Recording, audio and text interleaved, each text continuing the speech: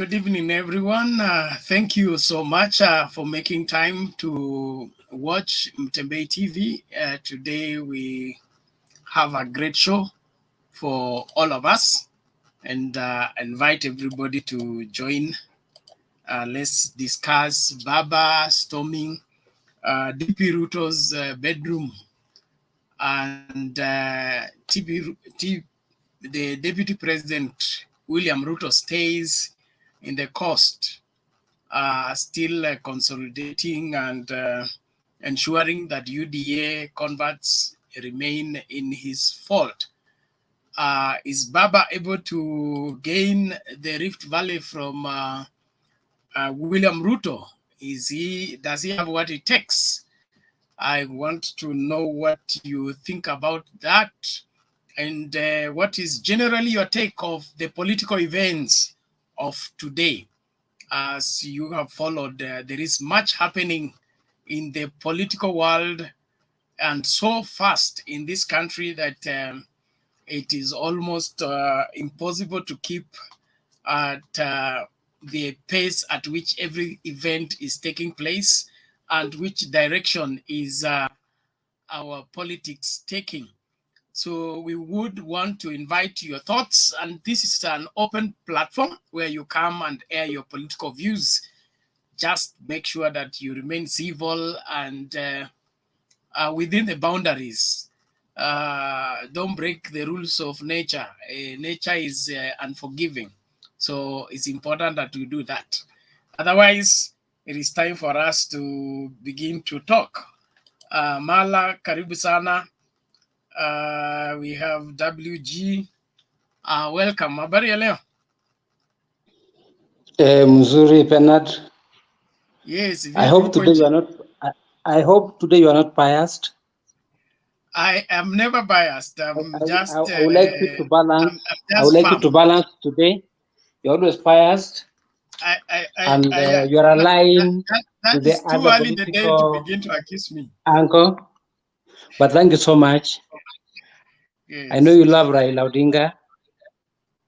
I love Ruto, the UDA man. He's the man to beat. Today it was a very interesting scene at Eldoret, and I think that's the way to go. And the Eldoret people have told Raila Odinga that you don't have to throw stones. You have to welcome everybody. Yes. And they actually listen to him, which is very good. And I hope Raila people in Nyanza region will copy what Eldoret people have done. It is very interesting. This is good for Kenya. And you don't have to lead by throwing stone. Remember, Raila Amolo Odinga is the common factor of chaos in this republic. Mention anything, it is associated with chaos. You are beginning on the wrong footing. Oh, sorry. It is welcome session first. Okay, but this is a good guy. By throwing stones. Mala. Hata kama nimeingia saa hizi siwezi nikakubali jina kama Mind your language. Thank you so much. I didn't know you have come in. I was trying to talk to Bernard. Bernard who is very pious and he likes ODM. He doesn't want to listen to any other views coming from ourselves. And for the last 3 weeks, Bernard has locked me out. Always when I want to talk, he does not want to allow me. No. Because spectator. Don't begin with accusations. All right, let's have some order, please. As you come in, you're welcome. Thank you so much. Thank you so much. We are having an open forum, and so let's talk in terms. Not everybody has to go. Mara, please apologize. Apologize, please. No. I have apologized. Thank you. I have apologized. Those are my views. Those are my personal views. That's your personal views, but you must apologize. Yes, those are my personal views, but they are correct. But that's the correct position. Okay, Mala. You are a strong believer of Raila Odinga. I'm a strong believer of the hustler Mala, Ruto. if I take you on that position, okay? If that is your personal position, where is it best? What is it best? Those are my personal And many Kenyans agree with me.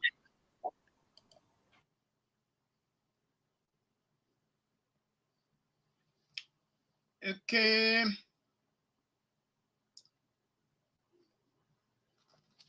Well, let's hear from Frank. Frank, karibu, unmute and let's talk. Okay, good evening. I think good evening. Nilikuwa nimelala nikapata notification ya kwamba anani Mtembei ameingia live. You know, mimi huwa participate huku sana vile politics imeanza moto. So nisipoingia hapa naonanga ni kama mume downgrade baba sana. Mimi ni mtu mwenye anatetea baba online hata ground. Mimi nikiingia ground hivi nikiambia vijana direction ndio hii.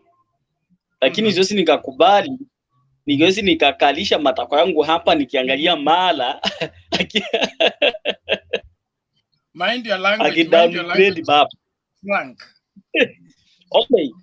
Today, for the first time in history, you know, there is some histories zenye zimeandikwa mbili. Moja was in Nyahururu on Sunday, ingine ni leo Eldoret.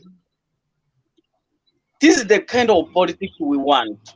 This is the kind of politics that tunastahili kupiga saizi. What happened in Eldoret is what I'm expecting to happen in Kondele when William Ruto will feast there. I'm not supporting. You are talking William now. Ruto, You are talking, my brother. You are talking. Thank you so much. Mala, you had your chance. Let him make his submission. We are coming back. Everybody will have time, please. Thank you. This is the kind of politics tolerance. Yani, baba akiingia Eldoret, hata akienda Sugoi kwa William Ruto, kwenda kufeast the area chief ya William Ruto, na mwambie William Ruto ni mwizi. Unaona, this is the kind of politics we want. Kila mtu apatiwe jukumu la kutembea Kenya mzima, hata kama ni Mount Kenya, hata kama ni Rift Valley, kwa Central, kwa William Ruto, hata kama William Ruto atakuja Kisii ama aende Kondere, akaribishwe kama Mkenya, apatiwe jukumu la kuongea, aongee uchavu yake, adanganya wananchi, then atoka aende. Unaona? So today, what happened in Eldoret today, baba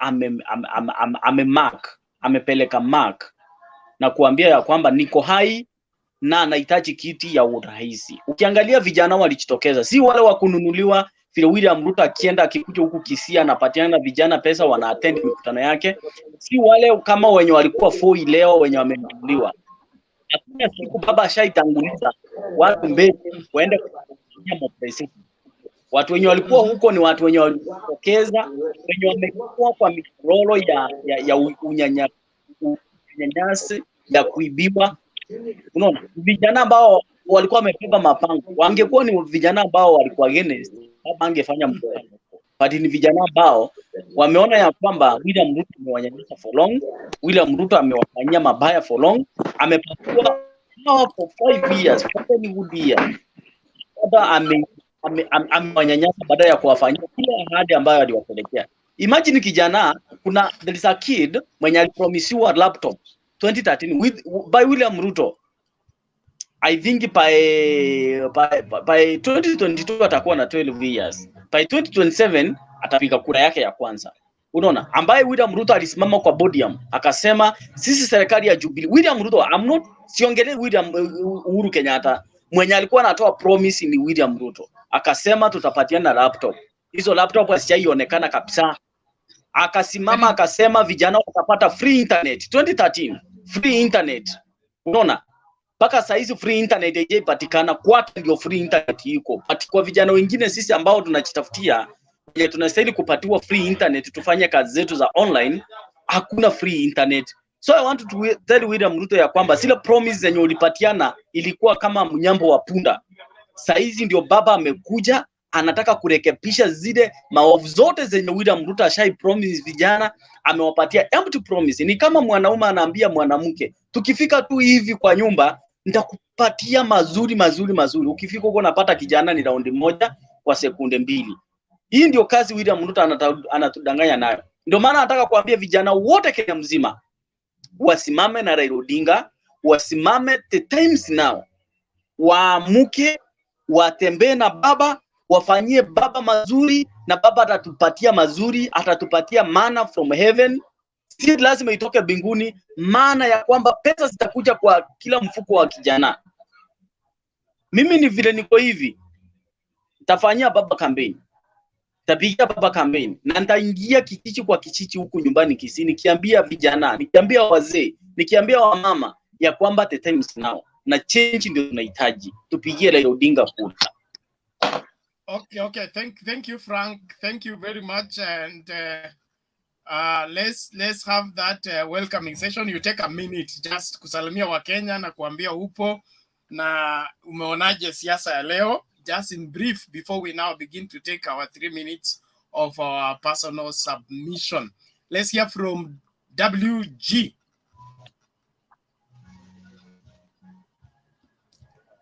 WG huko?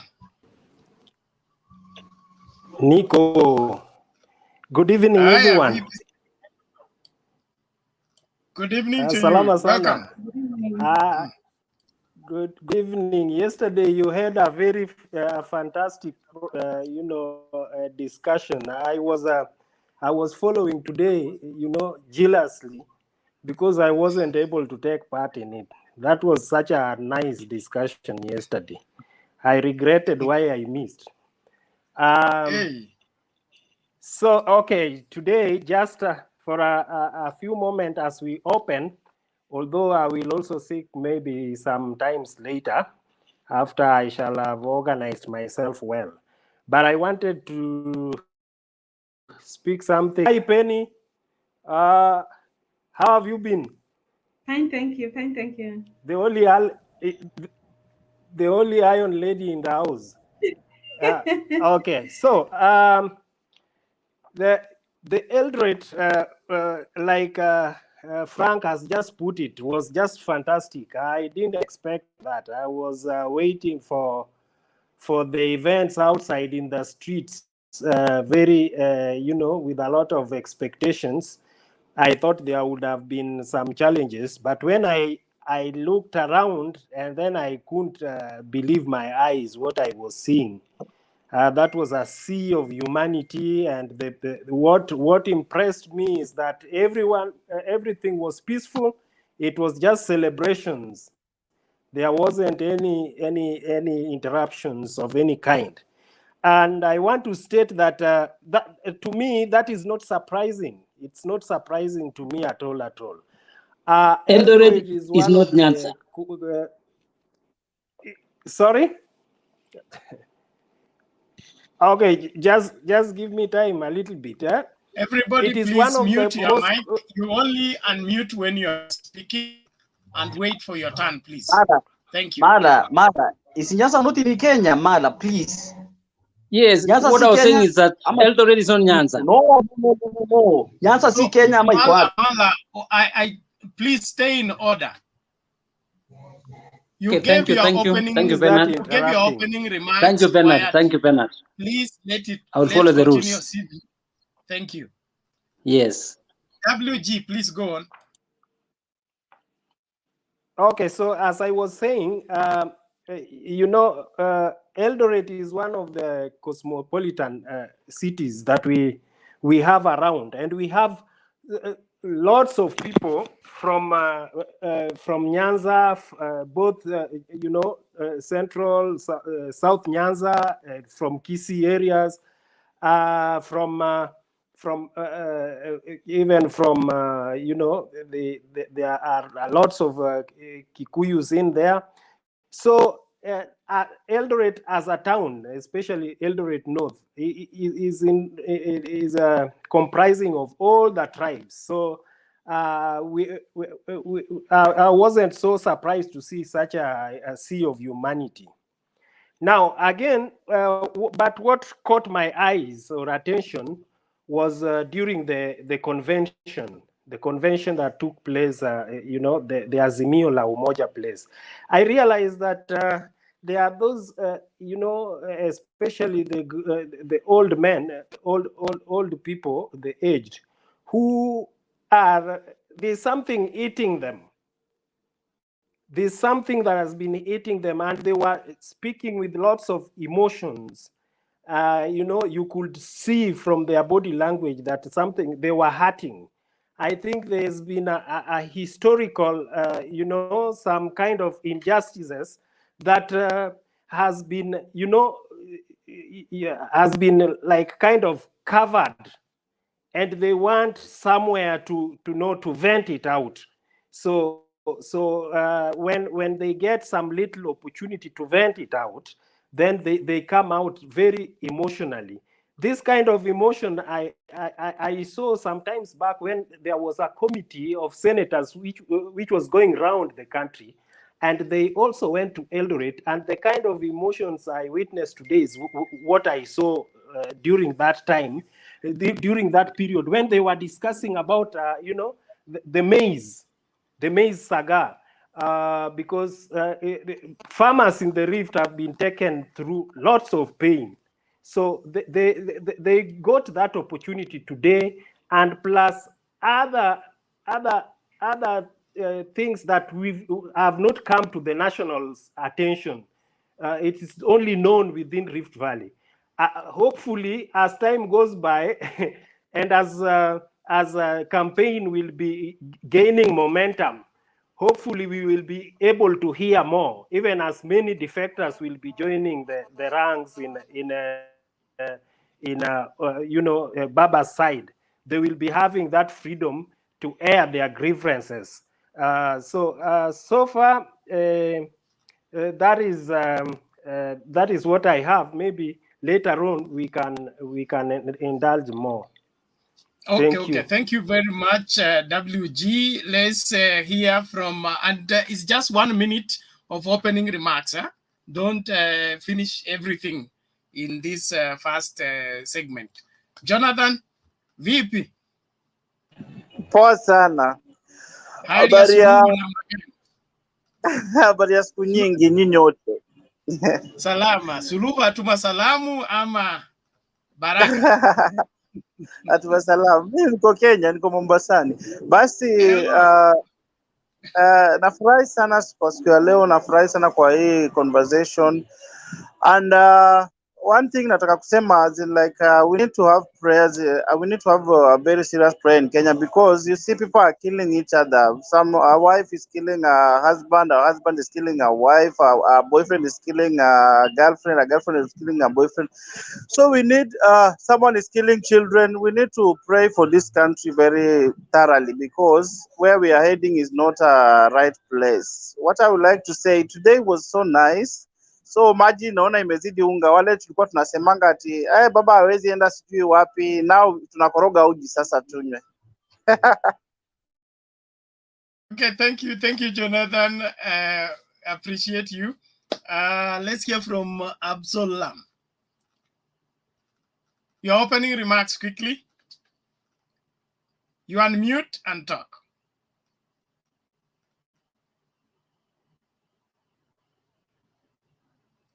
Unmute first, then talk.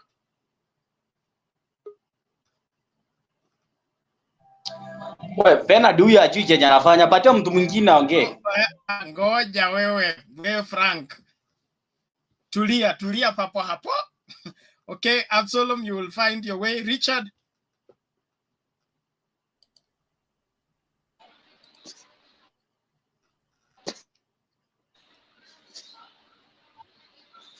Yes. That's good. You just unmute once, not twice.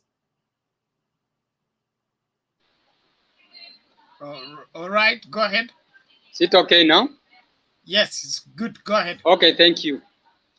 What I can say, I thank God because I can see there is peace coming in Kenya. And most of the people have started realizing that Baba is an international leader. And Baba is a truth man. What he says is true. That is why what you saw in Eldoret, it shows that at least Kenyans have started realizing that the true man, the person who can help Kenya at this moment is Papa. Because even if you see what is happening with the other group, you can see that there is no much truth in it. So what I can say, let us pray that peace, which has started to be shown like this, let it continue until we choose a leader who can bring Kenya to the ladder. Thank you. Great. Thank you, Richard. Penny, quickly, your opening remarks. Good evening, everyone. Good evening to you. You're welcome. Thank you so much for the opportunity that you have given me. Yeah, today the rally at Eldoret, I must say it was very excellent, and it was actually very good seeing the people of Eldoret exhibiting very high level of tolerance and maturity. And I think that is an example that the rest of the places should emulate. Yeah, so we need to give credit where it deserves. I think people from Eldoret have really shown a very good example, and that is the way to go. This stone throwing and arranging for goons to attack your opponents is not the best, but I think the beauty of our nation can be seen through the diversity, and I think I was so impressed by the people from Eldoret. And I think there were also some remarks prior to Baba's rallies. There was Oscar Sudi urging the people. He was actually welcoming and ushering in Baba, telling him that he can actually go there. He's free to visit them and to, sell his manifesto and politic, and he should actually feel very welcome. So for me, that is a very big step, and we're praying that this continues. Yeah, we really pray that there shall be no post-election violence, there shall be no goons, and that shall be dealt with beforehand. Then the other thing that has emerged is that this being the DP's backyard, he seems to have neglected his people and concentrated so much on the Mount Kenya, because that is where the votes are. So you could see the way the people were speaking with a lot of emotion. They were actually very, very emotional, because there are still some very many things that they are contending with, like roads, those poverty, unemployment. Yeah, so I think the DP's priority was probably not very right, because there were delegates visiting him at Karen every day, whereas in his backyard, it was so shocking and amazing to know that his people have experienced some of the worst injustices in this nation. So I think it revealed a lot also. Yeah, so I think that is my opening remark for now. We'll engage later as we proceed. Okay, thank you, Penny. Thank you very much for your observation. Absalom, I see you are unmute. Your opening remarks in a half a minute.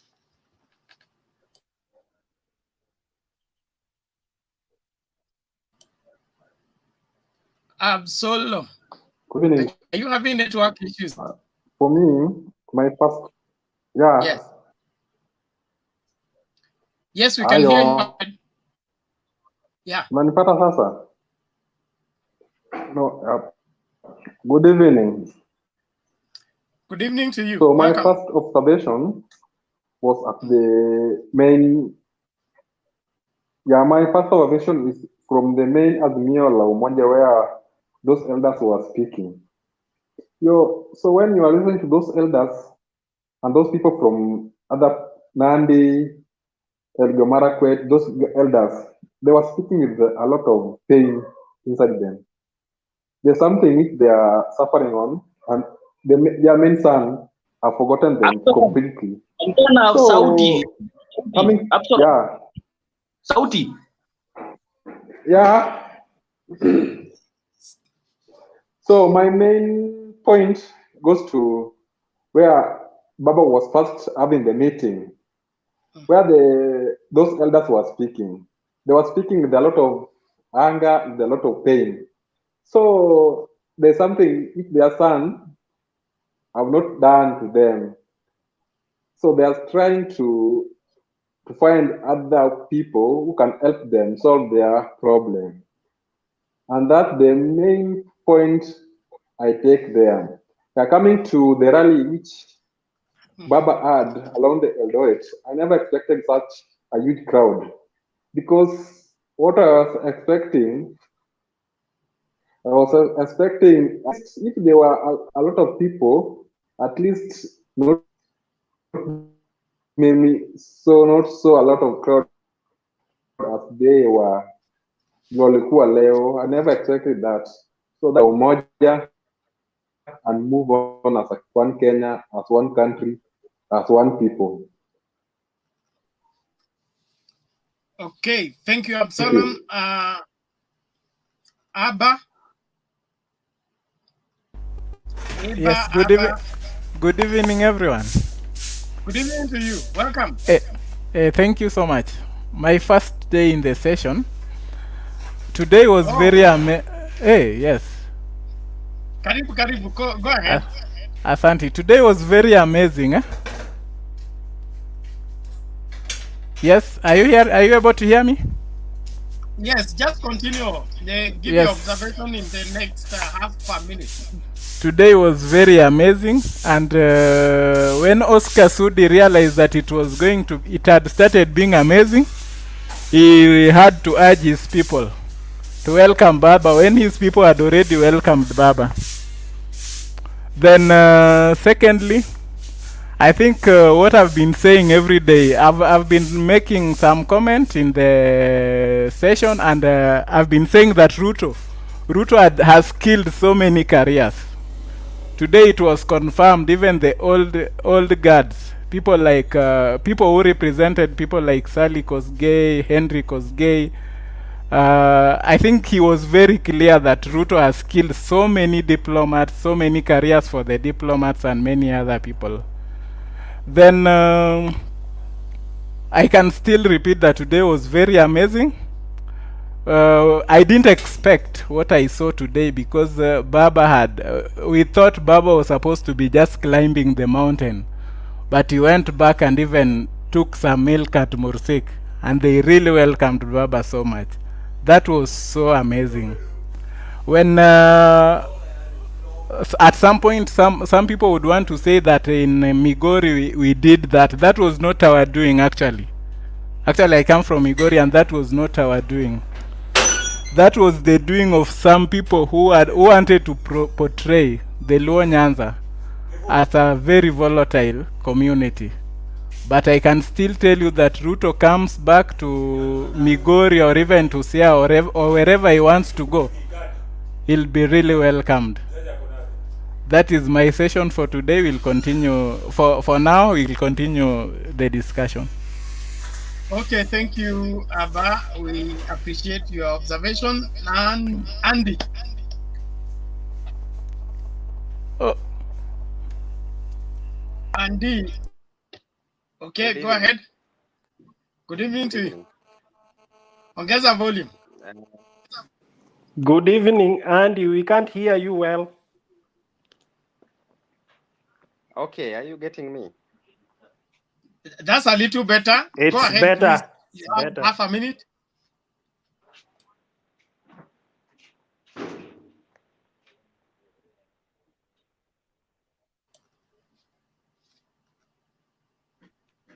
Andy, go ahead and talk now. Yes. Today, I'm very happy about Eldoret. Mm-hmm. When I see Baba in Eldoret, I see Kenyan democracy ikiwa iko mahali yake. But Bernard, don't lie to yourself that Baba has taken over Uasin Gishu County. That is William Ruto. That is William. That is that is William's Ruto bedroom. But he did. Those are people who came to see how Baba looks like. Let me tell you, Uasin Gishu ikiweza chukuliwa na Baba, sisi kwisha. So your greatest fear is coming to pass.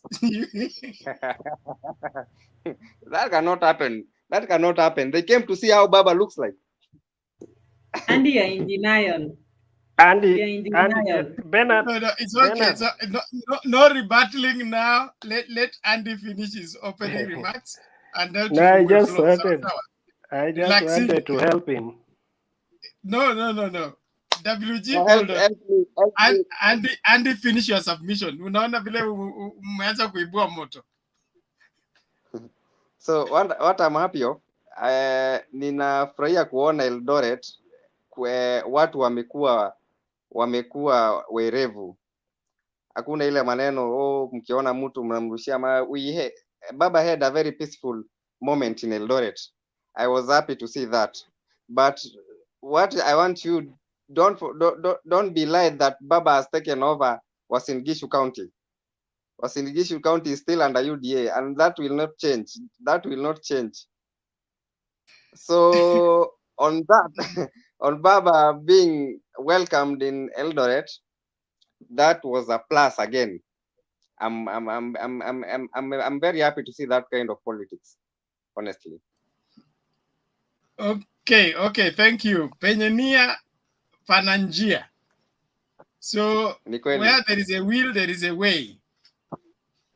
Can I remind Andy just one thing? Quickly, in 15 yes, seconds.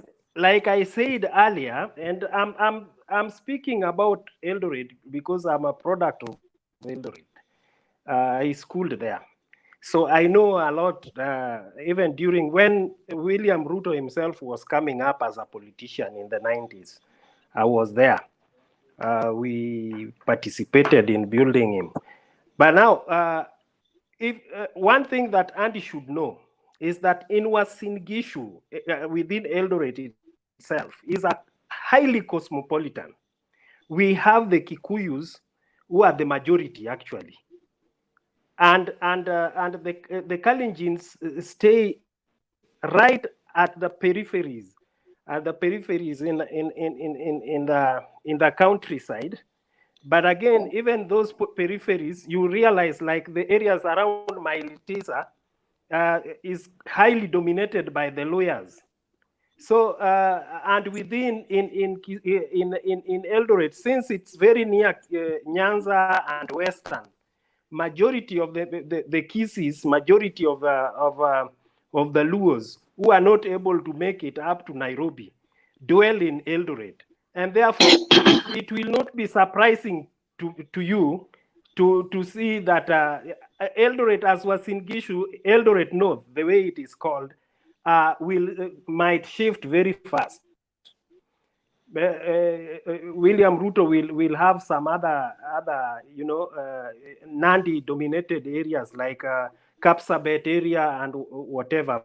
But in Eldoret, I won't be surprised. That is all I wanted to inform you. Gentlemen, Andy, do you have a response to that? I want us to hear from Pius, and then we open the floor quickly. Yes. I want to tell you, gentlemen, don't forget that 2022 is just coming. Msemo ukweli inakuja, and we will be surprised. We will be surprised when 2022 comes.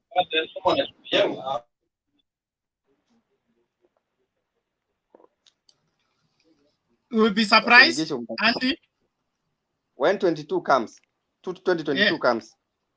Okay, the surprise is going to come from Northrift. Yes, you will be surprised. We are ready for that surprise. Rift Valley is highly behind William Samoei Ruto. Rift Valley, mtu wangu mkichukua Rift Valley bwana, wacheni bwana mchezo. That will not be surprising if they are already. So Andy, let me that ask you. thing is gone. It is gone already. Okay. Andy, Yes, my sister. Okay. Bernard. Hold on, relax, everybody. Use Minda. Bernard, please, Any Bernard. remarks? Bernard, Yes. Bernard. Yes, Frank. There is one of my friend here. Anataka kutoka, anataka kuchangia, ni mtu wa UDA. Unaweza mpatia time kuongea huyu. Just 2 minutes. Mtu wa UDA. Kama ni wa UDA nampatia dakika moja. Aya, karibu yu. Alizeno bwana. Salama, namna gani? Mzuri kabisa, alizeno. Tuko kabisa kabisa, mimi niko ndani ya UDA. Aha. Niko ndani hata kama mkimuita mwizi leo jamaa. Ngoja, ukiwa kaunti gani? Nikiwa kaunti ya Kisii. Oh, uko Kisii County. Yes, Kisii County. Ninyi ndio marafiki wa Arati. Kabisa bwana, kabisa. Bernard. Basi, vipi rally ya Eldoret ikashika? Baba amechukua bedroom ama vipi? Baba alifika bedroom akakojoa lakini tushamtoa.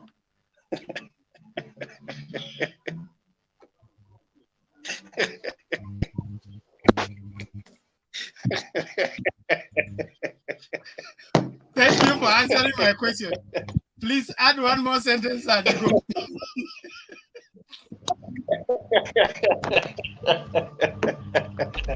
Bernard. Yes. Okay. Bernard. Actually, Uasin Gishu, we didn't really want everybody from Uasin Gishu. We just wanted a few, and they confirmed that already there are so many. Okay. So we really. Goja kwanza, please. And then staying behind the curtain is making things difficult. If you can use your camera, please use it.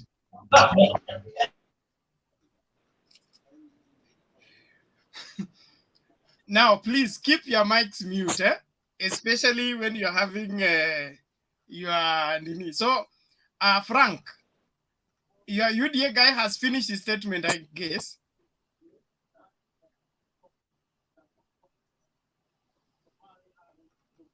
Okay, I assume that's the answer.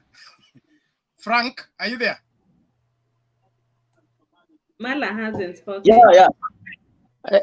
You're saying what?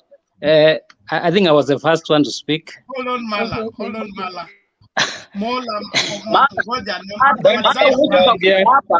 Hata kupika unatuacha tukiwa na njaa hapa ndio unarudi sasa. Hakuna shida, hakuna shida.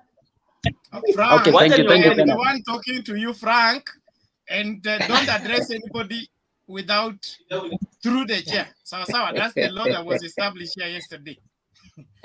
Frank, so your guy is through. Yes. Thank you. No, nataka kujibu Andy.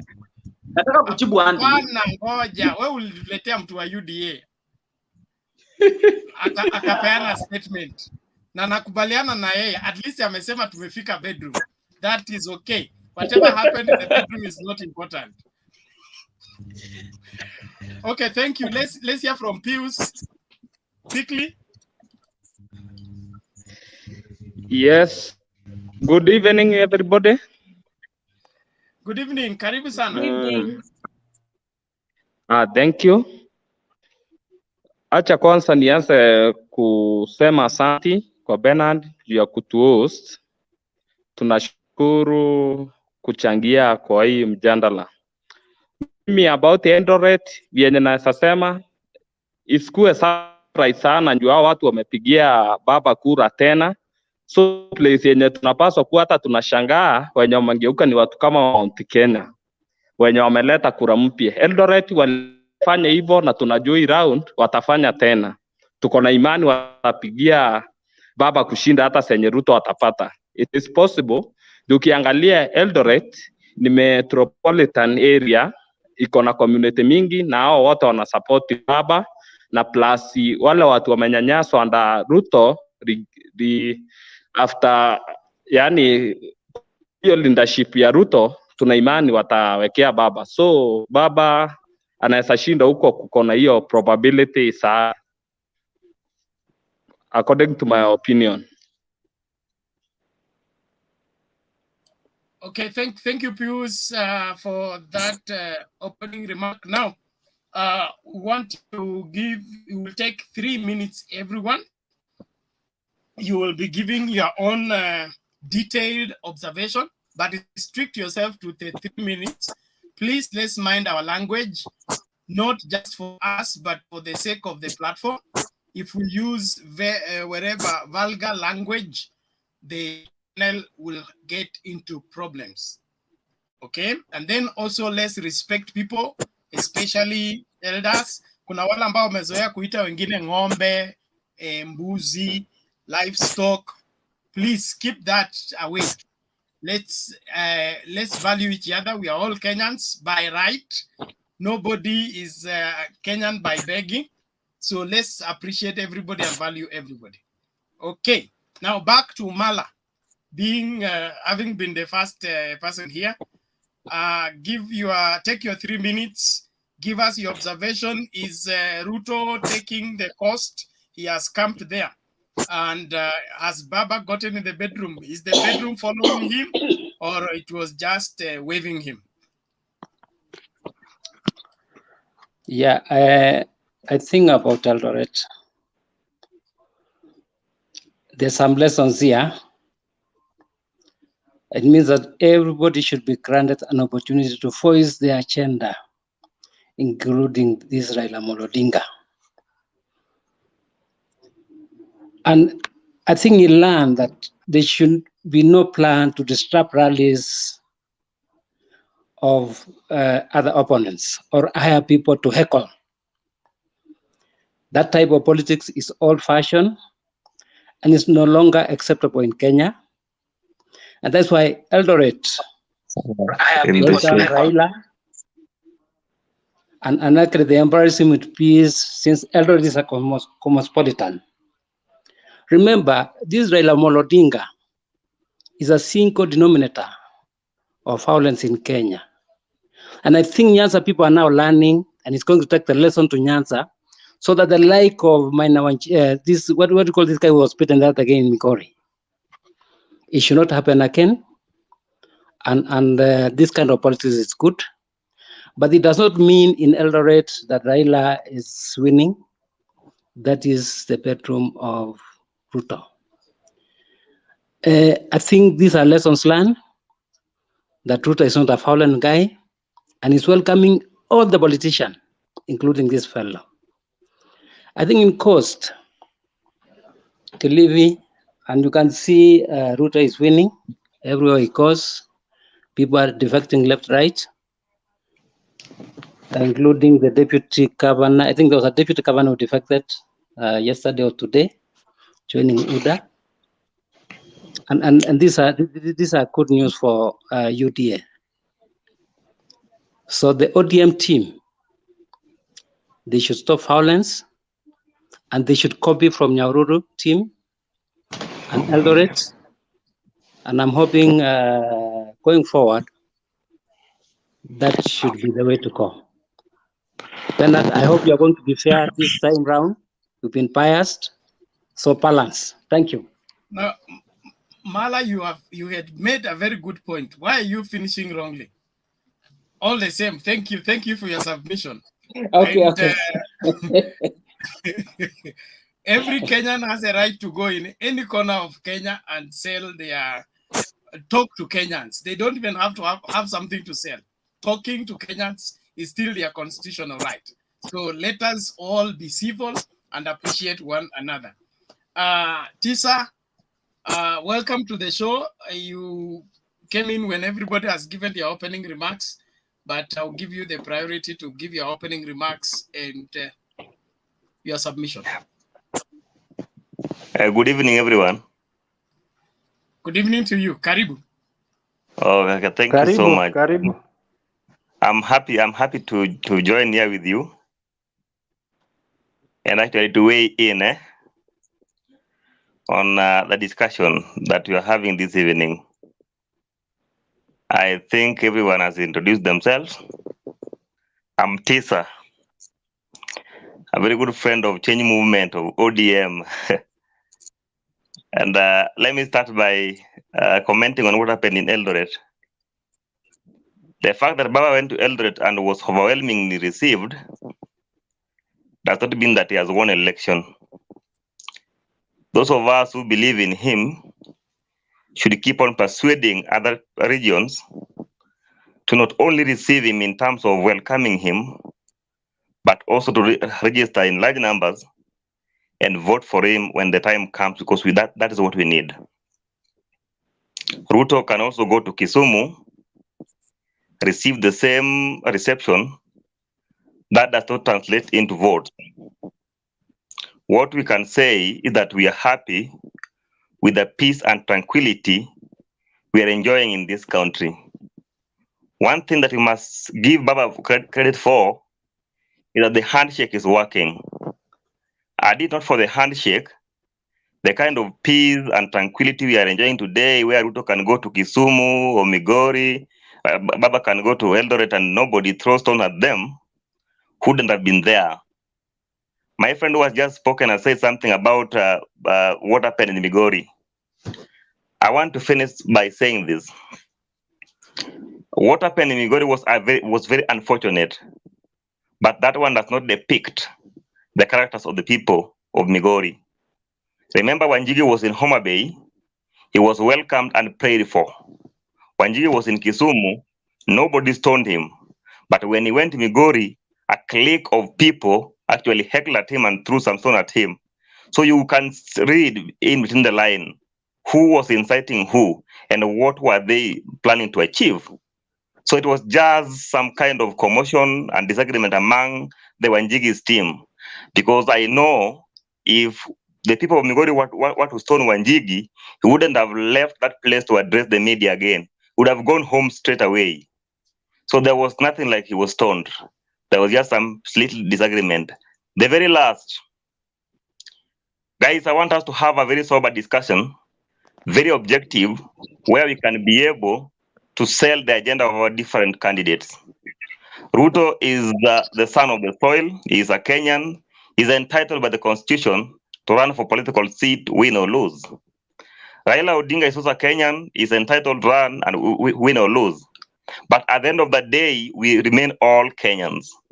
At the end of the day, all of us youths, what we need is that who has the better agenda that can be able to move this country to the next level. I believe that not all of us, but many of us in this forum are graduates. Some of us are still struggling, looking for jobs. Who has an agenda that when they get elected, will have jobs created for us? And if you ask me, I will tell you as I conclude, that the person that I've studied, observed, that I know stand for something is Raila Amolo Odinga. This is a change agent, somebody who has tried things, has promised things, and has delivered. He has just recently promised that each and every household, those are the vulnerable families, will be getting 6,000 per month. It is something that I can assure you will be achieved, because he promised primary education free. It came to pass. We have elders today queuing in line and getting their monthly pay courtesy of the guy. So I believe whatever he has promised that is going to do, the guy is going to do. The other friend, who is William Ruto, has mastered the art of deception, and he knows how to lie so well until you think that whatever he's saying is the truth. Unfortunately, majority of us who have gone to school and graduated from universities are the people falling for these lies. You ask a very simple question: how can somebody talk about bottom-up economy which he himself doesn't even understand? And let me conclude by telling you this: the UDA itself, if you ask me what the UDA stands for, they're talking about Mamboga, they're talking about what wheelbarrow. But listen and listen very good. UDA has conducted different by elections in this country. I have never seen a Mamboga given the ticket to go and run. So you see the people who are running for these political seats are the billionaires we know. So we must tell Ruto that he is not the right person, not by heckling at him, but by stopping him at the ballot. Okay, thank you, Tisa. I think that concludes it there. Nelson, karibu sana. You have half a minute to give your opening remarks. Alafu tusikie kutoka kwa Penny. It's just sana, Bwana Bernard. If it is just an opening remark, then I want to say one word. Ruto has been caught. Ruto has been caught cheating. You know, when your partner Sorry, we gets you. didn't hear that. We didn't hear that. Hold on, Nelson. Nelson, you have issues with your audio. My audio. Statement. So, okay, so now you can hear me. I think you that's can now better. hear me. Yes, go ahead. Okay, so half a minute for an introductory statement. Ruto has been caught pants down cheating. You know, when you get your partner cheating, pants down, literally, with respect to the events that unfolded themselves in Eldoret today, he was caught pants down cheating. So I think you have said that was just an introductory remark, and then people will be now giving their takes later on. I got when people had already started, so maybe you will consider giving me a chance soon. I leave it at that. Sawa. Thank you, Nelson. That is good. We are coming on to you. You will give your substantiation and your proof of your claim. Now let's ladies first, men before. Let's hear from Penny. Excuse me. I thought when you started from Mala again, I thought it would have rolled like that the way we began. Oga, gender sensitive now. The 2/3 majority rule. Okay. Thank you so You much. will be next. Let Penny come first. Thank you. Okay, thank you so much. I'm going to make it as brief as possible. So WG, don't be worried. Yeah. So from the rally in Eldoret, there are some few facts that can be deduced from the conversations and the speeches that were given. Firstly, what we can deduce from the whole conversation is that the kind of politics that the DP engages in is a politics of division and discrimination, because it came out so clearly that there's a division between the youth and the old people. Yeah, he put aside people like Sally Kosgei, Henry Kosgei.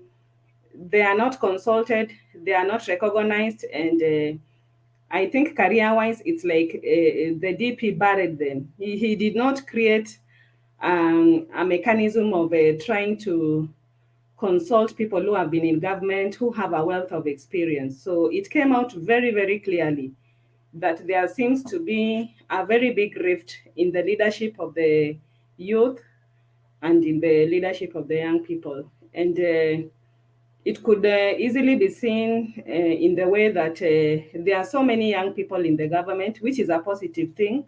But I think there also ought to be a balance, because you can also see from the way so many people are coming out and saying that Baba is so old, he should go home, without considering some of the things that he has accomplished for this nation. So I think our DP should be more inclusive in terms of his leadership. His leadership should not only be about the young people. He should not write the old people out, because at the end of the day, they're the ones who have experience. They are the consultants.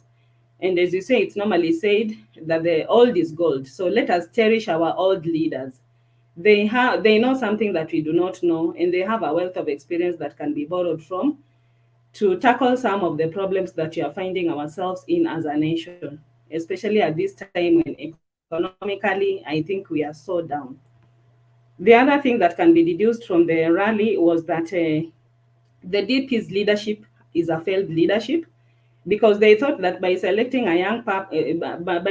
young leaders, the country would move forward, because it is presumed that young people are energetic and they have the drive to to implement the agendas that they had given to the citizens of this country. But it turned out that their leadership, being young people, in comparison to what Kibaki had achieved in the previous regimes, I think their regime is one that had been marred by a lot of corruption, and we have ended up in a very big debt. And economically, I think we have been severed as a nation. So I think the people of Eldoret do not have confidence in the DP because of the where we are finding ourselves at this time as a nation.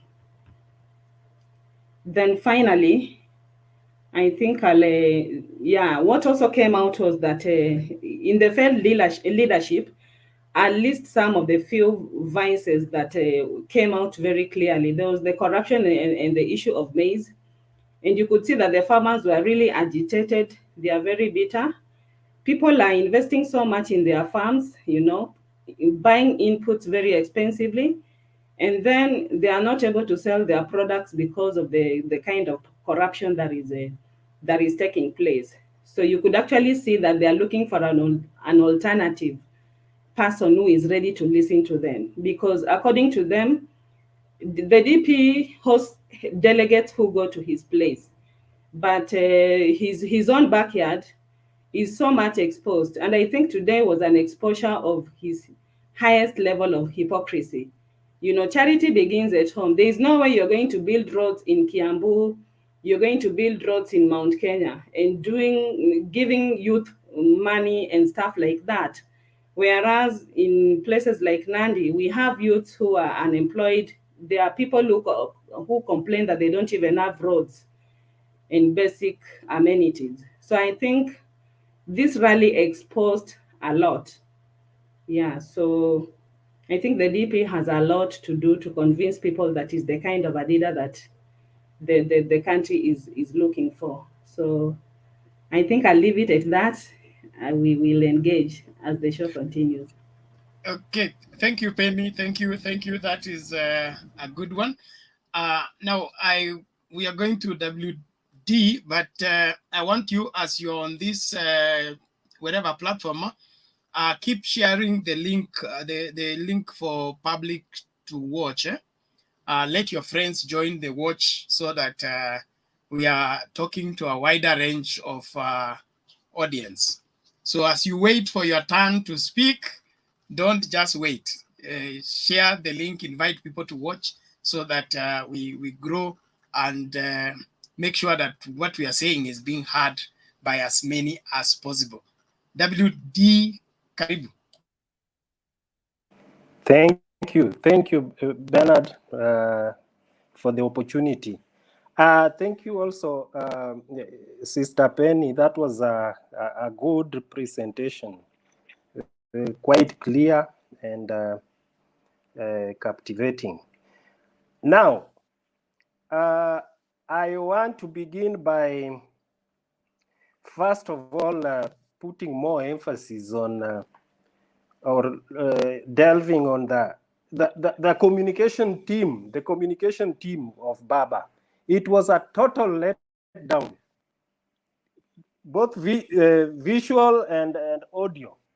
If there is anyone who is hearing this, please, I think if they want, we can even begin some M-Pesa if they are not capable of giving us a better PA system and the visual system, because we were actually really struggling to follow. And it was not just today, even yesterday when Baba was in Turkana. So, and I don't know whether they take these points, seriously. Someone should tell them. Again, my number two, I think we need, as this forum, we also need to be, as Baba moves to various regions, apart from just, commenting on the happenings, let us also emphasize on what the locals in those areas are highlighting as their issues, as their problems. Like yesterday, they were in Turkana. What did the Turkana people talk about? And what did we depict from there? So today, I just want to get some highlight on what those elders were highlighting so emotionally. And one of the issues was that agriculture. Why are they so bitter? You realize that agriculture has been, the Rift Valley being the food basket, the way we call it, has undergone a lot of suffering and,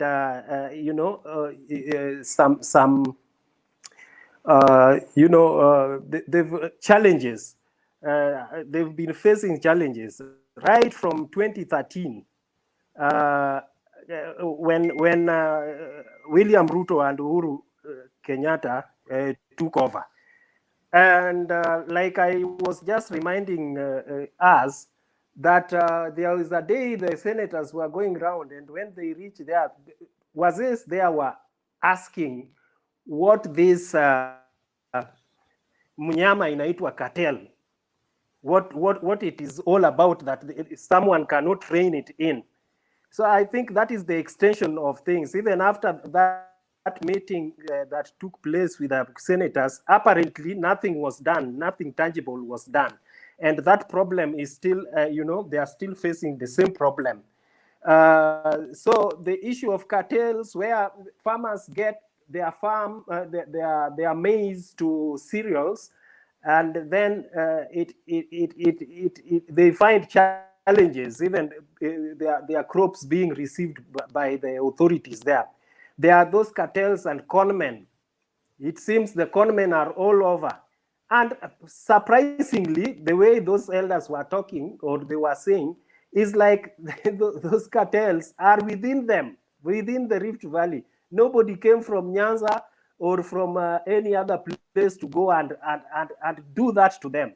It is their own sons who are very, very powerful, even in the minister, in the government. So these are some of the things. However much the UDA guys are shouting here that Raila will get nothing there. These are some of the things. If William Ruto will not address, my friend, the ground will surprise them. Those things will surprise them, those challenges. Number two, the problem that I also had someone highlighting was the guys from Pokot. They are still crying about Aror and Kimwaren. Someone spoke about that. And they are urging Raila to do something about it. Can you imagine people of Pokot in the Rift Valley are urging Raila to sort out their issue of Aror, while William Samoei Ruto is the second in command of in this government? So when people are lining up to count what William Ruto has done for them these past 9 years, if the Rift Valley people have nothing to show and are still calling upon Raila, who is outside, and by the way, they voted overwhelmingly in 2017 to send him to Bondo. So the guy who was supposed to be in Bondo is the one who is supposed to be called upon to come and sort out this issue, while William Ruto is number 2 in this government. He was busy with Uhuru Kenyatta, fighting Uhuru Kenyatta instead of helping his people. So the issue of Aror and Kimwarer, if Raila will be the one to come and help these guys of Pokot to realize this dream of Aror and Kimwarer, that thing will haunt William Ruto's political career forever. That is my submission that I really wanted to put across. So sometimes when, next time when Raila is going to a different territory, let us also have those issues that are raised. Thank you very much. Wanawake uliumba tupu.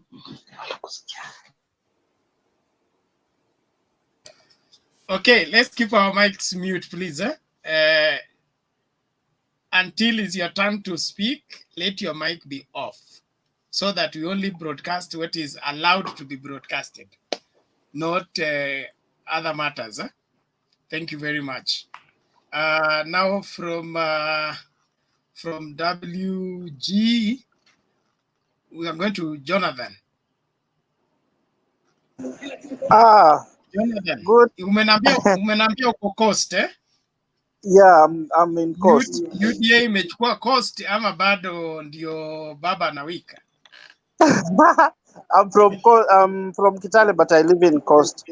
So, yeah, this is a very nice move. Tomorrow, I want to see that our dearest Deputy President William Ruto goes to Siaya, Kisumu, and then he will be received well. No booing, no chanting, so that Kenya we can be level, so that Kenya we can now become the mature in politics. And other things I can say, William Ruto needs to look for some new advisors, because the advisors which he has, they are not advising him very well, because you see, he always picks something. What Raila says, then he speaks. The next days, he speaks the same thing. He's criticizing the same thing. You know, that's why he's becoming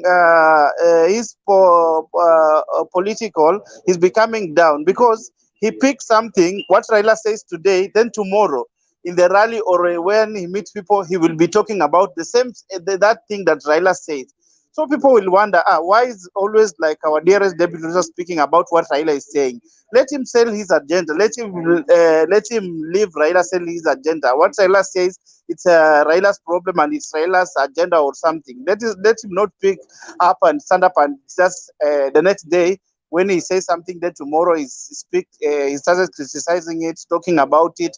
People will wonder now, so our dearest Deputy President always just speak about what Raila says, so he doesn't have something new. Because you see, now it's 4 years. They have been campaigning. I told you in this show very well, Bernard. I told you the campaign has not been started. Now the campaign has started, and you will see what people are saying, that this is our bedroom, this is my territory, these are my people, I'm with the people, I'm with numbers. You will see that will change. You know, people have been very proud. Walikuwa wakijipiga before wakisema, this is my territory, this is my people, I have the people, the other people they are rich, and then they bring one thing which people now are now started questioning it or wondering, like this thing of hustlers by the dynasty. You know, people like the dynasties. Let's say, for example, the people who has money. Let's say, for example, when you speak about dynasties versus rich, the dynasty will start following another person, because you are saying you are trying to say that you are now trying to say that the poor now they will start hating the rich, and you know, everybody ametafuta pesa yake mwenyewe, so you can't say that rich versus poor. That's the narrative that imefanya sasa watu wameanza kukaa chini wakianza kufikiria now, tunasema so this was his agenda to bring like rich versus poor. Now the rich people now they started now following Raila. Now they have started now saying that they will endorse Raila, because they see that now you are speaking about rich versus dynasty. What is that? And then the other thing, Bernard, is when people were speaking like some other time, someone say that, no, the people are just following him. The people are just coming out to see that the monkey, you know, language like that. You know, now people have started wondering, which kind of language is that? When someone comes to a meeting or when someone comes to the rallies, so that means that someone is a monkey, they're coming to see the monkey. That is very wrong. And you know, our politics, the politicians are the one who make people now to wanachochea watu kuanza kusema huyu ni monkey, huyu ni nini, huyu ni nini, the other one is like this and the other one is like that. That is very wrong. They need to be mature, the politician. They are the one wanachochea wananchi. They need to be very serious with this politics. We need now to go in 21st century. Tuache maneno ya kitambo ya biblical time kule ikae. We are now in 21st century. People, things have changed. Si kama before, you know, now things have been changed. Alafu kitu ya watu kusemanga like at someone is old, we need young people, someone is old. You see, like for example, let's say in US or in Europe, you see those people who are members of parliament, senators, governors, they are old. and they are making the country moving on. So we must not stand and say like the old versus young. That is not the right thing to say, because the old, they will help the young. And wanasemanga busara hekima, tunafaa watu wachanga tutoe busara kwa watu wazima. So when you say that young versus old, or someone is old needs to go home, that is not good to say, because it's not right to say that someone is old, because you one day you will become old. When you become old and you want to stand with something, so people will start saying that, oh, now you are old, you can't not stand with this, you cannot do this. Look, Biden is 80 years old and is running America very well. So that's my take. Okay, thank you, Jonathan. We appreciate your contribution. Let's stay tuned. And like I know I said, while you're waiting to speak, invite somebody to join, to watch from wherever they are, so that we are busy and ensuring that what we are saying here is reaching as many people as possible. Let's hear from Mwango. Mwango, unmute and give your submission. Bernard, can I say something? If it's long, no. No, it won't be long. I'll take the shortest time possible. That is Mwango. No. Tisa, not the shortest time possible. Since the time belongs to Mwango, we can only donate to you half a minute. So if what you want to say is more than that, you wait for your turn. I was taught to be patient. I'll be patient then. Thank you. Mwango.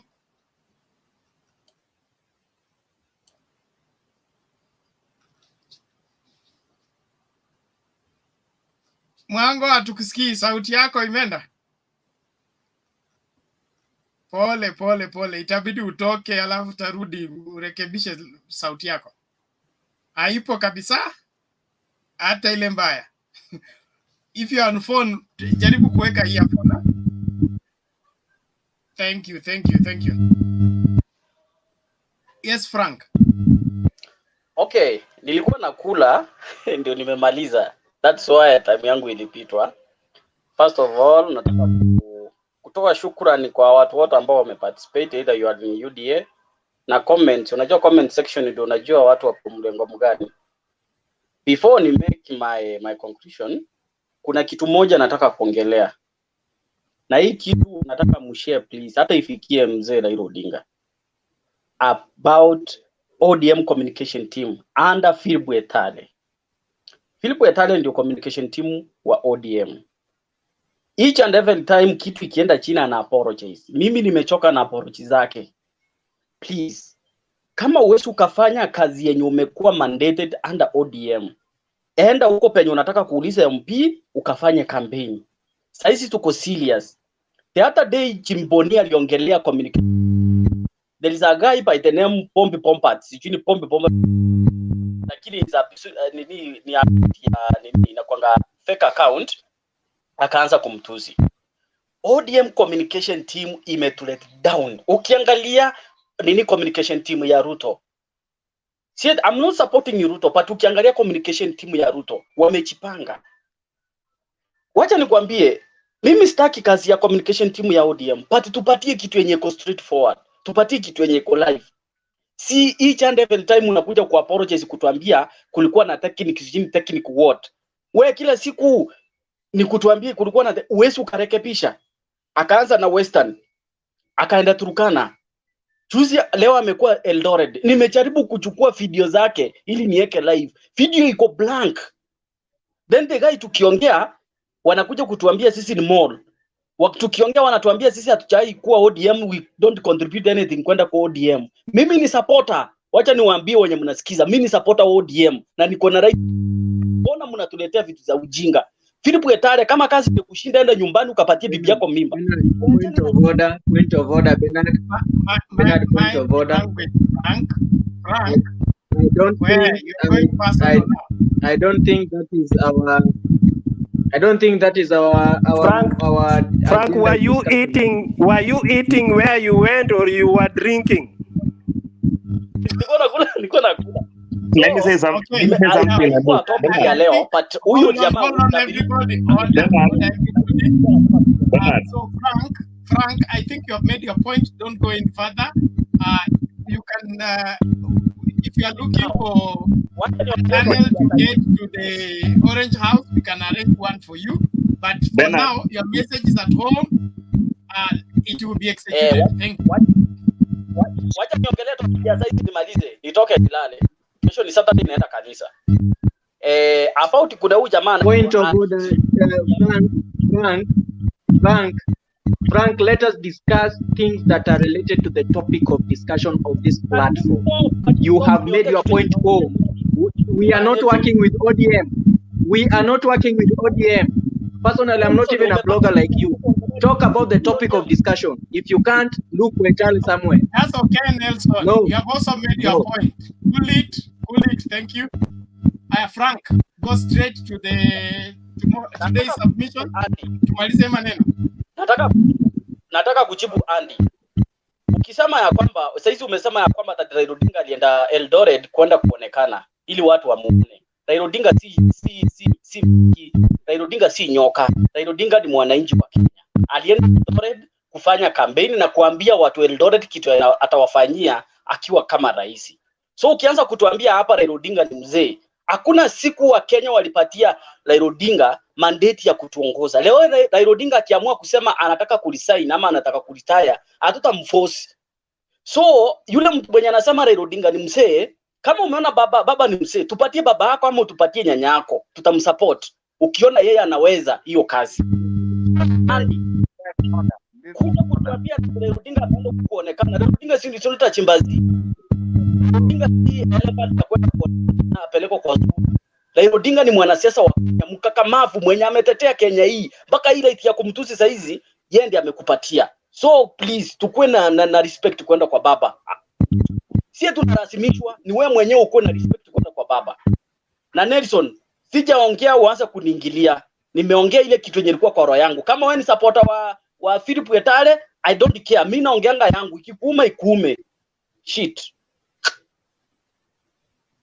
Now, Frank, that is bad. Thing. Too bad is gone. Please, let's mind our language. And, can I say something? Let us team up. We are broadcasting. We are not just arguing on one corner of one street somewhere. Hii kitu weka kwa koo, usiweke kwa lungs. No. It's just called media ethics. It's a difference between tukifanya ile debate yetu ya mtaani na when we are on air. When you're on air, there is how to conduct yourself. So let us separate the two and do what is right. Sawa. So ngoja kwanza tisa nimekuweka hapa. Subiri tu kidogo. Mwango, unisoti maneno ya sauti. Unmute kwanza. Unmute. Haya basi endelee. Unaweza mute. Are you okay? Your gadget has refused you. Huku ipatia uji leo imekataa. You will sign out, then sign in fresh when you're putting. If you are on phone, give it permission, allow it to control the camera, allow Premiere to control the audio, then uta smoothly. Sawa. Thank you. Tisa. Dakika zako mbili. 2 minutes, eh? Yes. First, again, thank you very much again for this opportunity. Decorum and sobriety must reign, and that's why we are intellectuals. And if anybody has any personal vendetta against somebody, let them do it outside, but not within this forum. We are eroding the very values that we are trying to uphold. 2, I want to talk about the age. Kibaki, an old man, handed this country over to young men in 2013. We've been struggling with the economy since Kibaki left, and today, the young men who actually took the country believing or rather promising heaven have failed tremendously and spectacularly. If you want to peg leadership on age, then you don't know what we are talking about. In our parliament today, we have got very youthful member of parliaments. Can you be able to tell me some of the bills they have tabled to change your lives as youths? Leadership is not about age. It is about what you stand for and what you can do. If Raila Odinga can do something, we will not go for his age. We'll go for what he can do. If Ruto can do something, we will not go for his age. We'll go for what he can do. So let us not argue talking about age as if we are forgetting that the country we brought democracy from, like USA, are being led by old people. That is one. Then two, what happened today in Elliot is still what I want to talk about. The handshake has actually given Raila Odinga a platform to sell his agenda across the country. Not so long ago, Raila was in Mount Kenya, and you saw the reception, and right now you can see the feedback. It tells you that for the longest time, Raila has been blocked from accessing Mount Kenya to be able to tell them what he stands for.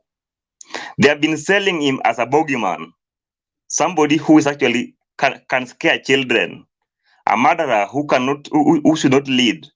But when he got opportunity to go to Mount Kenya and tell them what he stands for, they are accepting him. We expect the same if there is anybody who has ever sold Ruto to us as a bogeyman. Let him come to our region and tell us what we stand for, so that as we go forward, we are going to do this election based on issues, not age, not where someone come from, or how eloquent one can speak. I think that is what we are going to do. I am supporting Raila Amolo Odinga, and I can tell you for a fact that I'm not the only person doing this, and I'm not doing this because I'm a young man. Neither am I doing this because he's an old man, but I believe in his transformative agenda. He is somebody who has been tested, and we know what he can do. We have always been saying that Kibaki performed well in 2007 to 2013. But we are forgetting that 2007 to 2013, Kibaki worked hand in hand with Raila Odinga.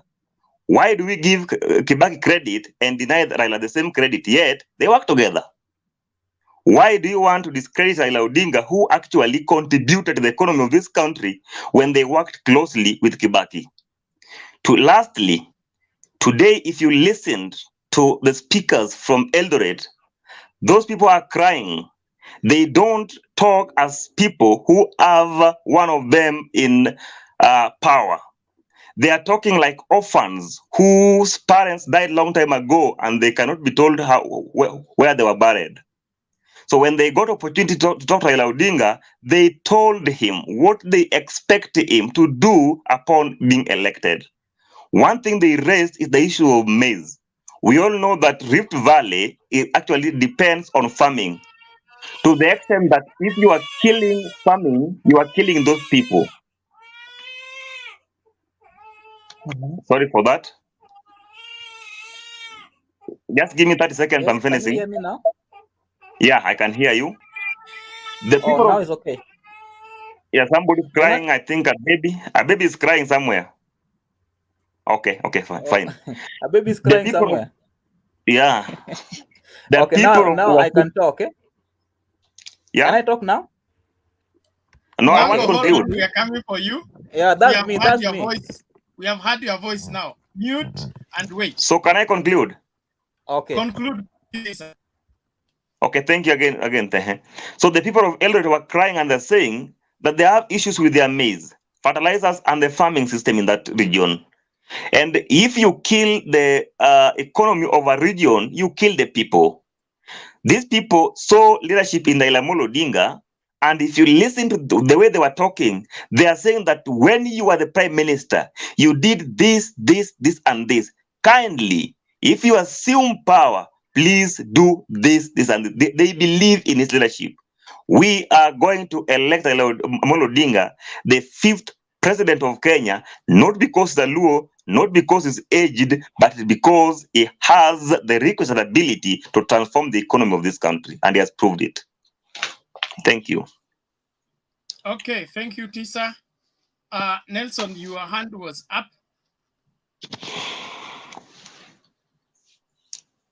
Unmute. Sorry. Yes, my hand was up, and the reason my hand was up is because you know, I like you a lot because you normally know how to regulate this platform, but today you are failing a little bit. There is no way you can have 10 people in a platform and you give one person twice a chance twice to speak before the other people speaks. Everybody has an opinion, and we need to really, you know, contribute to, in as much as we really love Tisa's contributions, and they were so quite eloquent and good enough. So that was the reason as to why my hand was up. But again, I also need to make my contribution. So I don't know whether to go ahead or rather wait for Mwango. I'd not talked. I only. Hold on, please. Tisa. The I had not accusation talked. was to me, not to you. So Okay, relax. fine. Tisa. Hey, I've relaxed, sir. I will take care of that. Thank you. Okay, fine. Nelson, thank you very much for noting that. But when you came in, everybody was given a chance to give their opening remarks. Okay. Yes, sir. And then yes, sir. Now we started to make submission. That's where we are. And yes, Mwango had technical issues and now it's sorted. Let him make submission, then we come to you. And then story of being biased, hiyo simamiange nayo. But I also don't know who is UDA, who is ODM, who is OKA, or who is others. So let's just give a submission. Speaking for Kenya, better Kenya is good for everybody, whether UDA or ODM or otherwise. Mwango, you have your 3 minutes now. Okay, thank you for the chance. Yes, can you hear me right now? You are now clear. Okay. Thank you. Okay, let me start with Rally from Eldoret. Okay, Raila was welcomed very well in Eldoret, and we're happy for that. That one has shown that Kenyans are now changing, and people are now, they now see that they should look at the issues, okay, and not issues of tribe or something like that. So the thing is that even though he was welcomed very well, does not mean that that one now he has taken that region, okay? Okay, even in the past, 2017, 2013, Raila used to pull a lot of people, big crowds in the Rift Valley. But when it comes on the D-Day, the voting day, you find that he'll have very few votes from those regions. So I don't think that, but the fact that there was a very big crowd today now means that now he has changed the tides, okay? I think things still remains. When it comes on 2022, we know the Kalenjins will always go for their man, and they will vote man to man to their son. The same thing happened also in Migori, whereby Ruto went and there was a very big crowd. Do you mean that also that he also took over Migori because there was a big crowd there? That's my question. Today also he was in Coast, and there were very big crowds there. Does it mean that now he has taken over Coast? I don't think so. So there's still a lot to do. Okay. Okay, something else that also I want to say that Ruto has changed the conversations. Now it's about economy. It's about bottom up. And Raila also has come with something like 6,000 for youth. Okay, ideally, I don't support this for 6,000 because that's not even enough to do anything tangible to any person. 6,000, sincerely speaking, we have rents, we have fees to pay. We have so many things. 6,000 is very small money that can't change somebody's life. So I don't see that now that one now should be the main issue that now Raila is doing a lot to change the lives of people. I think somebody should come who can create an environment whereby people can have jobs, people can do something that can make money, but not that giving out money 6,000 to everybody. And I think that even to give that 6,000 to everybody is something unrealistic. There are so many jobless people, over 10 million, I think, jobless youth. Even if you calculate that thing 6,000 times 10 million, I don't think that that thing is really achievable. Mwango. Yes. The 6,000 is to vulnerable households that don't have an income. It's not every Kenyan and it's not every jobless person. Yeah. And that is just a mitigation program. It is social protection program. It's not an economic investment. Okay. Now this is my question, Bernard. All the same. Conclude your submission so that we get to hear from Nelson.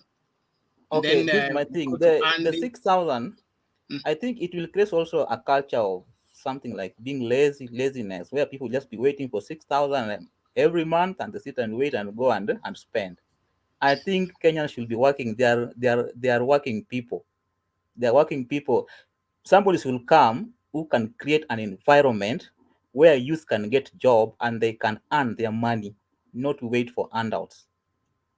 So to me, I don't support that 6,000, something like that can change somebody's life. Okay, thank you, Mwango. I think that settles it. Penny, you are lifting your hand. Yeah, what I wanted to tell Mwango is that the 6,000 is not the only thing that Raila is working at to rescue our economy. There is the issue of the local industries, which is promising to really pay attention to.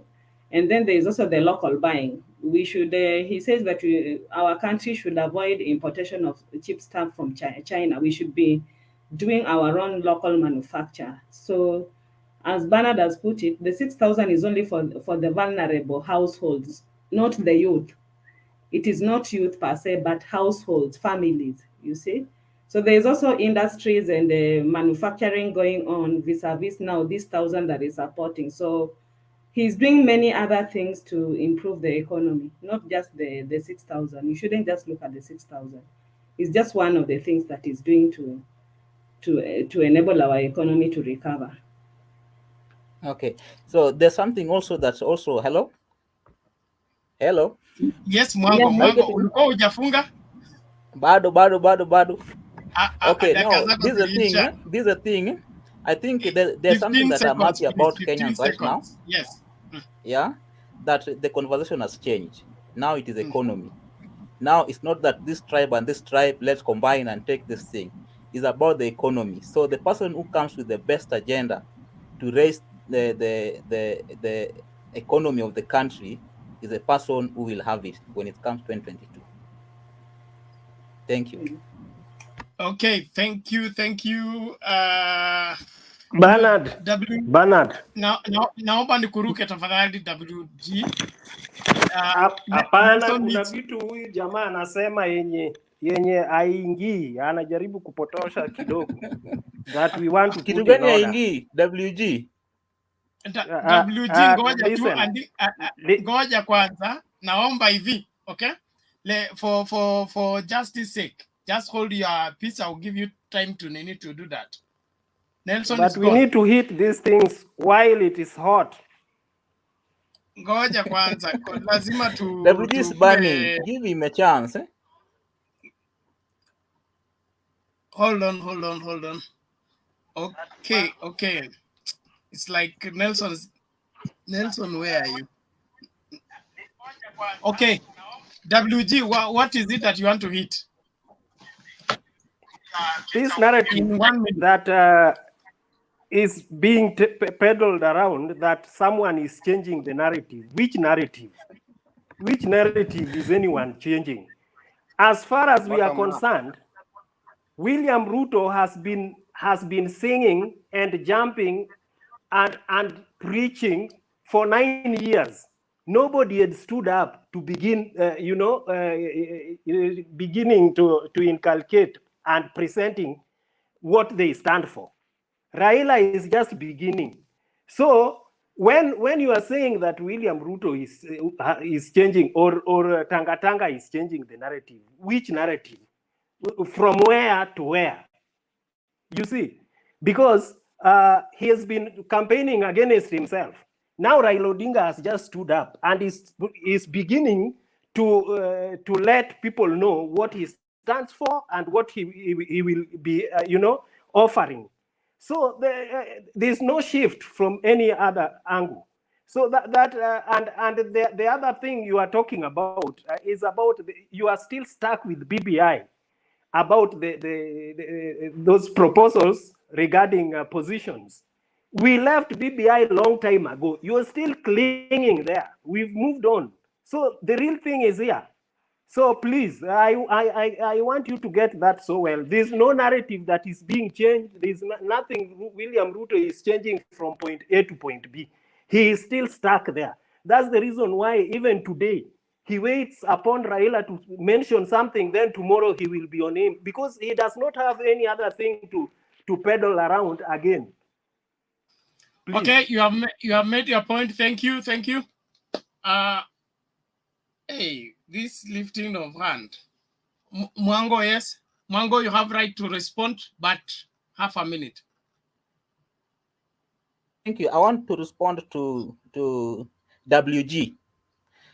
WG, for a long time, if you have followed the Kenyan politics, economy has not been the issue.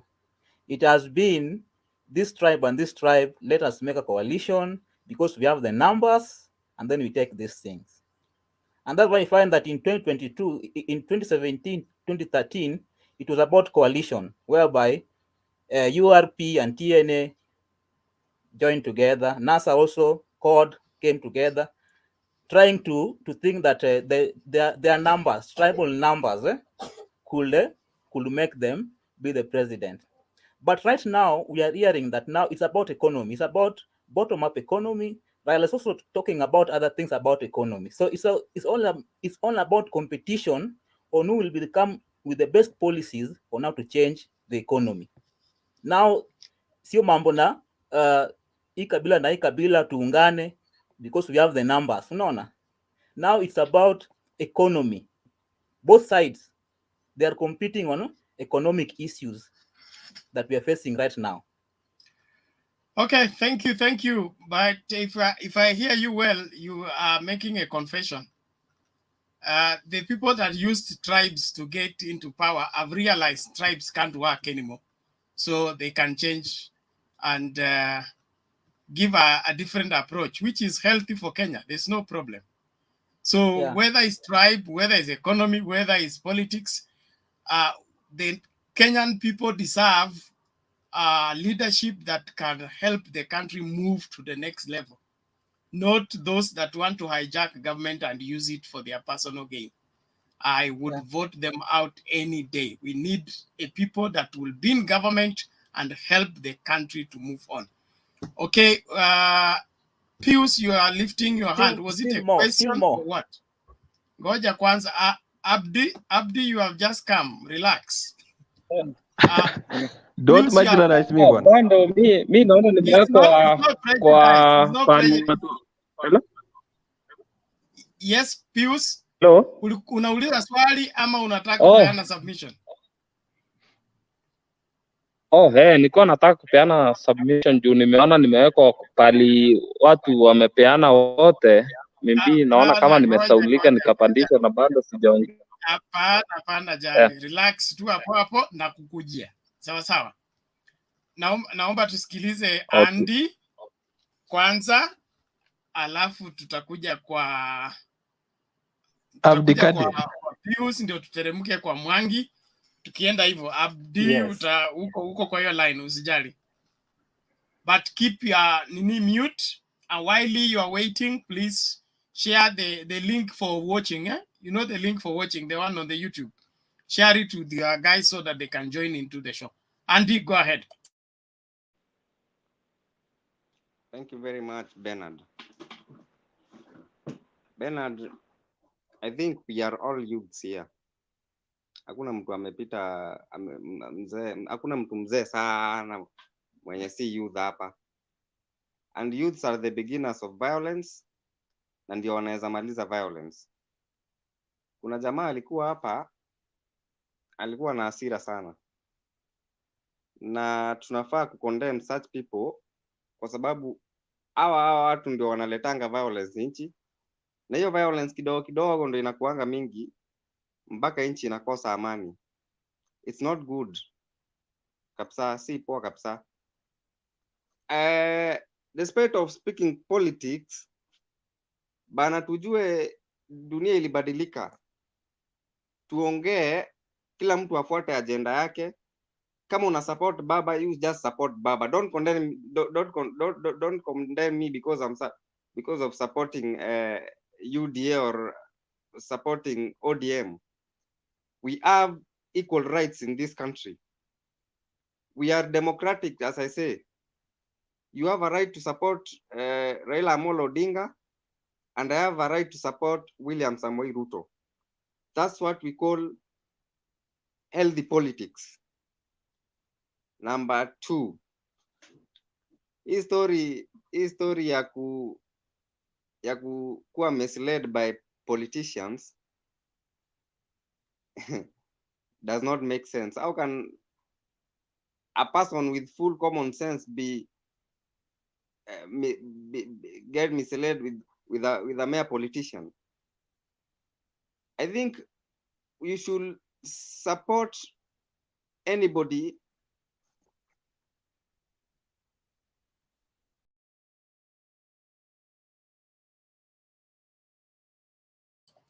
Sorry, Andy dropped off. I think network amemrusha nje, atarudi. Mwangi. Yes, Bernard.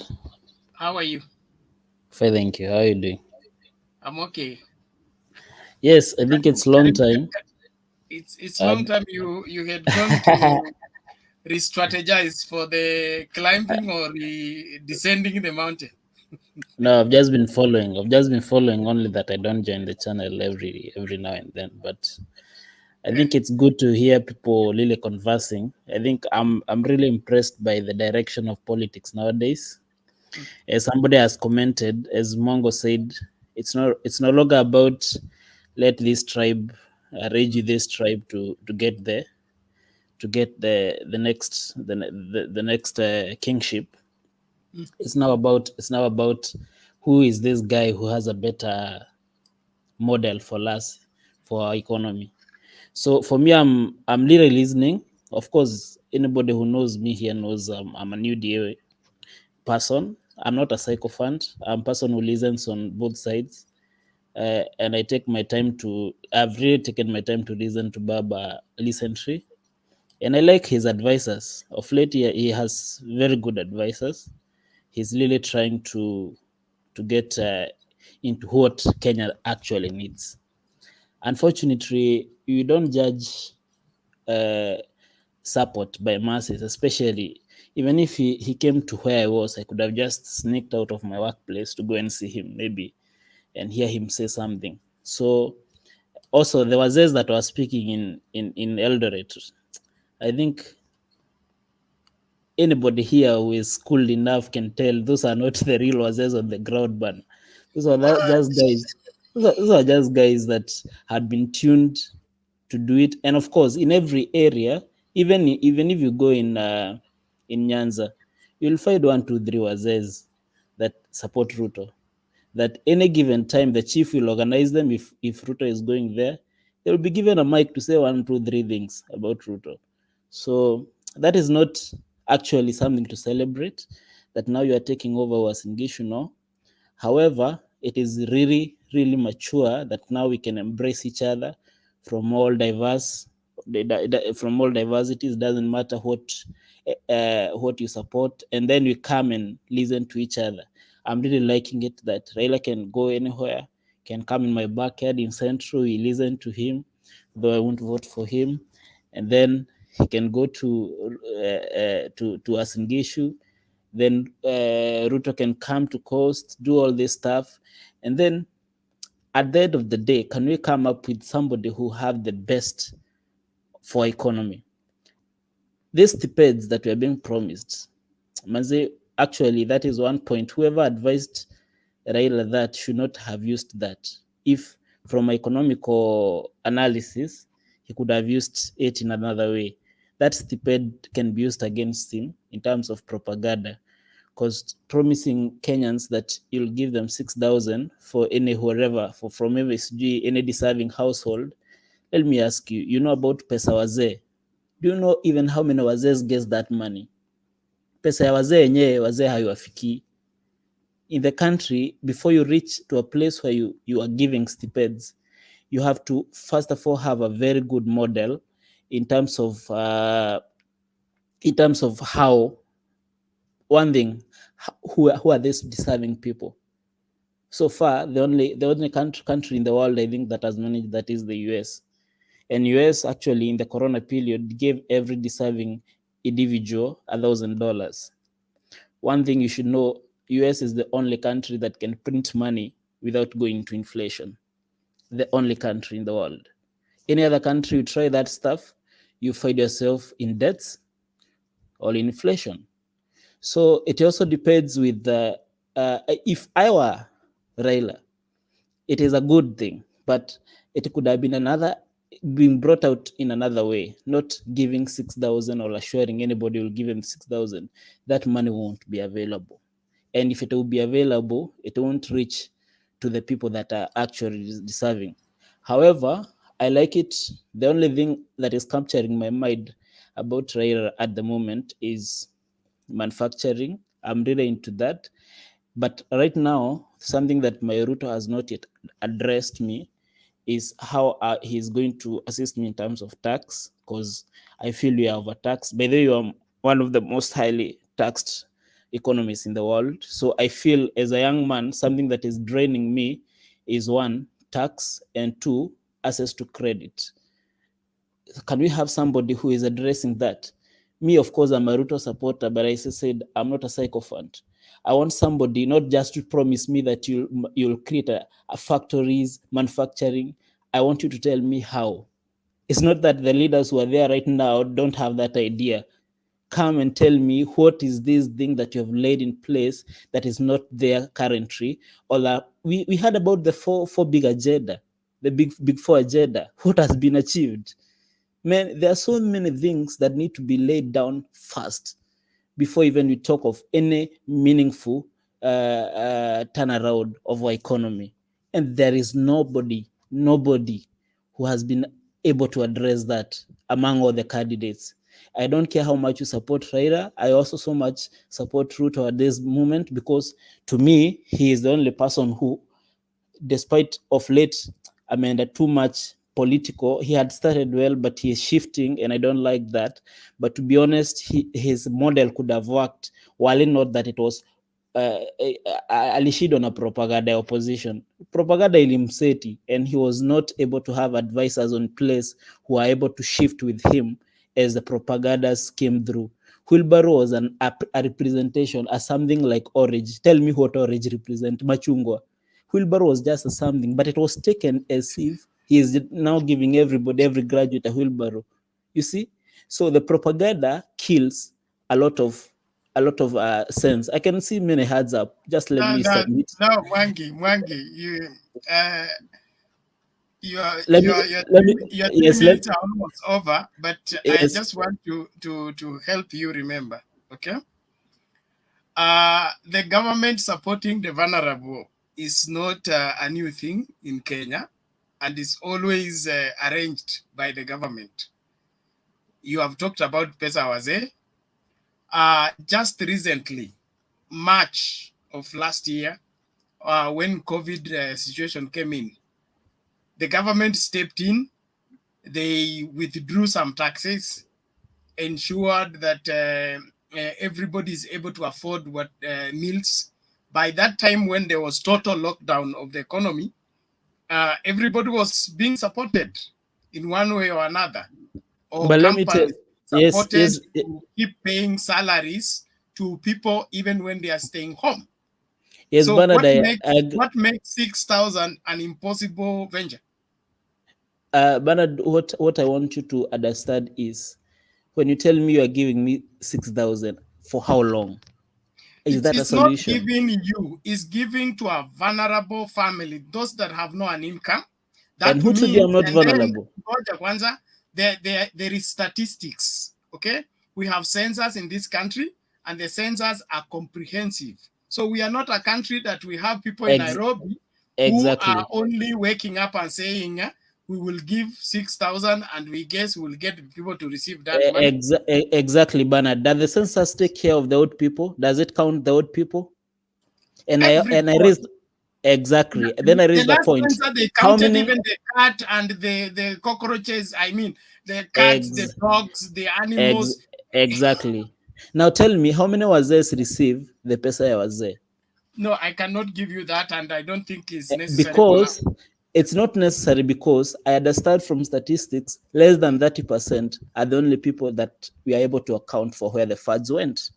30%. Imagine now we don't have a model. But corruption is if the issue is corruption will be fixed. We cannot let our poor go to the dogs simply because if we give them the money will be eaten by the rich. Listen, Bernard, you don't fix corruption by promising people you'll fix Bernard, corruption. please give us chance also. Okay, we want to talk. You fix corruption. Bernard, please be moderate. Bernard, please. I have heard Mwangi conclude. We want a rebuttal. We want a rebuttal, Bernard.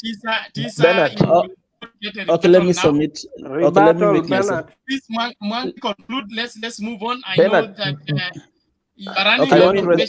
Abdi, hold on. Abdi, you are the last person to speak now. No, Bernard, we want to respond to Mwangi. You know, we are also Kenyans and we want. You want to respond the time you are making submission.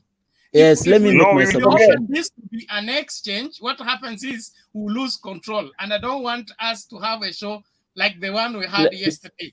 We lost. Just give each person 1 minute. 1 minute each. So I can interrogate where I can. Let me make my submission. In the meantime, before you make your submission, if you are on the queue, you can say whatever so and so said here and here. I said this way, then you get into your submission. So, exactly.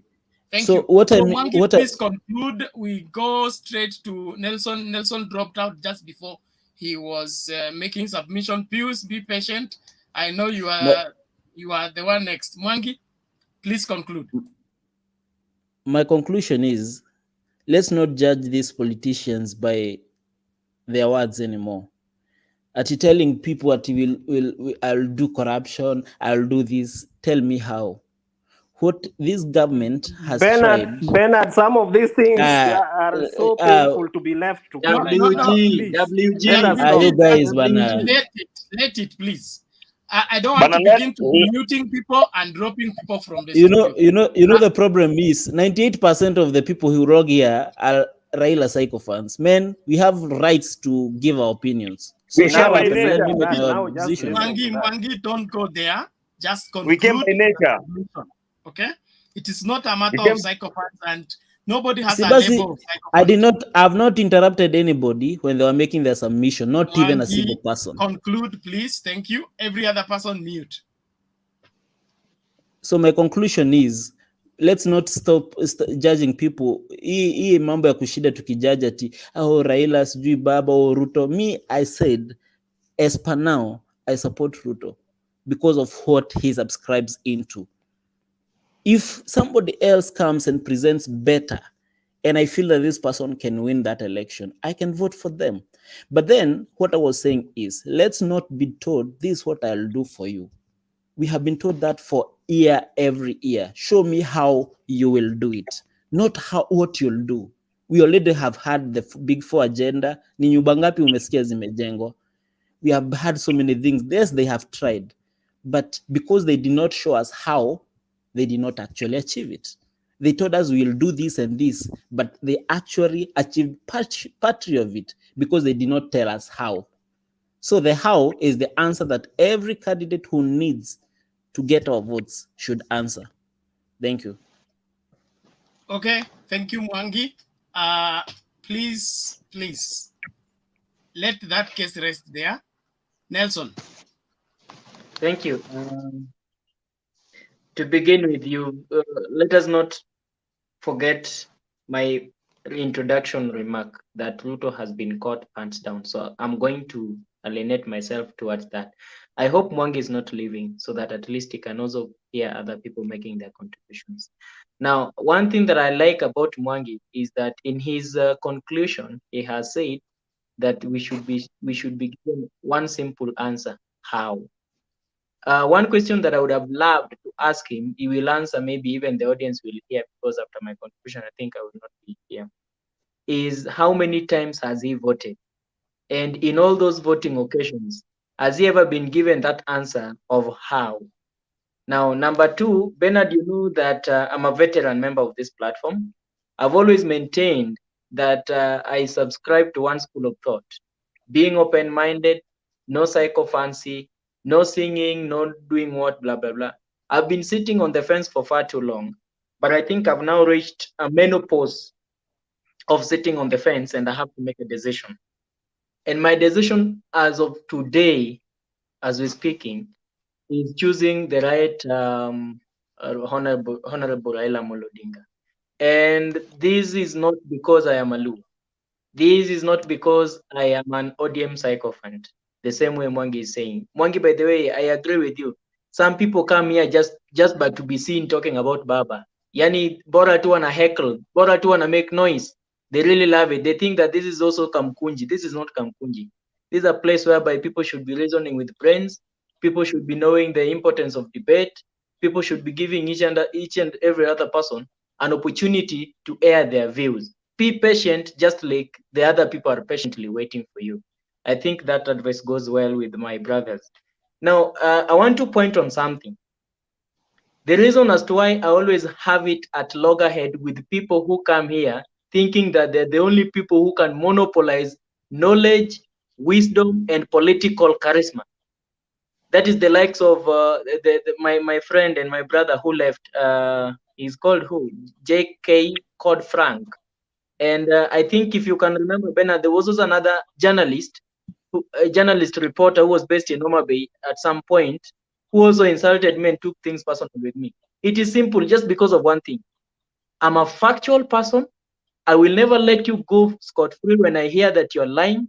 And I will never let you go scot-free when I get to notice that you're misleading. And I will never let you go scot-free when I get to notice that you're taking advantage of some people thinking that you're good, you are the best orator. So facts do not go well with people who lie. When you tell them facts, they will tell you shit because they don't even know the meaning of that shit, and then they log out. Now, if you want to know a coward, is he who hurls you an insult and then runs. If he's not a coward, he will be there. Now, based on that, I think we need to do away with emotions when we want to discuss, because we are here to sharpen our minds and sharpen our opinions and sharpen our decisions and sharpen our political path. Ruto being caught pants down. Why am I saying this?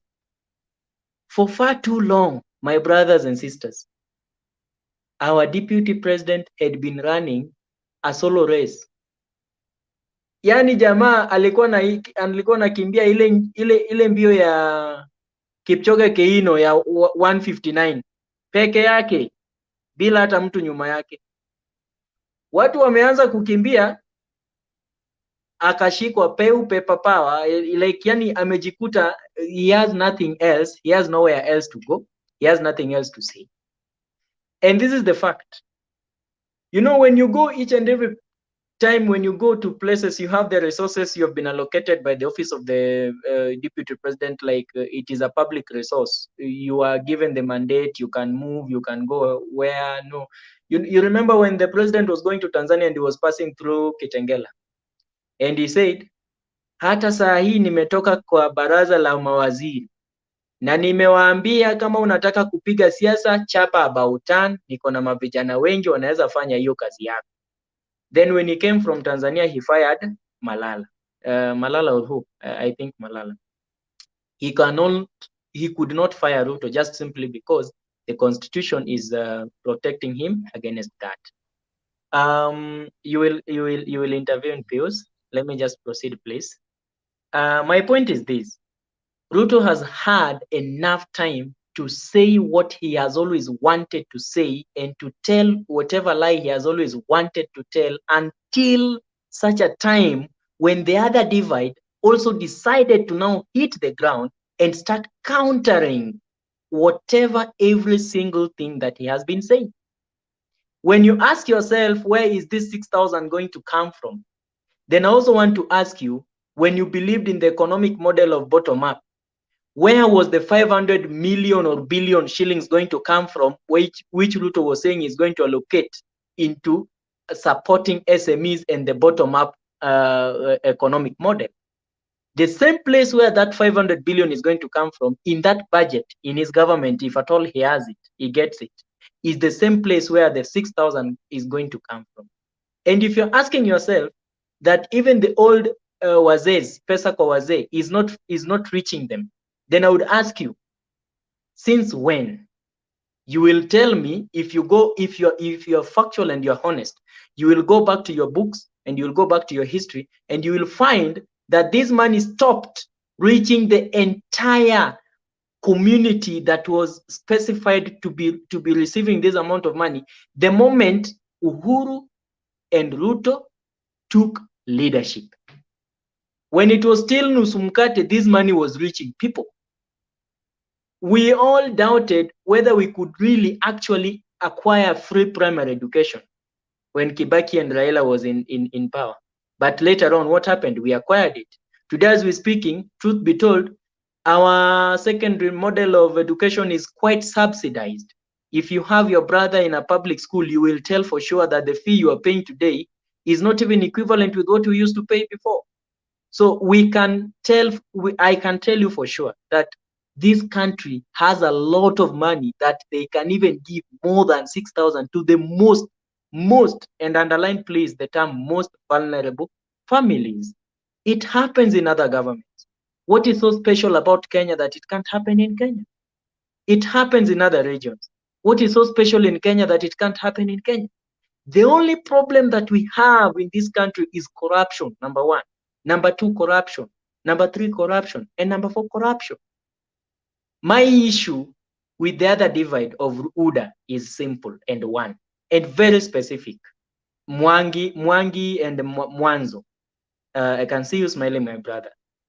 Show me one person who has legitimately and legally made his wealth and is supporting William Samuel Ruto. If not through fraud, corruption, looting, and entrepreneurship with the government, yet there are also public officers. Show me one, and I will tell you, I will ask you where and when. You don't have that answer. Let us not support these people just simply because we think that they are the people who are safe with us. Let us interrogate further. Are they really safe with us? For me, I would say that Raila Odinga is safe with me simply because he is tried and tested. We have seen what he's capable of doing. When he was in power as a PM, he was not busy looting. Well, of course, there is no one who is a god in the political arena in this 254 country. Everyone is corrupt in their own way, but the degree of corruption differs. When he was in power, he concentrated his energy, time into designing Thika superhighway. When he was in power, he concentrated his time, energy into giving birth to SGR that these people now came and implemented, but implemented with their own imaginations, inflating the costs.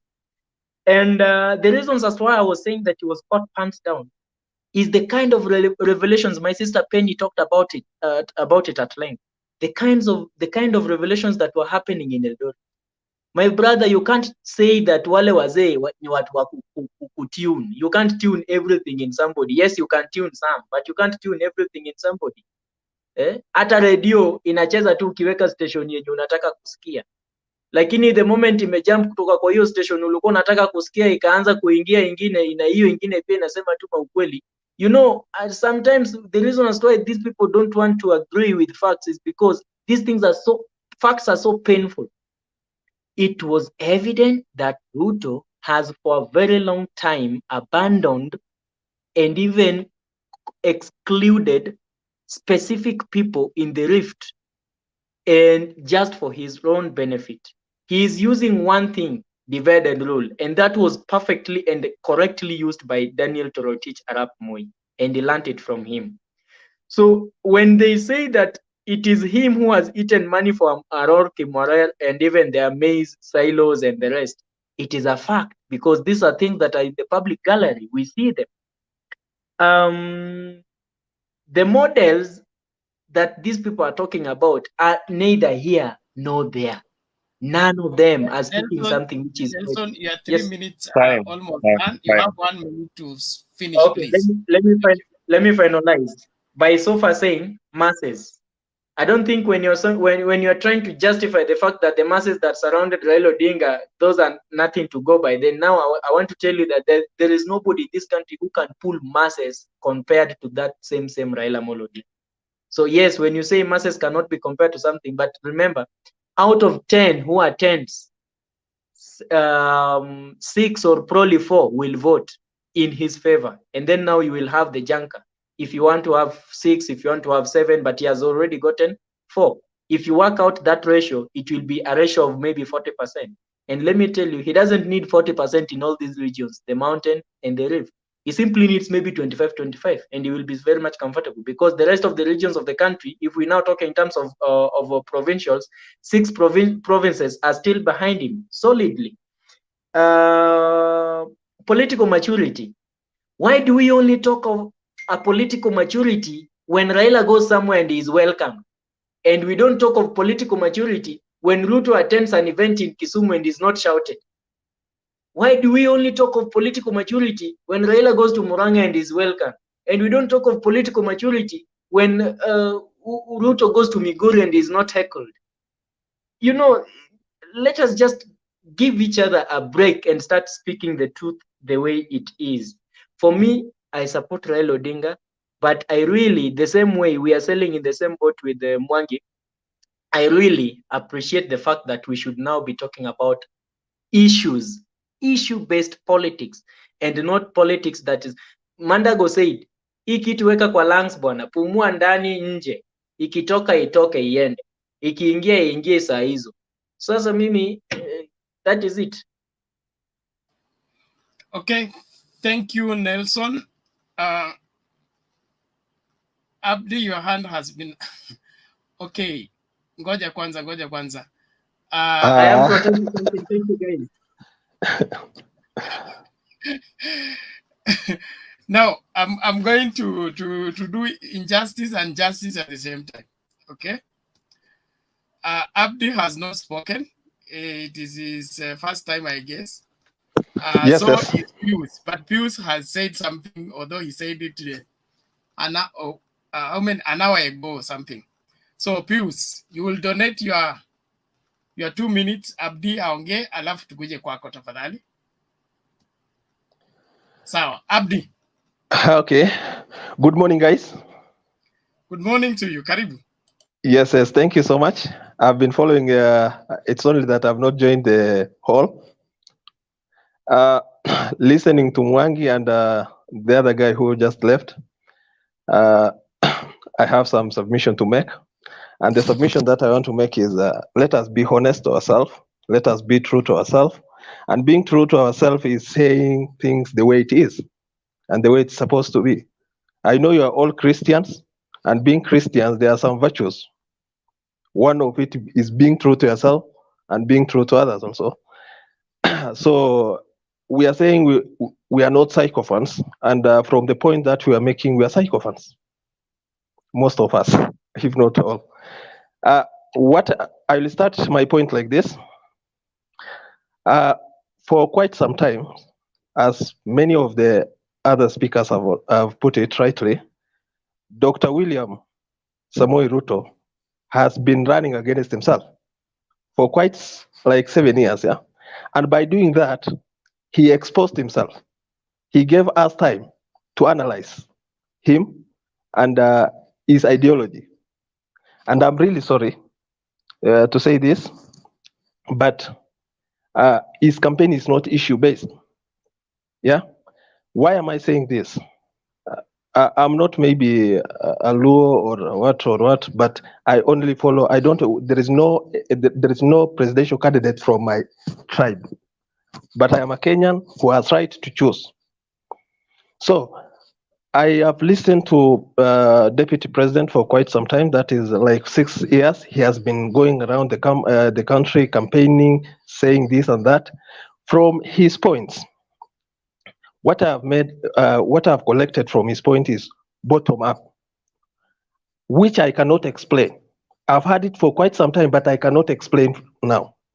Yeah, nobody, besides telling us he has a bottom up approach, he has nobody, even the politician who follows the good doctor, cannot explain what bottom up is.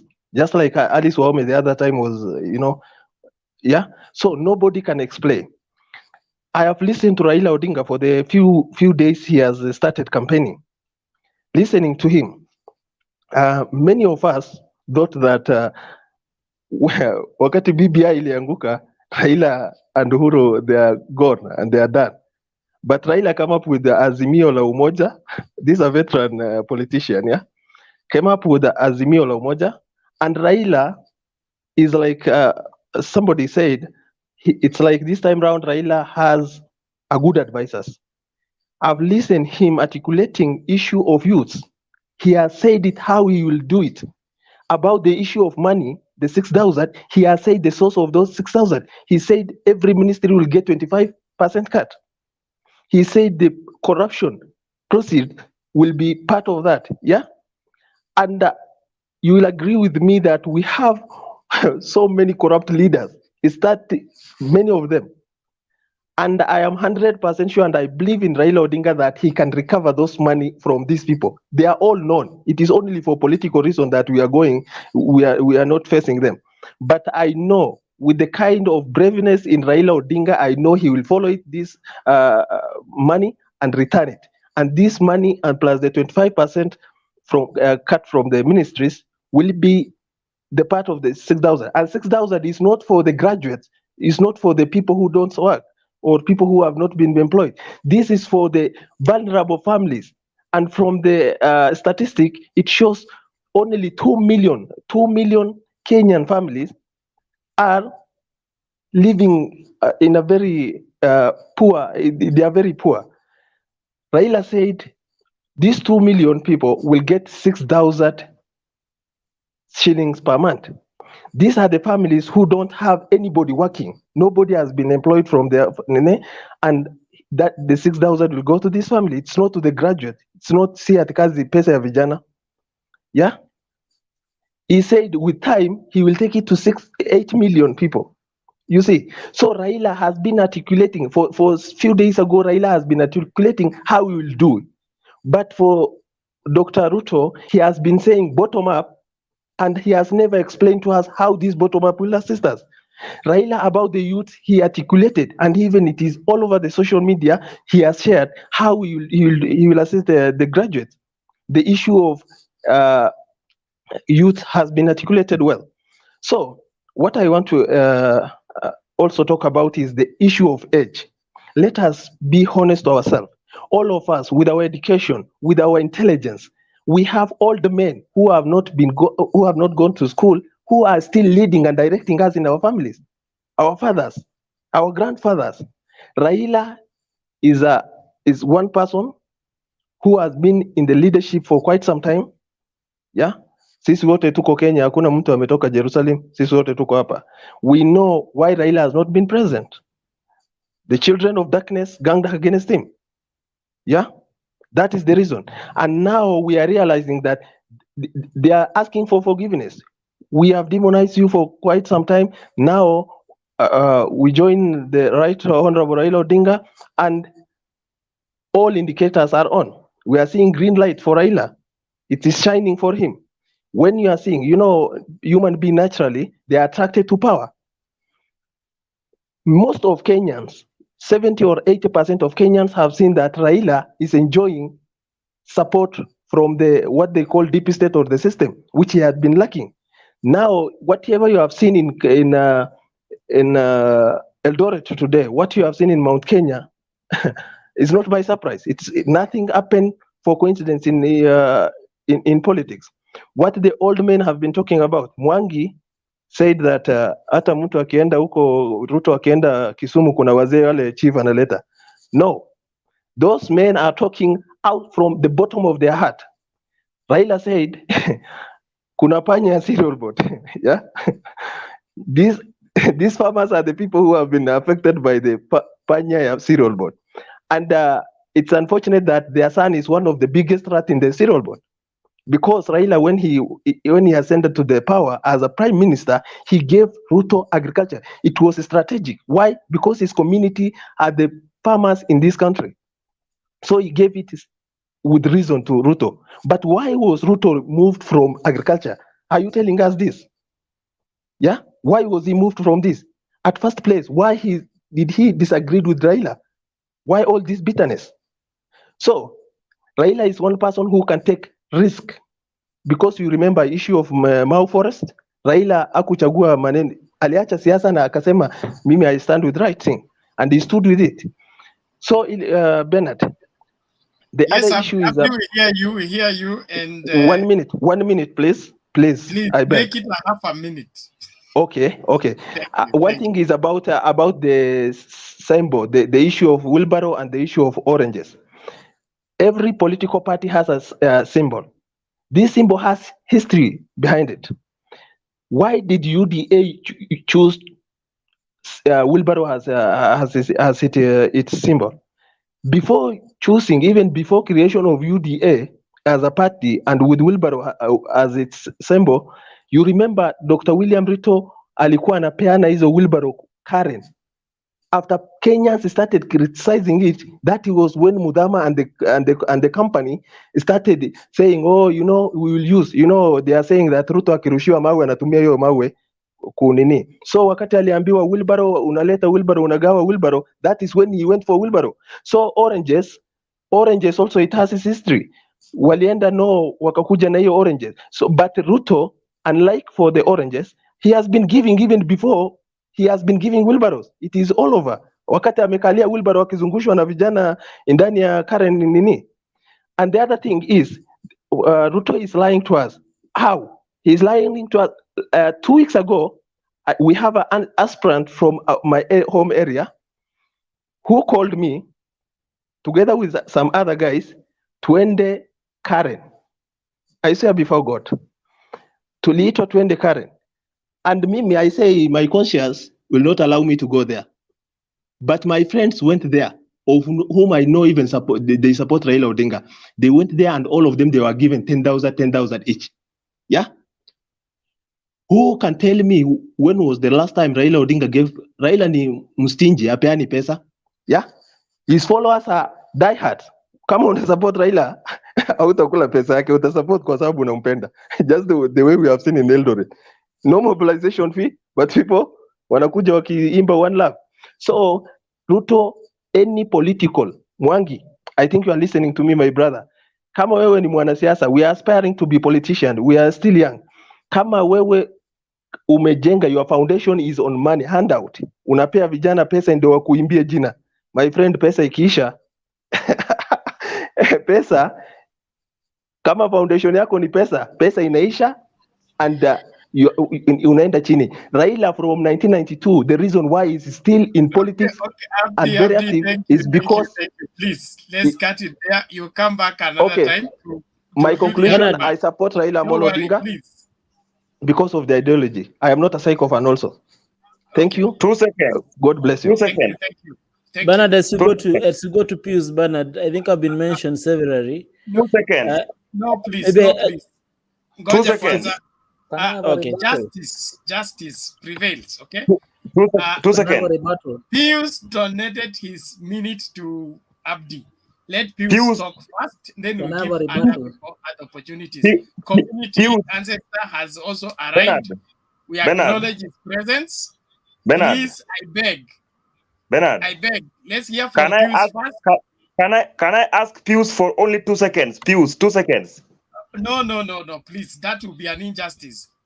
He has donated once. Just hold on. After him, you will have your time. Thank you. Pius, please. Yes, thank you for the opportunity. Acha kwanza nianze kwa kuuliza swali. Ruto amekuwa kwa serikali for the last 9 years. na kwa hiyo muda yote hatujaona akiempower anybody, kwani from 2013 up to now ndio ameona youth tunapaswa kuwa empowered. Then swali lingine, how comes Ruto anapea mtoto wake tuseme kazi kubwa ya ambassador, tunasikia kijana wake naye ni supplier wa posta stima, na sisi vijana wengine anatupea wheelbarrow? Hiyo ni justice kweli? Kulingana na mimi nasema si justice, na hiyo ni kutubeba, nataka tupige siasa saisia tukisema eti sisi ni maskini whereas tunajua yeye ni bilionea. Kitu ingine, acha sasa niongelea about Rift Valley na hesabu ya Rift Valley yenye najua. Ruto kulingana na vyenye akona poor yani advisors, mostly ata lose Rift Valley, atapata kura zile Uhuru walipata 2013 na 2017 because the advisors wake. Advisor wake ni kama wamemwambia concentrate na Mount Kenya, na waoni ground ya Mount Kenya ina change.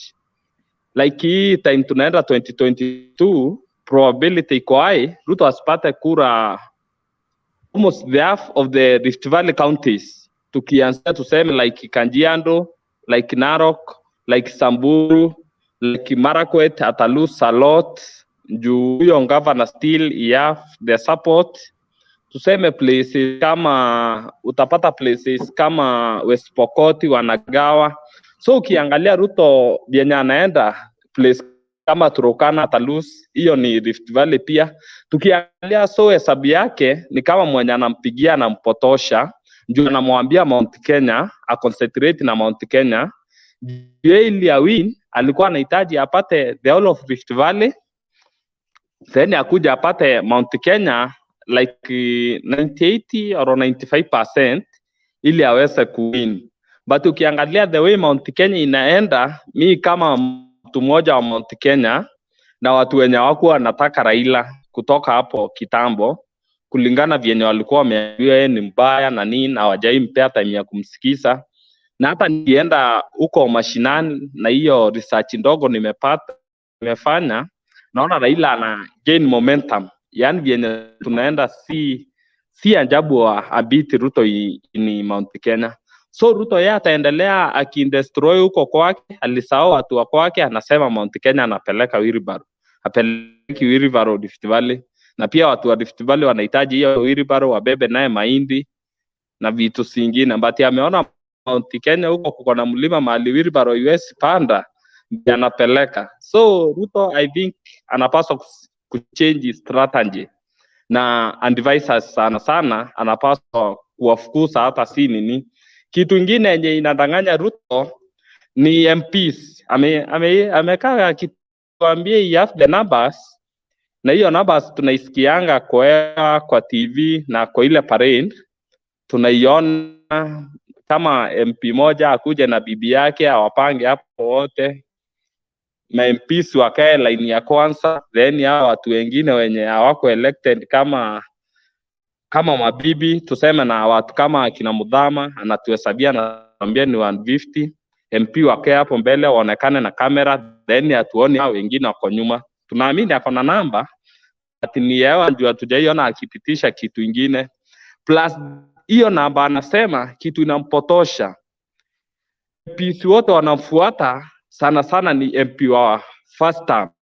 Na ukijua like Mount Kenya sasa ukienda ufanye research, MP hao wako first term au aturudishangi MP sana. Let's speak like Meru.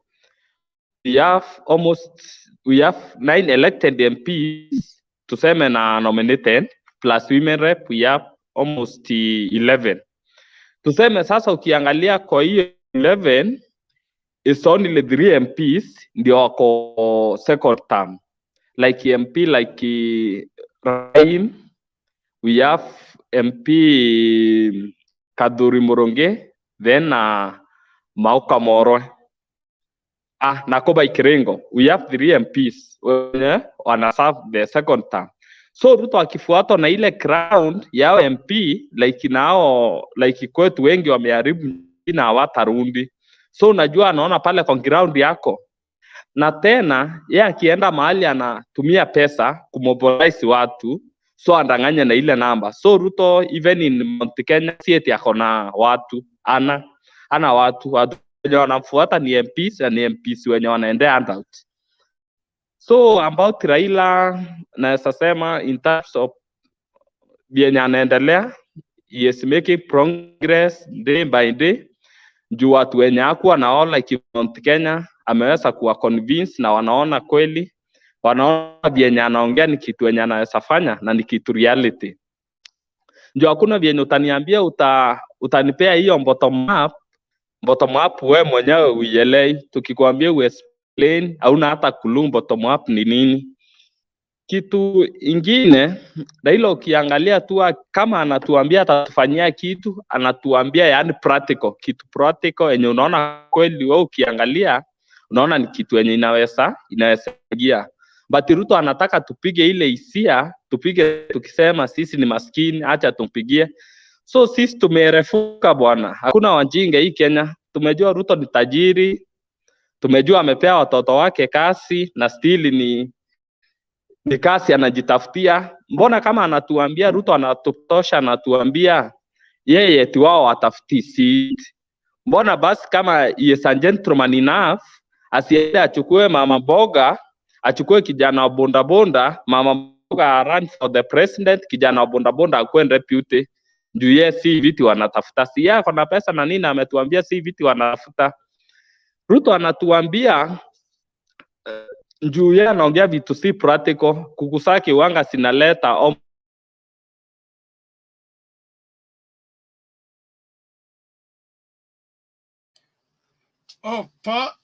Paul Pius, you will come back. Sorry. 1.5 per day. Okay, no problem. 1.5 per day. Ukisema tuseme president ulipo around 3 million.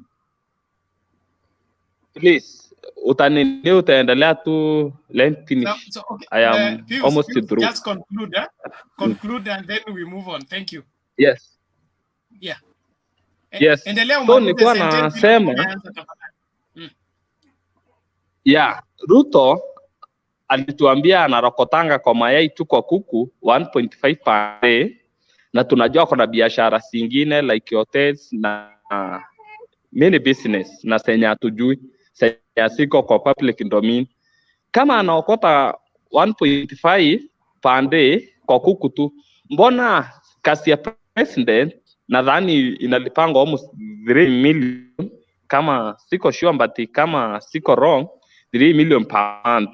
So mbona hii 1.5 uache hii na hii ni moja yenye tunajua huende ile, na unatuambia utafutie si kiti ni aslo natengenezea hiyo. So Ruto kitu ya kwanza ni yana jimes na advisors wake na mess.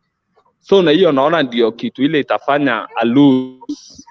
Njoo watu unajua kama hao walimpigia strategy, wangemwambia kama hii bottom up akuje na NST like April hapo, angebeba watu, njoo watu angepiga kura kwa hisia, awangepiga wakiangalia Kenya anaenda kufanya ama nini.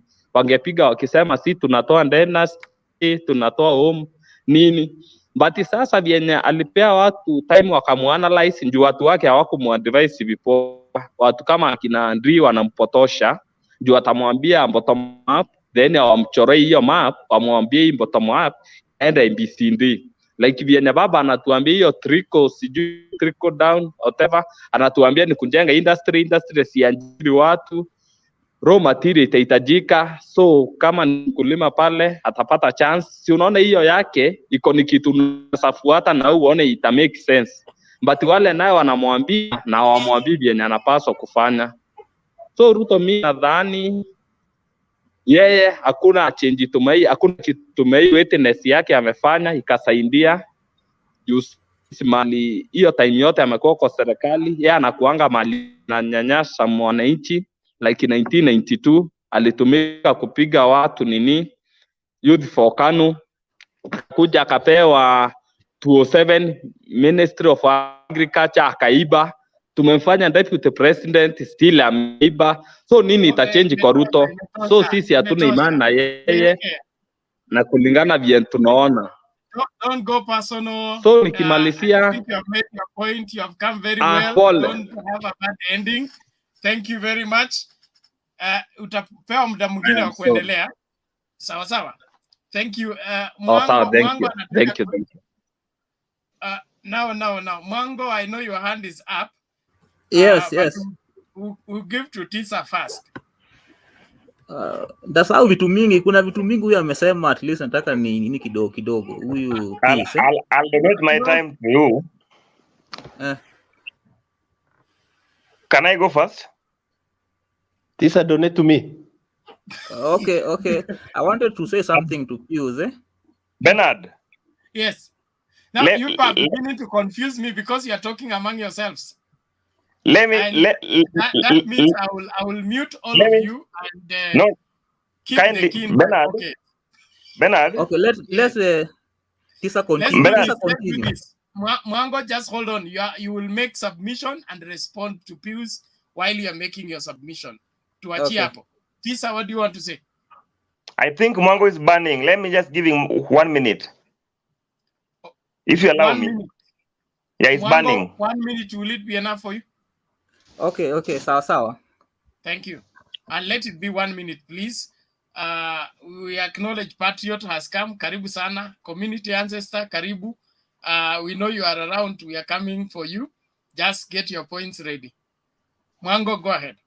Okay, Pius amesema vitu mingi kuhusu Ruto hii, mara mfanya nini. Kenya nasema, unajua hii government imekuwa ni ya Uhuru Kenyatta. Hii government Ruto amekuwa kama tu ni helper. Hii government imekuwa ni ya Uhuru Kenyatta. He has been the driver of this government. But now I'm wondering that all of these blunders that have happened in this government, hii yote inawekewa Ruto hii. Yet the person who has been on the steering wheel has been Uhuru Kenyatta. Are you hearing that? Now, Abdikadir talked about issue na nini ufisadi, corruption. Corruption cuts across Raila, Ruto, everybody, even Uhuru Kenyatta. Because Raila has been on record. Anakava wale nini wezi ambao wanamsupport. Tumeona hiyo. Anne Waiguru alikuwa mwizi hapa, hata mwenyewe ndio first nini NYS. Alikuwa anampiga Anne Waiguru vile ni mwizi. Wakati county wa Kirinyaga walimtoa tu ni mwizi, Raila mwenyewe ndio pia alitumika kumrudisha pale kuwa governor. Ukienda kwa nini za huko county za huko Nyanza, county Homa Bay, mwizi umejaa huko, county ya Siaya, but usikie Raila kiongea, juu hao wana support Raila. Unaona? Now give me my time. Kwa ubado bado amekuwa anasumbuliwa juu yeye asupport Raila. Angekuwa akona Raila, aungesikia mwenye anaguza ubado hata mara moja. Now give me my time back. Raila has been supporting corruption. Okay, Mwango. Give me my time now. Look here, Mwango. I think that you asked time to defend the DP. You are now defending another person. I'm trying just to show that issue of corruption is something. Let me go. Save your points, huh? Save your points. You have your 3 solid minutes to present, Mwango. Okay? Yeah. Okay. Pius, what is it? No, I continue. Minute ni respond kwa Mwango.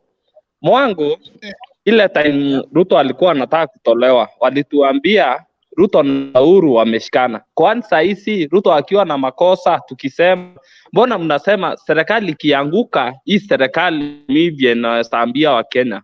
Serikali ikianguka inapaswa kuwa imeanguka serikali ya Uhuru na Ruto. Si eti ni serikali ya Uhuru, wote ndio wana run serikali. Ruto ushare hii sub cabinet na hii ni young governors, Ruto ndio ushare. Hii young governors Ruto ushare na pia cabinet wanga na attend. So serikali kianguka itaandikwa kwa historia ilianguka serikali ya Ruto na Uhuru. Si eti serikali ya Uhuru peke yake. Okay, thank you. I think Bruce, you have made your point. Everybody mute. Tisa. My time. Yes. Thank you so much. I have seen Patriot. This is a very intelligent gentleman. I listened to him yesterday. Actually, he inspired me. I came because of him. And then two, I want to raise I have a concern. Nelson lectured us, and that one should not repeat itself again. Let him make his submission, just like any other panelist, and listen to others. You don't just come and lecture us like he did. We look like children in front of Nelson Bana. That one is done. Tisa, don't That go one is personal. done. No, I just raised. Ngoja kwanza, we are in a free country, number one. Number two, we all speak differently, and it's if we named names, angeita register, aseme fulani fulani, useme present sir, alafu aanze kukusomea. That will be a different case. But if he made his submission that way, in response to various things, tuache maneno yenda hivyo, please, let's just submit. Thank you. Imenda. And I know why he left early. It's not that he ran away or he didn't want to. He intimated to me why he had to leave. Thank you. Okay, let me be very brief. I wonder why Uhuru is going home, leaving Ruto behind. I really wonder. You will recall and you remember that when we are saying that Jubilee has failed because Uhuru and Ruto wameshikana pamoja and they have failed the government. They have failed the country. Ruto is a very funny character. When the government succeeds, he runs and takes the credit. When the government fails, he blames Uhuru Kenyatta. We have seen it not once, not twice, but that is actually has become his nature. So when Mwango is saying that why are you blaming Uhuru, we are also asking why is Ruto blaming Uhuru? These are two people elected on a same ticket, and so they should work together. Two, let nobody tell you that Uhuru chased Ruto out of the government. In the last cabinet meeting, there was a free chair for the deputy president of Kenya. The chair was there. We all saw the chair. It simply means that the president was waiting for his deputy to help me chair the cabinet meeting. He was nowhere to be seen. He was in Karen holding meetings. This is somebody who, upon realizing that the government had failed, he ran out of the government so that he can be able to blame the government and be seen as somebody who was not part of the mess. That is actually who Ruto is. Three, what I also want to tell you, I've heard you guys saying that the convention has changed, that nowadays Raila Odinga is actually following what Ruto is saying. Let me remind you guys, and I don't want to take you far, but let me start with devolution. When Raila Odinga fought for devolution, what he was fighting for was to better the economy of this country. And that is why he came with the trickle-down economy, where now we have got counties. At that particular time, Ruto was fighting the trickle-down economy. So you cannot tell me that Ruto started the conversion of economy and then Raila picked it from him. A lie. The very last, I don't want to take long. The very last, I really want to tell you guys that I cannot really understand how someone can support Ruto. And I'm not being personal, but I think I have to say that. We are staring at a very vengeful human being, somebody who has mastered the art of propaganda, somebody who knows how to lie and tell you believe that he's saying the truth. Mwangi said that Raila Odinga cannot be able to achieve the 6K that he is planning to give to the vulnerable families. But I want to ask Mwangi a question, and to the panelists a question. Can somebody tell me of any promise Raila Odinga has ever made and he failed to deliver? any promise that he has ever made and he failed to deliver. We are talking about a gentleman who means what he says. We're talking about a gentleman who has the interest of the country at heart. We're talking about a gentleman who in 2007, when the country was burning, he said, let Kenya come first. We are talking about a gentleman who is not running for presidency and making it like a do or die thing. If he wins, he wins. If he loses, he loses. But the other person is he must win by crook and hook. So he must be very careful. Very last, things are changing. Yesterday, on this platform, James taught us so many things. James told us that he has never voted for Raila Odinga ever since, but he has been inspired by the ideologies and the calmness of this old man. So James is just one of the guys from Central who have listened to Raila Odinga. They have gotten the platform now to listen to him, because all along they have not been given opportunity to listen to the old man. But today they have listened to him and they know that this is what the old man has always been wanting to tell us.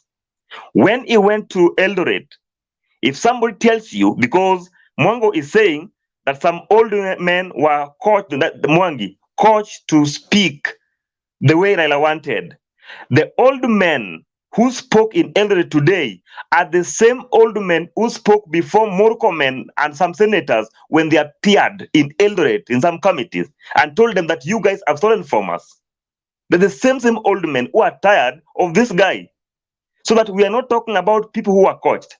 Raila Odinga, I know, does not coach people to speak the way he wants. He gives you forum to speak your mind.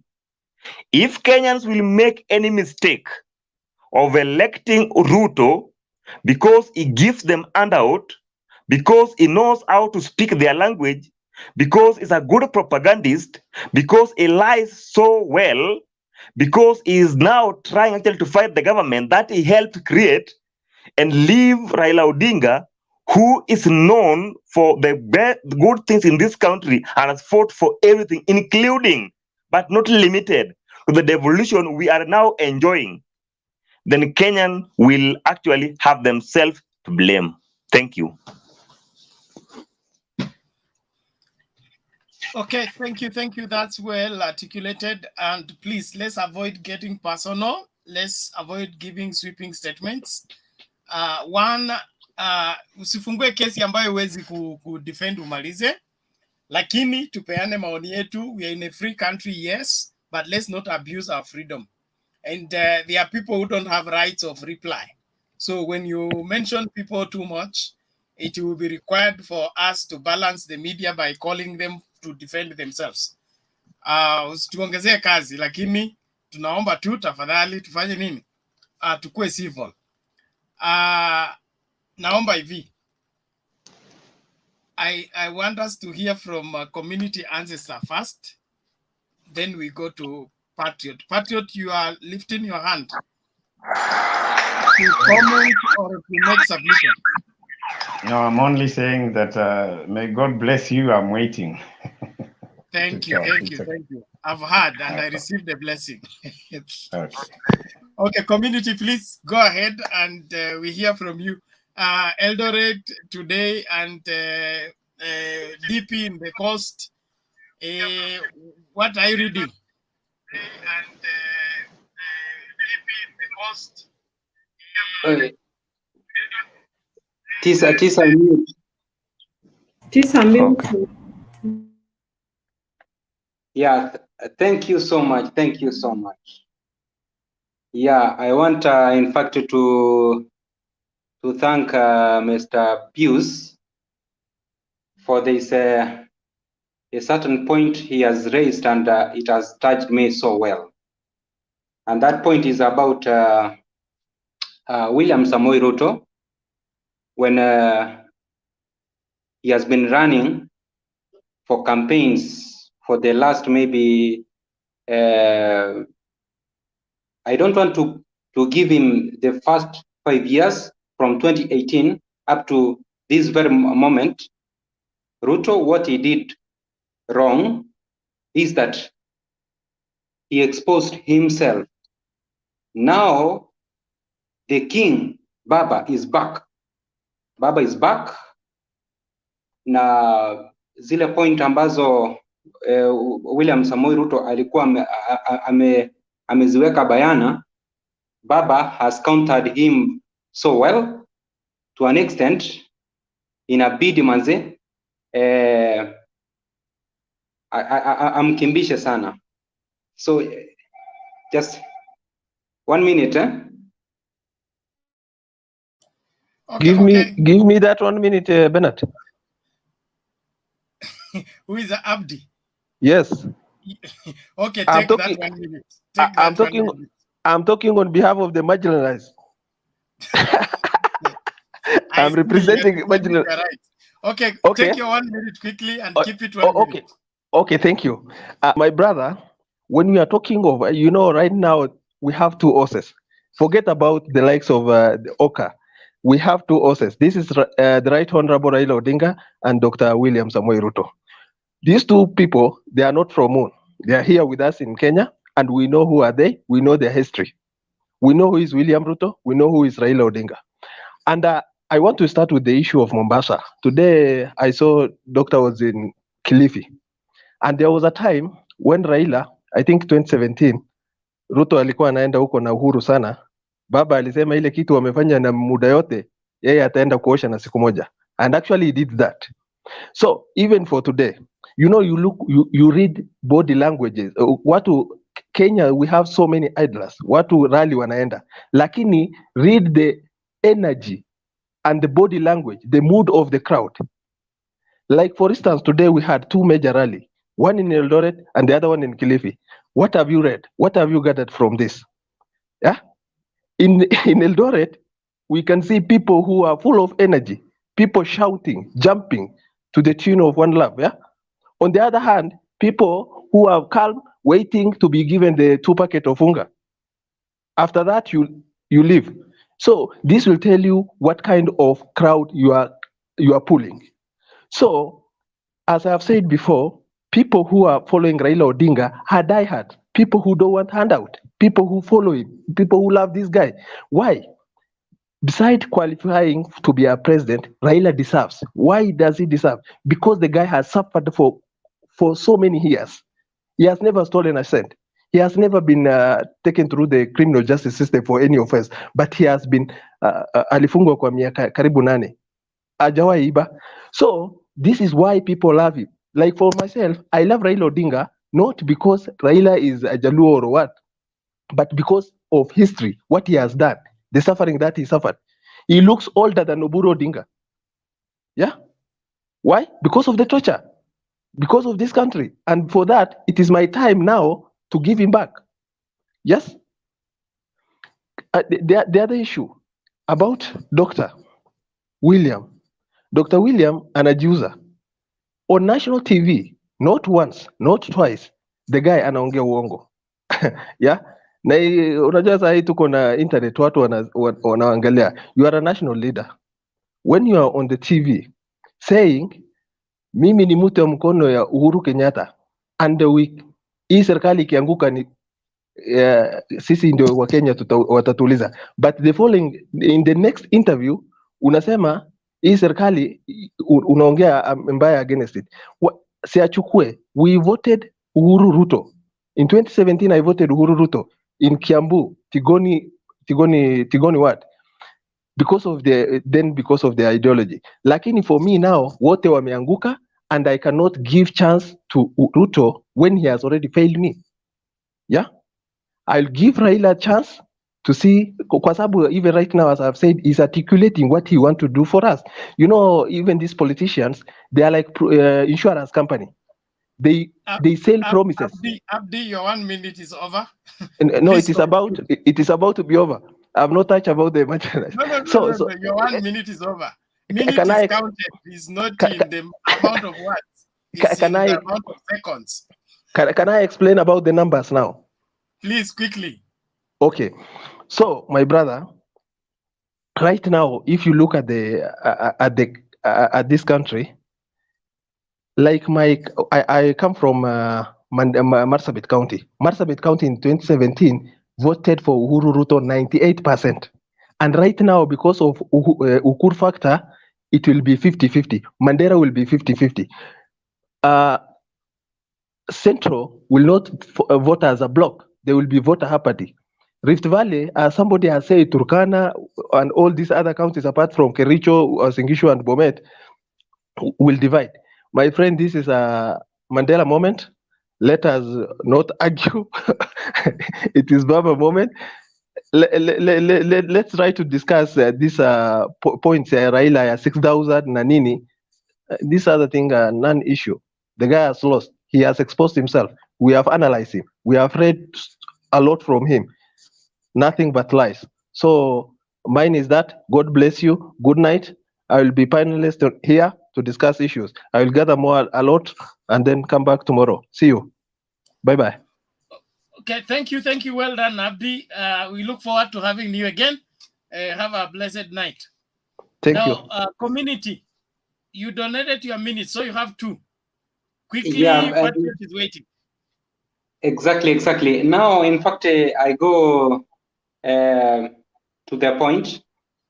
Washingisu County, you remember the other day when we were heading to 2017 general elections, I saw Mandago. He was about to be toppled by Buzeki. That is Rotich, something of that kind. In fact, it took Mandago to reach out to Baba, who then spoke to the supporters of ODM to support Mandago. That is when, in fact, Mandago took over the governorship of Washingisu County. So, which means Washingisu is a cosmopolitan area whereby it is not Kalenjins or Kipsigis, in fact, who resides in that area. So Raila Amolo Odinga leo kuona umati ukikuja kumshabikia, hakuna watu wake. At the same time, the Kalenjins wenye William Samoei Ruto has failed in the entire Rift Valley. In fact, walikuja angalau kusikiza Baba, wasikie, je, ni kitu kipi ambacho Baba anaweza kiweka kwa meza kigeni na wapate kusaidika. Jambo la mwisho, I have come to realize from today's speakers, ile anga ambayo waliportray. Why? William Samoei Ruto, in fact, their son, from the soil land of Rift Valley, he has failed the entire Rift Valley. Reason being, in fact, these men who were almost crying, they took loans. After taking, because most of them they were farmers, they took loans. Most of them they went and planted maize, and then when this maize was harvested, in fact, their maize, when they took to when the other day I saw on the television, when they took to NCPBD, they found that William Ruto did not protect them, because maize were imported from Uganda, others maybe from Mexico, and the stores were full.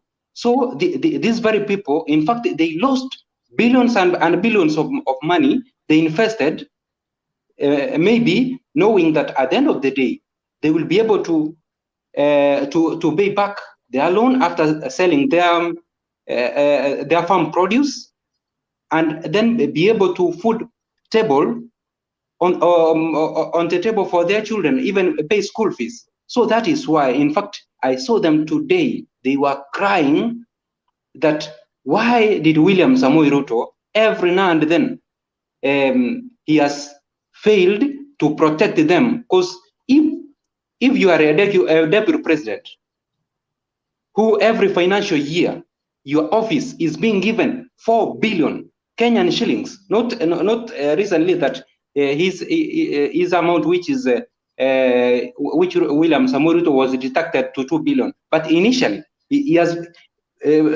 We as Kenyan people, we have been pumping 4 billion to his office, but he did not protect the people of Eldoret. So that is why you've seen today those old men and women were crying that William Samoei Ruto, you neglected us at the time when we needed you most, because you were next to take over from Uhuru Muigai Kenyatta. So hiyo kitu imekuja kumhaunt. So William Samoei Ruto, he has a long way to go to convince those old men, because those old men, they will cry to their children that you go vote for him, for us. Maybe we are waiting for Baba to call us to heaven. So nyinyi ndio mtateseka. I rest my case. Mr. Patriot, take over. Thank you, community. Thank you for making a submission, and we are happy. Please let's relax. Ole has come in. Thank you, Hesbon. Thank you for coming. Please hold your horses. We are going to have Patriot make his submission, and then we proceed. But in the meantime, while you are waiting to speak, keep inviting guys to watch so that we speak to the nation as a whole, not just to a few. Sawa. So share that link on your Facebook, on your YouTube. Let the guys tune in and watch. Sawa. Thank you. Patriot, the floor is yours. Sir. The next Hello. 3 to 5 minutes. Hello, my fellow panelists. Good morning. Morning to you. Yes, allow me to make my rebuttal today by being a bit classical. Today, we are going to quote some books, just like the way our brothers have been quoting Bibles. And I think to quote books here, it will help us to bring point home. So if you want to rebuttal my submissions, you must rebuttal by quoting a book, and you tell me which page. That is the only way we are going to make this stage much better than the way it has been. On a light note, I'm going to do a quotation from a serious author called Robert Greene. Robert Greene is a classical, author who has studied, of course, he has a degree in classical studies. He lives somewhere in Los Angeles. This is a man who has written a book that some of you probably have not read, but since we are talking about this book today, I'll ask at your free time that you also look at it. The book of 48 Laws of Power. 48 Laws of Power. 48 Laws of Power is a book that has a lot of, areas that touches on how one relates to his boss or those who are senior, as he climbs the ladder. And I want to believe the deputy president, who is a highly learned man. I respect his intellectual, capabilities, because I know he was one of the best students at Nairobi University. He went in for sciences.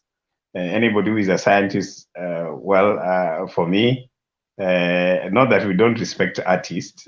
I have high esteem for scientists, because they have very little time to have fun while they are at the university. So I have to give him a lot of credit for being one of the best and brilliant students during his time at the university.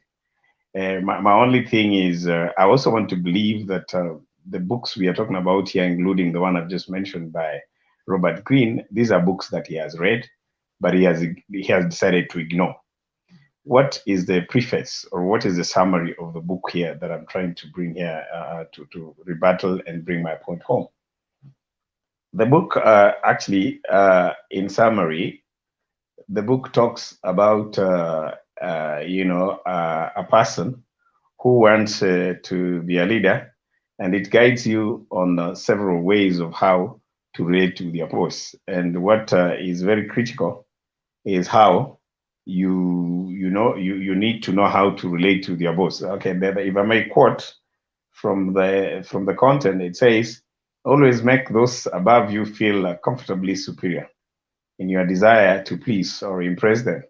Do not go too far in displaying your talent, or you might accomplish the opposite. Inspire fear and insecurity. Make your masters appear more brilliant than they are, and you will attain the highest of power. That is not news to him, I am sure. He must have read this book. That is the serious summary of this. And when Robert Greene was actually, distilling this moral, philosophical order on how one must climb from one level to the other, he looked at the history of power. The history of power, by the time he was writing the book, was running through many years, 3,000 years. And he studied great leaders, including including philosophers like Henry Kissinger. He learned a lot from them. He looked at the powers of Middle East, the European power, and he actually brought a contextualized, distilled, laws that can help one to actually understand that history has it that those who have respect for those who are superior, who show them respect even when they don't deserve it, who don't criticize them in public, who don't show them that they are superior, that they are bosses, they have always made it. And of course, it talks like the book in itself. It talks about one who didn't obey his king, and he went out of the way trying to outshine him. Things didn't go well with him.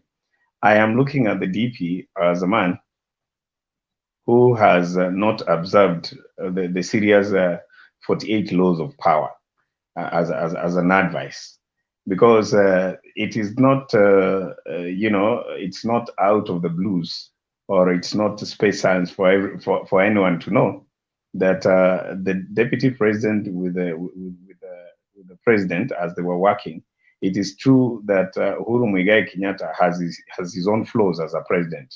That you don't need to be a space science to know that, and he's a human being. But the most moral thing that the DP would have done will be to correct his master in private. Okay, talk to him with kind and love, and actually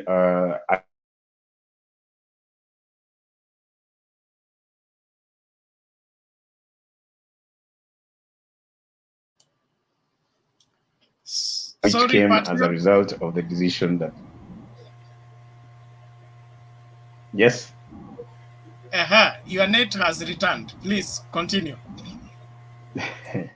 Okay, so I was saying, I was giving an example.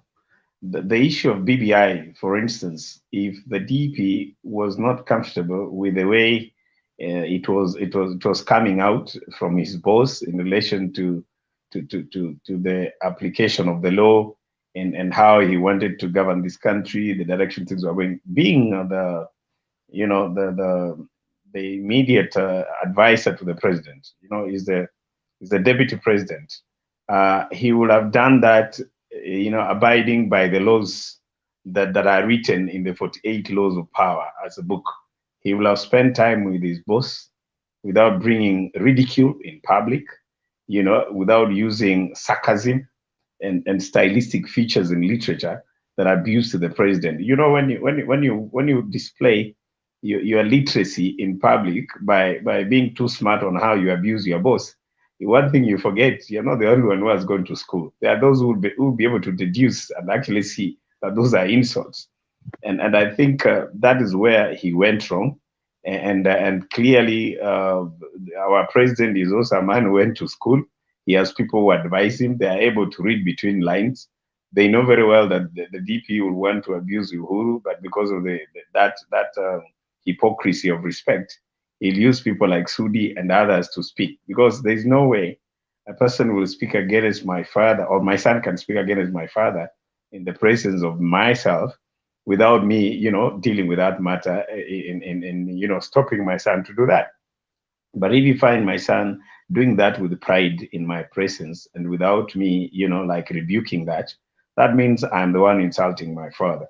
So that is to me, that is a time bomb that is waiting for the punishment. And if we have to quote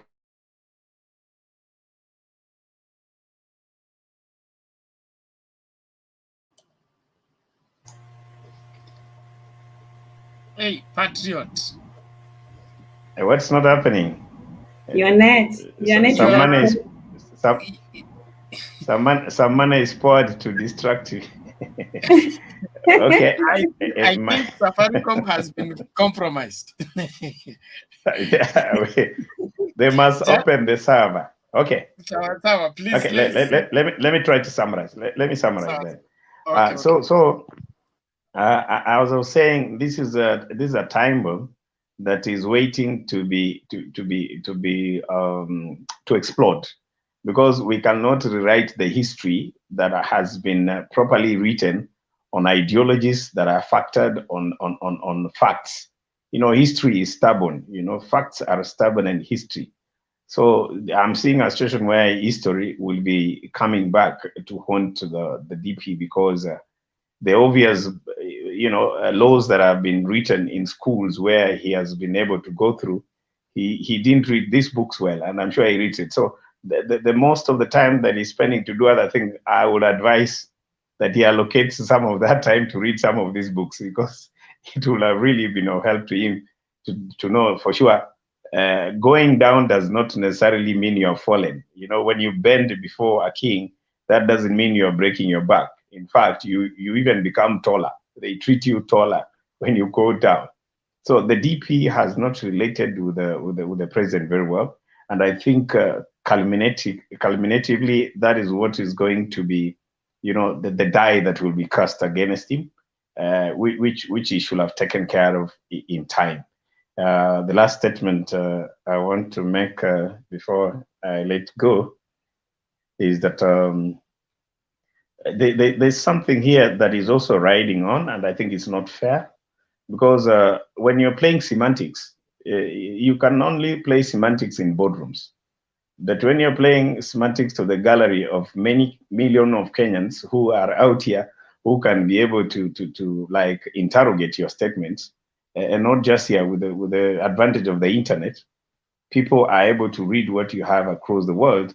I don't think the platform of a deputy president running for the presidency entertains that kind of semanticism, because semanticism here with the language and narratives that are not properly defined will only leave you with an egg on the face, because we can actually tell, like one of the panelists said clearly, it is just trying to run away from the reality. He started giving wheelbarrows, physical wheelbarrows. We know that he gave physical wheelbarrows, and I'm sure some Luo engineers and whatever took advantage of producing some of them.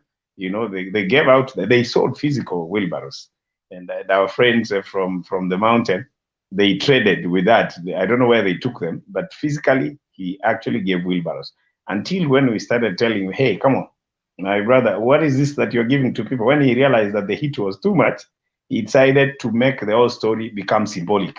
But if you were to give us a homework, if you were to give Kenyans a homework of tracing these wheelbarrows, physically they are there. I don't remember any time when Raila Odinga gave any oranges, because in Kisumu, oranges don't grow, by the way. So I don't know where we'll have gotten all these oranges to give people.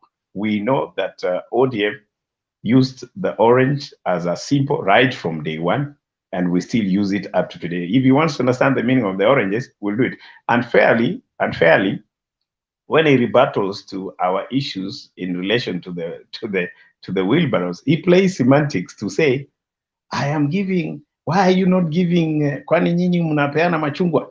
Mimi si ni simple. That is the question we should be asking him. Do we give machungwa? We don't. He's the one who gives wheelbarrows. You see, that is trying to play with the minds of the people. So I think, my fellow Kenyans, the most important thing here is that time is catching up. You can only lie to some people sometimes, but not all of them and every time. The time of lies, I think those days are numbered. and sooner or later, from the way things are developing, Mount Kenya have made up their mind. They are going to vote for Baba. When I looked at Rift Valley, trust me, we are going to get some tangible votes from there, including the Kikuyus who live in Rift Valley. For your information, Rift Valley includes Lodwar, Turkana, Trans Nzoia, which is predominantly a Luhya nation, coming down to Masai. So for those who think that the DP is ahead, my brother, you have all reason to worry. And I want to tell you, start accepting that the 5th president of the Republic of Kenya will be none other than His Excellency Dr. Engineer Raila Amolo Odinga. Thank you. Thank you, Patriot. I think that settles it.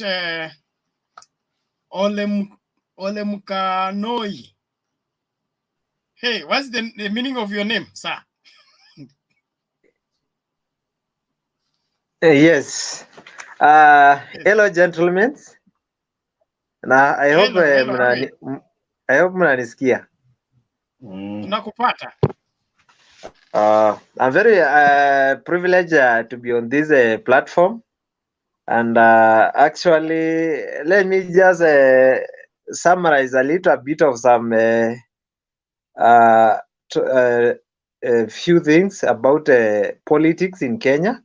And in fact, the main elephant in the room that is ailing us as a country, or as a people of Kenya, is corruption. And if this element in the room is solved, I think we shall have a nation. And these people, in fact, let's not run out of the truth. The truth is the deputy president has sabotaged the president so that they will loot money and take advantage of the situation we are as now, to give out handouts to the youths, to the women, so that they can gain power. So this is if you see, this is the person who has the interest of himself, not the interest of the people at heart. And these people, they were elected as the shareholders. They all both given certificate. President Uhuru Kenyatta and Ruto, they were given certificates. They were shareholders, but you took the advantage to sabotage the president, to sabotage the initiatives the government has started, so that you gain for your own interest. In fact, this is a person of which, kama sisi vijana hatuwezi pigana na corruption, there is no way this corruption will end in Kenya. Let me just give, for example, in our county, we have our governor. We know 100%, sisi kama vijana, huyo sisi hatuwezi mrudisha. Aende Jubilee, asimame ODM, aende Wiper, aende chama yote. Sisi lazima tumgonge chini.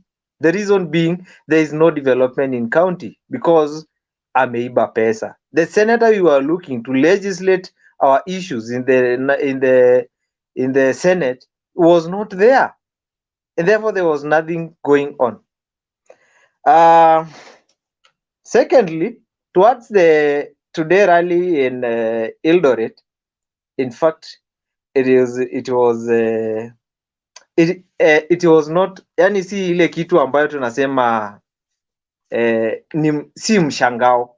Reason being, we saw those people are very agitated because of the issues and what they are undergoing through. In fact, people are going very messy things. In fact, I used to work in a microfinance. I go to the field, I met so many people. People are crying all over that the economy, people are suffering. They don't have money in their pockets. And it's because people have stolen money. Those money, they are in offshore. They are outside the country. People are holding money in their houses. They have stolen from the public, of which, if there is flow of money in the economy, then we shall do businesses. We shall buy things. The economy yetu inaendelea kwenda mbele. ama economy yetu inaendelea kugrow, but the economy imesimama because of some few people have stolen money in public. Towards you have seen people, they were very agitated about maize scandals, about all those other things. Now as you wajinga, and you can see, unaona, people are complaining about road. Yani our deputy president has neglected the region he comes from. And charity begins at home. Let us not run from the facts that he has run out of it. Ameenda Mount Kenya kutafuta forts na kazao kwao. So that is not someone mwenye tunaweza, because kama ameacha watu wa nyumbani, sasa wa Mount Kenya ndio hawatawaacha. That is the real fact, atawaacha pia. Towards a political arena status, the ground is changing towards Raila Odinga. Deputy president has been running alone. Amekuwa akikimbia peke yake kama umeenda wazimu. So the ground is changing slightly by, let's say, by the entire Kenya by 60%. So and it is seen by the reaction of the people. People in Eldoret were very joyful. And I think that those are the facts. Corruption is the most elephant in the room, of which we need to deal with. You see people who are they are in the company of Deputy President William Ruto. Those guys are billionaires. And where kwani wao wanafanya hii biashara yenye wao wanafanya ni nini wanafanya zaidi ambayo the other ordinary Kenyans who have a little bit some money to do entrepreneurship are not doing? So these people, they need all these people are in that category. They should go home, and the president, our incoming 2022 president Raila Amolo Odinga, need to do something in accordance with the law to regulate how corruption will be dealt in Kenya. Nashukuru sana Bena. Thank you. Okay, thank you so much. We appreciate your submission. This is your first time on this platform? I have been following, but I think this is the first day that I contributed. Okay, thank you very much. And we have our WhatsApp group. If you want to join, there is this private chat on the side of the studio. You drop in your number, we'll add you to our WhatsApp group where we discuss these things before we come here. If you're interested, you're free to do that. I want us to 1, 2, 3, 4. Just be patient. One more moment, you won't die. WG. I want us to hear Santos, then we take that top layer to Rudi sasa tumalizane. Sawa sawa. Santos, are you still there?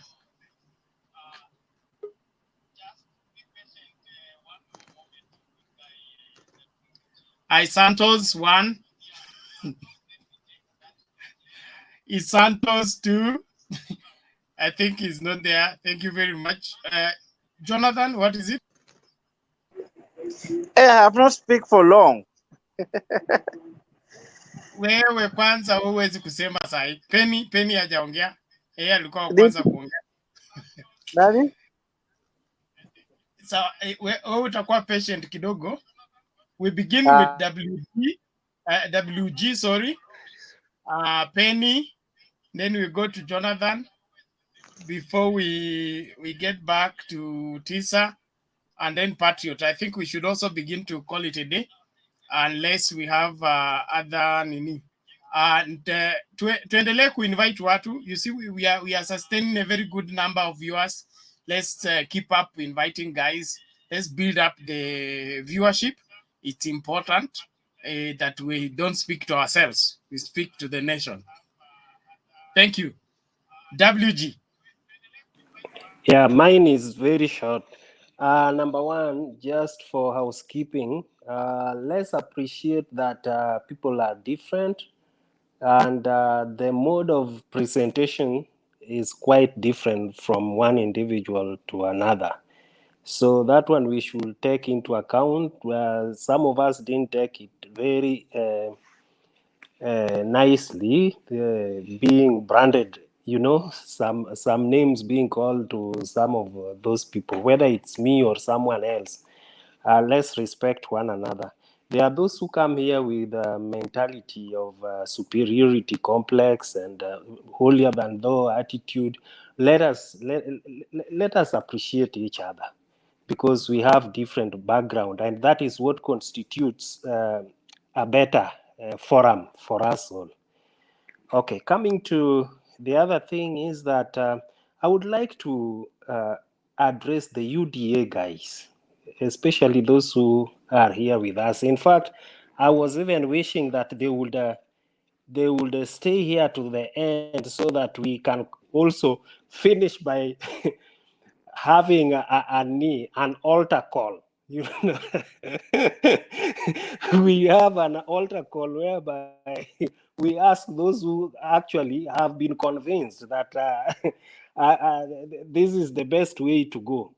They can just raise their hands and say, from today I'm following Baba. There's nothing wrong with that. So the other thing I wanted to tell them is this election. Ja, one moment, sorry. Ole Mkanoi, is he still around? The number he left is incomplete, unless I am the one not seeing properly. Sawa. Carry on, WG. Yes, I was just saying, the UDA, my brothers from UDA side, this election is not about Raila. It's not about Ruto. It's about us. So as much as I may hate Ruto, if he had something that would help us as where we are today, economically we are very low. This is not Kenya that we anticipated when we were moving from moving from Kanu days to this the current situation. We didn't anticipate that at one point our economy would get back to where it was during the Kanu time, and that is where we are headed to. In fact, even worse, because during the Kanu period, we did not even have these debts, the kind of debts we are owning today. So it's not about Raila. You may hate Raila, but if he has something that you see like is able to help you, not just you as the current generation, but even our children, the children of our children. Because anything that is put right is able to help or to focus until even 30 years coming. You don't have to stick with someone just because he's your guy, and you just have to support him. If he's I like the way Mwangi put it, that he's been supporting Ruto, but where he's going, he's seeing him losing day by day because there's nothing new he is offering. So therefore, I just want to urge us that as much as we would hate a person for what he is, let us embrace what he's is presenting to us, so that if it's the one that will help us even for posterity, then that is quite fine. Number two, well, my point is just going. Maybe I can recollect myself later on and bring it in, please. Okay, so we pass. Thank you. Let's go to Penny.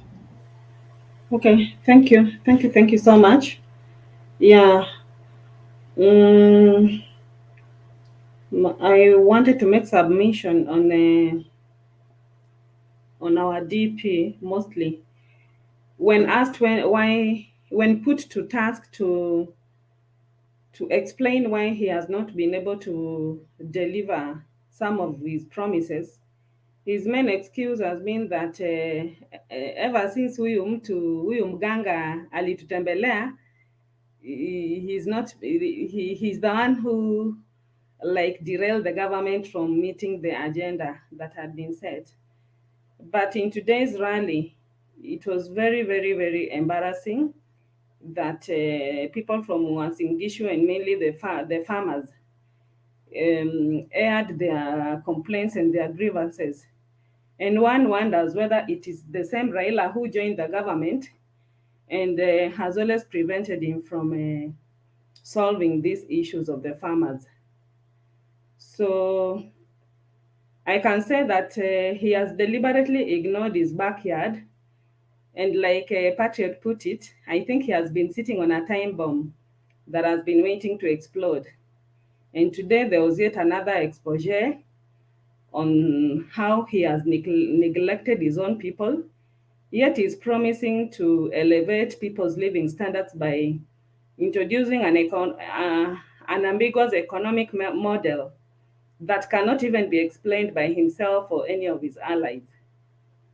So it has just exposed the DP as someone who is not committed to solving anybody's problems, because he cannot start solving the problems of the masses who are out there. Whereas in his own backyard, the people who first elected him as the first MP in Eldoret North are complaining about the maize scandals and many other problems that they mentioned in today's rallies. So I do not think that the DP has what it takes, or it does not have any commitment to solve the problems of this nation as it tries to put it, because it came out so clearly today in the rally. Yeah, so the other thing that I wanted to comment about is the stipend by Baba, the 6,000 stipend promised by Baba. Yeah, you see that this stipend is it blends so well, because we do not have a budget as a nation for the vulnerable families. And I think it is a very good thing for him to have come out with this stipend. Though initially I was not understanding how it was going to play part in trying to stabilize our economy. But I think it's a very good thing, because it's going to fill in the gap that the bottom-up economy was only promising to elevate the SMEs, the mamambogas and bodas. But now it wasn't giving any offer to the vulnerable members of the society. So I think for Baba, this 6,000 stipend is a very good thing that is going to bridge the gap that has been left by other mechanisms of elevating our economy. So mine is just a challenge on the side of DP, that at least he should go back to the drawing board and, let him come out clearly and tell us how much he's committed to solving the issues of this nation.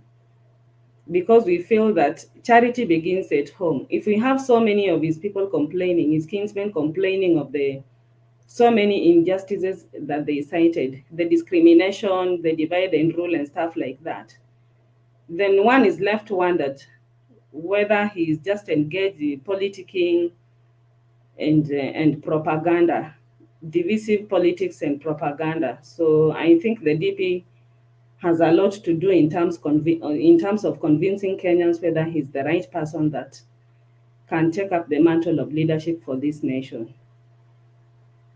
Maybe I can also comment on the way he accuses his opponents of being so much after leadership and not committed to being part of the solution that is facing our country economically. But you see, he's continuing to earn money. He's continuing to earn his money and his benefits as the DP. And this money that he's earning currently, he's not doing anything in his position as a DP to work for the nation. Rather, he's using the resources to traverse the country instead of working towards fulfilling some of the promises that he made of laptops, stadiums, the jobs, and the etc. So whatever resources that are at his disposal are mainly being used for handouts, which is a way of just buying people out and facilitating his ambition. This money, these resources are being used to facilitate one man's ambition instead of being used to solve the nation's problems. So I think it's very high time DP and his advisors should go back to the drawing board and come up with better solution and better promises for the citizens Penny, of this nation. Yeah. Penny, can I have a question? Yes, yes. Yeah, my question is, could it be that the DP could be running away from being put to task by having those kind of just simplistic way of approach and presentation on the stages, political stages? Because I've never seen the DP engaging with the professionals, just the kind of a way the Mount Kenya were involving with Raila, or the youths, or any other demography that are professionals that are able to engage with him and probe his approach. So could you think that is running away from being taken to task? Because even when he's calling those meetings that he calls, even in Karen, you realize that his foot soldiers always takes the longest time. They are the ones parroting around. By the end of the day, the people who are called there have very little to present. Yeah, thank you so much. I think his ideology is mostly populist and meant to appeal to the masses. Yeah, and he mainly has realized that the bigger percentage of the population of this nation consists of the youth who do not know anything about the history. But thank God now the facts are coming out clearly. We are talking to the youth. They are actually listening to the history, and they are able to deduce from what has been going on, because the bottom up economic model in itself is so simplistic and it's so populistic, just brainwashing a section of citizens that you are hustlers, that kazi ni kazi, kazi cannot be kazi for everyone. We have hierarchies and we have levels of education, so you cannot tell me that the same job that will be done by Boda Boda is the same job that will be offered to the Mamambogas and someone who has who has a degree or a PhD. So in my opinion, even the fact that the DP has been avoiding rallies in his own backyard today exposed him a lot, that he has not been committed to solving the issues in all Eldoret.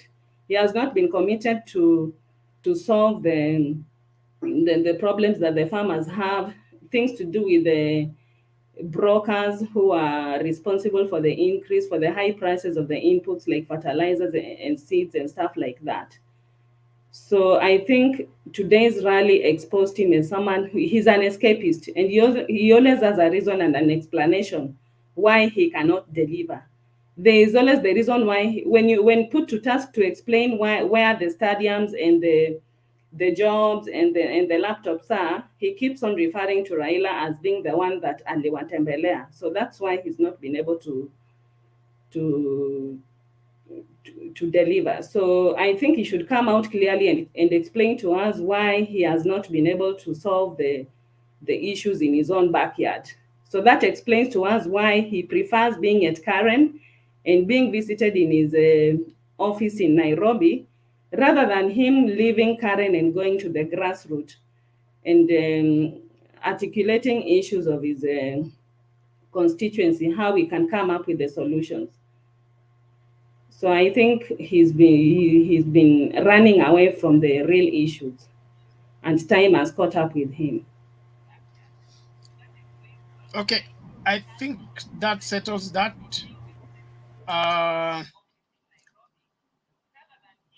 Let's hear from Jonathan first. Oh, thank you once again. For me, I have some just few remarks. For me, what I argue, I must urge Kenyans like and the youths. Let us all youths, like including me, let us just not follow someone because he's giving us maybe money or handouts. Let us follow someone with a really and a very straightforward idea so that we can look if his idea we can buy or he can sell to us, then we can choose. Let us just not follow people because they are telling us like, I will give you 6,000, I will give you a wheelbarrow, I'm going to give you Mkokoteli so that you start your work, I'm going to, we have not talked this thing of, we always say that you will the Fuliza, the people who are taking Fulizas, they will sort out, what. I don't understand these things. We have never talked about this, but they always talk about these things in their rallies, in their meetings. They always say Fuliza will sort the Fuliza out. I don't understand what they always say about this, Bernard. And the other things, let us not like us like as youths, we are always being told like maybe someone named Ganga, someone named Muizi, someone named Hivi. Let us not being carried with this politician coming to us and telling us who we are Koivi, we are Koivi. Let us just follow really any manifesto. Let us not follow. Let us just not like say I wake up in the morning and say someone told me that Raila Mganga, then I start hating him, then I started speaking bad things about him, and you have not maybe see the real person who he is, or let us not just say like which one is blah blah blah, those things. Let us just not Sorry. Can I ask a question? What Can I ask question? Jonathan a quick one? Jonathan. Yes. Jonathan, I have just a quick one as you continue. Okay, ask please. I think it's good that you come out clearly when you talk about somebody calling, being somebody calling somebody. Okay, Raila has been called Mganga, all right, and then on the other side we say ula aitu mwizi. There is evidence of theft. What we don't have is the evidence of uganga. So is it the same thing really? I think the way you're comparing that is not coming out clearly. Huyu hajaitwa is associated with that. Na hii ya mganga is never come out to tell us how Raila is a mganga. So please elaborate so that we understand how you putting up your statement. Thank you. Oh, Patriot, I don't mean like I'm saying, as many youths nowadays, they say that Flani, wewe ni mganga, then we are cheering it up, we are cheering people up. Wewe ni mwizi, we are cheering them up. Let us not just hate people because someone has told us, maybe because of his mganga, his mwizi. Let us just follow their manifesto. And the other things, let us those people from the other side, let us not them being like always telling us one thing, wake up in the morning, daytime, nighttime, the same thing. People always get tired of these things because when you become with one thing, when you stand up and you say the same thing, the same words always, people are getting tired. I think that's why they are losing the ground because of what they are telling always. Because when someone stands from the other side, will say the same thing, the other one will stand, will say the same thing, another one will stand and say the same thing. That's what people are getting tired. We need to change our tactics of like, let's say, campaigning. We need to stop these shenanigans of like saying fulani huyo ni fulani, when everyone stands, everyone is just calling one person's name until the meeting ends, and then and people are cheering. That's what is making people to lose the ground. And let us not fool ourselves that I have the ground, I have this, because 2022, it's not yet around. Because when the campaign will start very now, It has now also started now, and now it's serious. You know, people were thinking like they only have the ground because no one was campaigning. People were busy with the other work. People were working. The president was working. Raila was working to unite Kenyans, and the other was working. And those ones, they were always 4 years campaigning and calling even their leader names in front of people. How can you stand and call a leader a name in his backyard, and you expect like for you to be treated the right way? That is not good.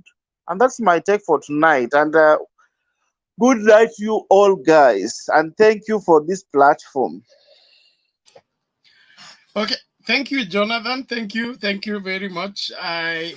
We appreciate your time here, and let's keep working. Let's ensure that we make Kenya a better place for all Kenyans. No segregation against anybody. I'm tempted to say something about the question of WG. Leadership requires that we own up. A great leader owns up, even when he is not the cause of the problem. But when somebody begins to run away from responsibility and is always pointing to so and so and then to that reason, he's not only demonstrating that he can't lead. What he's actually doing is running away from leadership, because leadership is solving the problem. But now, if somebody comes into the government, then you run out. Then another one comes and says we were to do the 4 and we are not doing. And one of the things that I picked from Eldoret today is the speech by the ambassador. The speech by the ambassador left me speechless, because I've said this on this platform that I don't think William Ruto wants to be the president of Kenya. I'm beginning I've been doubting it, but now the ambassador's speech today gave me reasons, because the entire Moi government that was in Rift Valley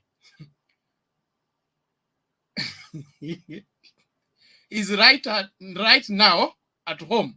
People that controlled the government for 24 years know what governance is, know how to handle which part of the country how. All that wisdom is in the backyard, and they have been relegated. And then he's gone to look for the presidents, and he doesn't have the backup of these people. He has not consulted with them. I mean, there is Bet. Bet was State House Controller.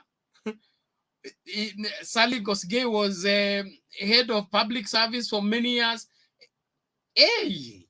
And all those brains, all those experiences, he has the whole machinery that can take this country and run it successfully, because these people have run this country practically. But now, if he's threatened by them being part of his operation, it portrays that he is not one team player. Two, he's insecure. The insecure people would love to surround themselves with mediocres so that they be the only one to shine among the mediocres. But really strong leaders celebrate strong people around them, because when strong people are around you, you are strongly supported, and you can strongly delegate responsibility without going to check who is doing to who. So hii ya Ruto naomba tu tumuombee, lakini kuna hesabu alikosea, na hizo hesabu zimeanza kumgharimu. Ambassador karibu aliye leo. Sasa Bernard. Yes. Kama unataka tuombee His Excellency the DP, wewe utaki baba akuwe president? No, baba will be president with or without DP. Hiyo inanga shida. Baba tumepatia yeye kura tuwe all this time. Be careful because no, sir. Okay.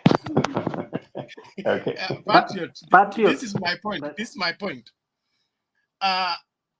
My point is DP is a public figure and he has a following, okay? And the mistakes he makes has a way of building in the mind of the young people that are coming, giving them wrong notion. And you notice, like the last debate we had, we are people here who are youthful, and they are so much kind of irritated by the fact that somebody's old.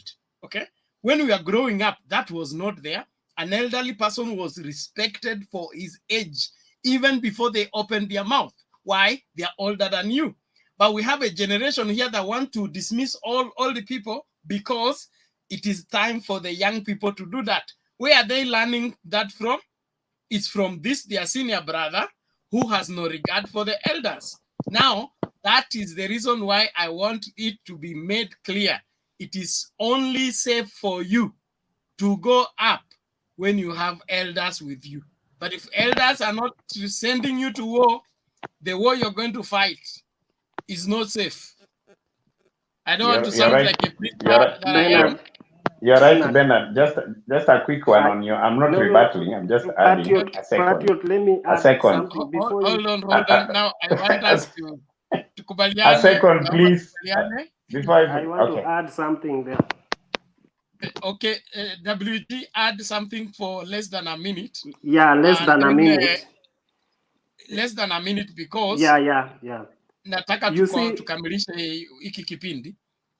Nimekuwa na kipindi kingine kabla ya hiki, so you are sure that I am tired. But so after that, we'll hear from Mulumbu. Patriot will have the last word, okay, to give us a summary of everything we have said today, and what kind of Kenya do we look forward to. WG. Yeah, what I want to say is that relegating those senior citizens from the Rift Valley is the same as what he did in Central, if you people are also following that. Because I think William Ruto was a man on a mission right from 2013 when he became the deputy president. So there are this clique of people that he must relegate and put aside. He must appoint people who are a little bit naive and people who will dance to his tune, both in their strongholds. So he was seeking to achieve two things. Thing one was to amass the wealth, to amass through those, those ways we all know, through looting. And so those people he was putting, don't think that he was appointing the Kalenjins mainly in those ministries and parastatals just because he loves them. You know, he again put some of those people in a lot of trouble because he would ask them for monies, and these people would go out of their way to get those monies for him. You see? Number two, it was political. People who will not question him and advise him or discourage him from his mission, both in the Rift Valley and in Central, of which these territories, after he had captured these territories politically, he knew he would use the same tactics that they used in 2007 to grab power. You see? So I think that is what was disturbing Ruto. And the same thing, this same thing, the scheme doesn't just end there. This guy has okay, this is my way of now projection. He, after getting into power, then he seeks to be the one, because he's surrounded by people who only dance to his tune. That kind of a person can become, totalitarian and a dictator very easily. Okay, thank you, WG. It is time for Mulumbu, and I want us to go marathon. Mulumbu, Tony, inawezekana na kuanga mungwana, pointi zake ni 3-6 moto, alafu zinaisha mara moja. So tunataka after inawezekana, Patriot utatumalizia, community unaanza kuinua mkono unless unaomba kungatuka. Unaenda job. Sawa sawa, say bye to us as you go. I'll finish with you, my brother. Oh, thank you. Aya, twende kwa Mlumbu. Karibu. Leo umeona Eldoret tumekubali baba. Bado bado Iko nini? walisema mwenye anakimbia peke yake anajiita mwambio. Sasa akiweka na wengine ndio anatoka jasho mpaka anashindwa, atajikuwa mwenyewe anguke chini. Alianza mapema sana, na walisema panapo wazee hapavunjiki jambo, na ukitaka kuwa kiongozi mzuri, kaa na wazee, wasikilize, wakupatie historia yao, kwa sababu walikuwa pia wenyeji, walikuwa kama wakati huo, ni walipanga vizuri ndio wakakuzaa kufikisha hapo mahali ulipo. Sasa ukitaka kuchukua lazima wasikilize. Ukitaka kwenda njia unafanya hivi, ukikutana na shida kama hiyo unafanya, ukikutana na kizingiti namna hiyo unafanya hivi. Sasa ukishasoma hiyo yote, yenye inabakia ni wewe mwenyewe. Sasa vile utajifanya nini, utafika huko. Ni kama mwanajeshi, ukienda ingia jeshi unafundishwa, unafunzwa kila kitu, lakini kuna wakati wanakuambia kwamba ukishafika kwa uwanja, kama ushafundishwa, sasa jiamulia akili yako. Inafika sasa unaamua yako ya kuzaliwa. Ndio unapatanga kuna wengine wanaenda huko wanaamua wanafanya mambo ya maajabu, wanakuja wanatuzwa. Because you must have the education you are given and the tools to go for in the war. But if it's hot in the war, you have to apply your knowledge and what God gave you to save your country. But if you go wrong, you will be utashikwa ama utawawa. Wanga mama ni mawili, you will die ama utashikwa. So, you know, this guy started this thing very early, thinking that alianza tu 2013.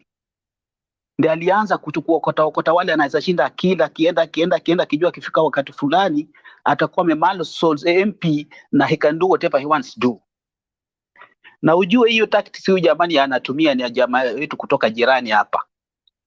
Ndio hiyo tactics anatumia. Uongo yenye anatumia yote ni from hii hapa jirani. Unaona vile jirani huko vile jamaa na karanga watu kama njugu sufuriani. Hiyo ndio sababu aligunduliwa mapema na wakamfungia mlango kama anaenda, kwa sababu jamaa Uhuru alishamuona kitambo. Unajua hizi story mimi nasikiza, mimi niko mmoja Uganda, niko mmoja Kenya. So hizi mimi nasikia hii lugha yote. Nasikia news ya kutoka huko, wale Waganda wenye wako diaspora wote wale walikimbia. Zote zile story zote mimi nazijua. Na vile jina yake inatajwa huko nasikia. Ukija huko yenye inafanyikana I understand. So some of us here in Kenya we don't know. We just follow like blind. But once that's why I tell you guys. Today this forum is really good. Bernard, thank you. Thank you. Today we are looking professional. Now we are trying to educate those people who are down there, because if you compare the time you started and now, see those people who are really against, they are coming to senses to know that what we are talking about, we are not just talking that tunachukia mtu, but we are talking to facts that can change the country, because this country belongs to you young guys. Sisi ni kuwapatia tu mawaidha na nyinyi mshike vizuri, na ukikosa kusikia mawaidha utajikaanga mwenyewe. So nikienda kwa point hiyo nini ya Eldoret na ya hiyo ndugu yangu, nimesikia mtu mwingine akisema hapa tu wale wenye walikuwa naongea pale ni watu wameokotwa. Mtu kama Kirwa, wale professional, wale professor, can you call them watu wameokotwa kutoka vijijini? Really? Ile shida watu wanapata Rift Valley, mind zao zinaoza. Everything has gone to drain. Do you think everybody is happy? Only those one who don't see. Those one who are blinded, who can't see, is the one who wanaweza. Unajua kuna watu wengine wanafuatanga tu kama mkia ng'ombe. They wakisema twende huko twende, hawaangalii, hawasomi. You have to look where you are going, because this person hakupatii chakula, hakupatii anything. He's for himself. Ningeomba wewe jamaa wetu angepigia Obama simu akamuuliza vile alikaranga wazungu na akampigia kura, kwa sababu mzungu haikuwa rahisi hapa mzungu kupigia Mwafrika, lakini that guy started from the ground, from the root, na akapeana facts. Unajua mzungu hizo mdanganya, you have to give facts what you are going to do. He outsmarted them. No, akasema this is the guy. So Ruto outsmart sisi Kenyans na wale na Uhuru, na angekuwa mtu mzuri anyenyekee kabisa na vile Moi alikuwa angepata, but because of ile demagogue yake na kufikiria he's the smartest guy to all of everybody, akakosa kujua he's working for the wananchi, not for himself, not for his ambition. Let work for the people, then they decide for you what you're supposed to do. You don't muscle the people. Let the people take you where. Wacha kushika mkono bwana, hiki tunakupatia because what you have done. But wewe unaenda huko na unasimasi mkubwa wako, unawasimasi wananchi, unafikiria wananchi watakufuata tu na mnaye because wewe ndio. Kuna mtu alisema, ndugu yangu, revolution ni mzuri, lakini usipofanya vizuri wakigundua unachezea na akili yao, wakikupinduka, they will skin you. Young generation is not a joke. Kwanza saa hii nini digital mko nayo hii. It's so doing very well because it has connected us the whole country. We understand. Wale wenye mwange understand. Now you understand that I'm a Kenyan. I'm not kutoka Mijikenda, I'm not a Luo, I'm not Mluya, I'm not a Kikuyu. I'm a Kenyan. Shida ya mimi Mkikuyu na Mijikenda na Uria wanapata the same. Kama Ninjani the same. So what you are looking here is a leader who has a vision and wisdom. Vision and wisdom. Not a manipulator who manipulates your brain and wish wash, and then anakula anakaa chini huko kata na akuweka mgongo. Sinawaambia watu nitacheza na akili yao. We need somebody mahali amekaa nafikiria, how can I change the life of these people? Because if I don't do that, hawa watu watanitupa nje. Not yule mtu anasema anaenda manipulate. Hakuna kitu hawa. I know how to do the work with them. A human being like you, who walks like you, who eats like you, anatongoza mwanamke kama wewe, analima kama wewe. Au kicheza anaweza kunyang'anya bibi pia. Unasema una smart akili yake. You cannot. You have to listen to him. And you could tackle the problem he has. Kwa hivyo bado inakuja. Alianza mapema, lakini sasa mzee ameanza, wacha anze kidogo kidogo. Sasa wale wenye wanamsupport naombea Mwenyezi Mungu, just go, but look yourself where you are coming from. Where are you going to be tomorrow? We need, because when inchi kiumana, I would not like, I wanted us nyinyi mkiwa nyumbani msupport na tuwa support. If everything goes good, let's bring what source ambapo tumetengeneza hapa, we come and build back home. Na kama mnaweka hiyo mademagogo ambapo atakuja kuchukua kile changu nimetengeneza hapa kwa miaka mingi, nilikuwa nimekosa Kenya, will I come back? I will not. I will not come back. Kwa hivyo kura ni yenu. Ongeeni, na kama msipoongea smart, Kenya is in your country, in your hands right now. Hii muda imebaki miezi 9 hii, msitumie wakati. Na muweke huyu mzee because yeye ana maono. Juzi aliongea kitu sijasikia mtu akisema hapa. Nilimsikiza akiongea ya kwamba Magufuli alipoingia, yeye ndiye alipatia Magufuli plan. ambapo plani ya Magufuli alifanya Tanzania akageuza within some few years. He got it from Raila and Kibaki. I don't know if some of you heard it.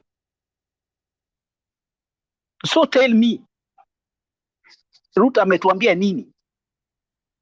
Ashasema nini vile anaweza badilisha Kenya?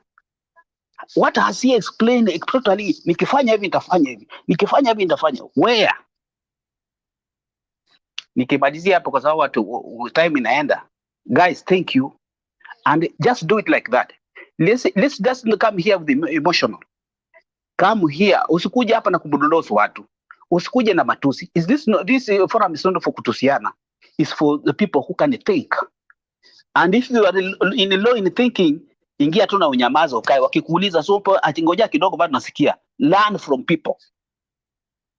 After learning, you're gonna be the best person tomorrow. Because after you come, you are off here, unaenda kuelimisha wale hawezi pata nafasi kuingia hapa. Na upate maoni yako chini huko, uyaleta hapa. Thank you so much.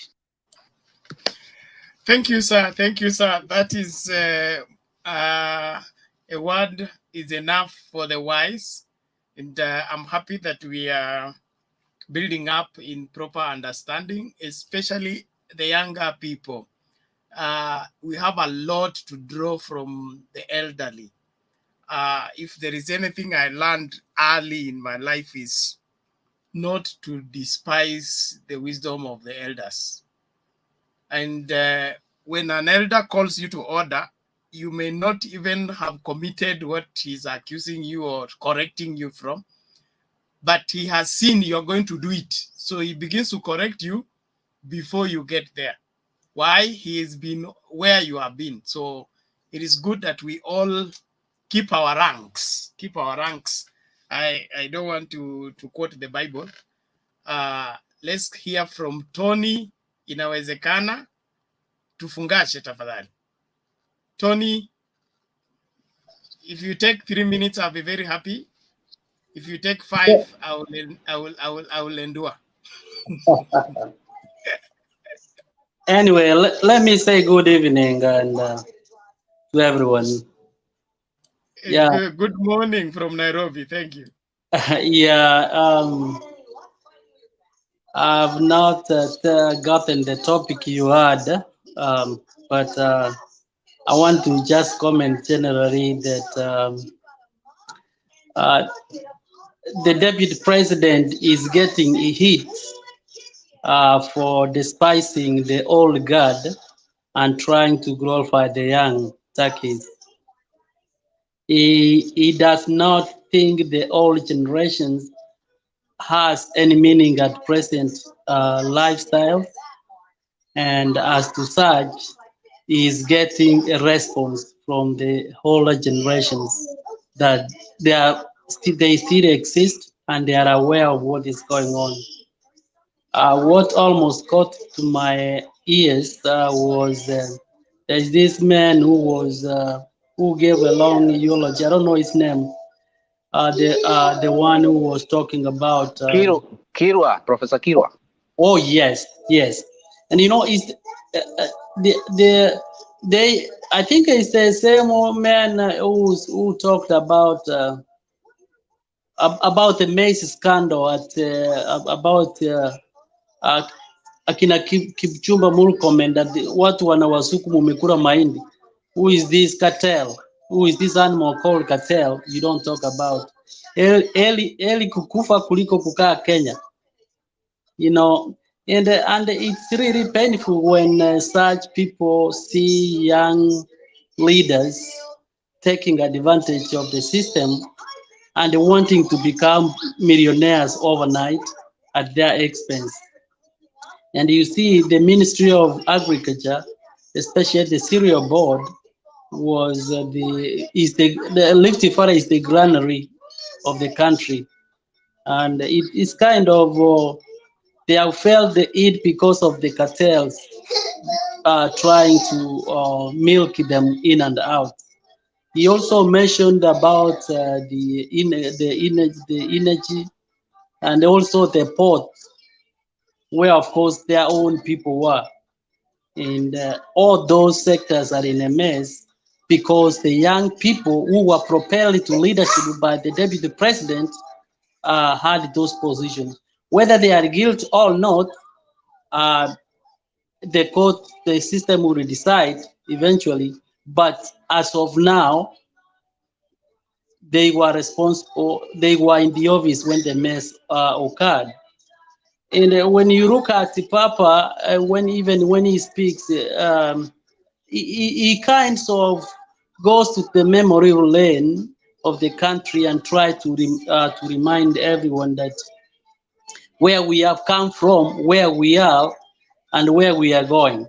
So it's the past, present, and the future all together. And that's why he's getting respect from all these other leaders.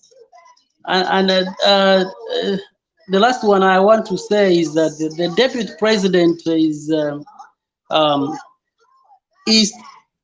the maker and is the executor. He started this movement, is the one executing it, and is the one who wants to monitor it and evaluate it. You know, it is difficult for him to go with that slogan because if without him, it is dead. Without him, it's dead. And basically, it looks like some part of strong Rift Valley is realizing what he is, and they don't trust the people behind him.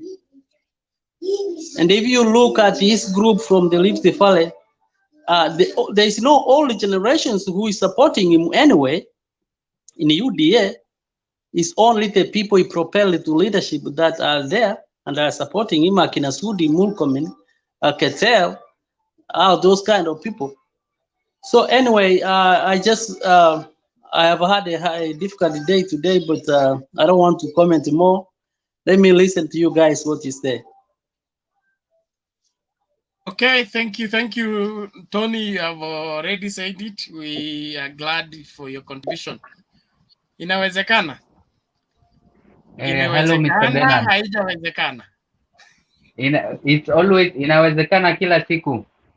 And we Okay. thank God kwa sababu inawezekana kila siku. Okay, thank you so much Mr. Bernard and the whole panel for saying what you guys have been saying. Leo niliamua nikae nyuma niwasikize because yeah, I was not prepared to make any statements here today. Nimewasikiza and it was really, I have learned a lot. You guys mnafundisha watu mambo mengi mzuri sana ambayo watu wanaelimika. Wale wanataka kusikiza wasikize na wafurahi, na wale ambao hawataki kusikiza then ole wao. Anyway, we are the majority and I think by August mambo itakuwa sawa. So I just wanted to say that Baba is really making big strides compared to what he has done today pale Eldoret. He has really ameonyesha kwamba he can really do great. Ile umati ambayo imekuwa pale Eldoret, it was really nice. And from just that, we can see that he's going far. And give him 2 months or 3 months, mambo itu itakuwa tu sawa. Today I had no content, just the way Mr. Mulumbu said. Some of us we should take some time, sit back and listen to the wisdom ikitolewa. So today I've just decided to just sit back and listen to wisdom. Thank you guys. Thank you, inawezekana. We appreciate you. Your presence on this platform is really valued, and everybody's contribution is necessary. This is the time to listen to every Kenyan, and especially those of you aspiring for leadership, be it political or otherwise. When you can't listen to the people, you have lost it. It doesn't matter how great you look or how shiny you look. A hearing ear God created us with it for a purpose. And if you are able to hear, you are safe. And so we should also use that as a criteria for measuring who is a better leader. And as we are faced with a simple choice to make in 2022, only those who choose not to go the right way of history will have themselves to blame. But from every indication, mbivu na mbichi zinawekwa wazi, wewe utachagua ukiona. Either vile Yesu anasema kuna njia pana na kuna ile nyembamba. So wewe utafika hapa uchague yote ya uzima ama ya mauti. But I'm happy. I also want to appreciate all the people that have been into the panel today. Tumejaribu sana kuzuia mzozo na tumefaulu, isipokuwa inaonekana watu wa UDA wengi wamezama, although wengi wao wameanza kuwa converted, and as we keep talking there will be transformation. WG was suggesting for an altar call. This one we do it Jesus way. You know, Jesus never made an altar call. You just say things and walk away. But what he said will make you follow him until you go and ask, what did this one mean? And then he will explain to you. Then you get saved. So let's just make the truth. The truth is well able to defend itself, guard itself, and win. We don't have to support it. So let's remain true to Kenya, true to our nation, and true to one another. That's what makes us Kenyans, true one to another. Taking advantage of others is not godly, is not sio uzalendo na sio utu wema. And just before I give to Patriot to give his closing word, there is what Mulumbu said. Kama kuna shida Kenya, ni wale watu ambao wamejifunza jinsi ya kutake advantage ya system. Okay? You use, we call it the advantage of information. Okay? Advantage of information ni unakaa kwa cabinet imepitisha kwamba wanaenda kufungua window ya importing of maize. Okay? Then that importing will take place in 3 months. Then what do? You use that information prior to go and arrange ile shamba yako ulikuwa umelima Congo, mahindi yote weke kwa lori, itafika hapa in 3 months na iingie kwa sababu the window for import has been opened. So by the time these other Kenyans try to raise money for loan to go and buy the maize, there is already more than enough maize in the country. The importation window is closed. I think we need people who can be trusted with information for the sake of the country. That even if you have that inside information is meant for the country. It's not for personal benefit. That you have a contract, you want to give it to yourself. There is this information. When will we build a Kenya that has enough resources to help every Kenyan? I will go to bed and sleep quietly when I know my neighbor is safe with me. He has also eaten and slept. But if I took advantage of the food that they were to eat, I ate it. Then I ate my own. I will be suspecting myself. I won't enjoy my sleep. So let's appreciate the Kenya that we want. And let it be the Kenya that is for all Kenyans. Patriot. Karibu. Oh, thank you so much, Bernard, and my fellow panelists. Allow me to do my conclusion by first giving a lot of credit to the moderator today. I think it is good to be very particular on how we have arrived to this, grading, the grading that we've been given today.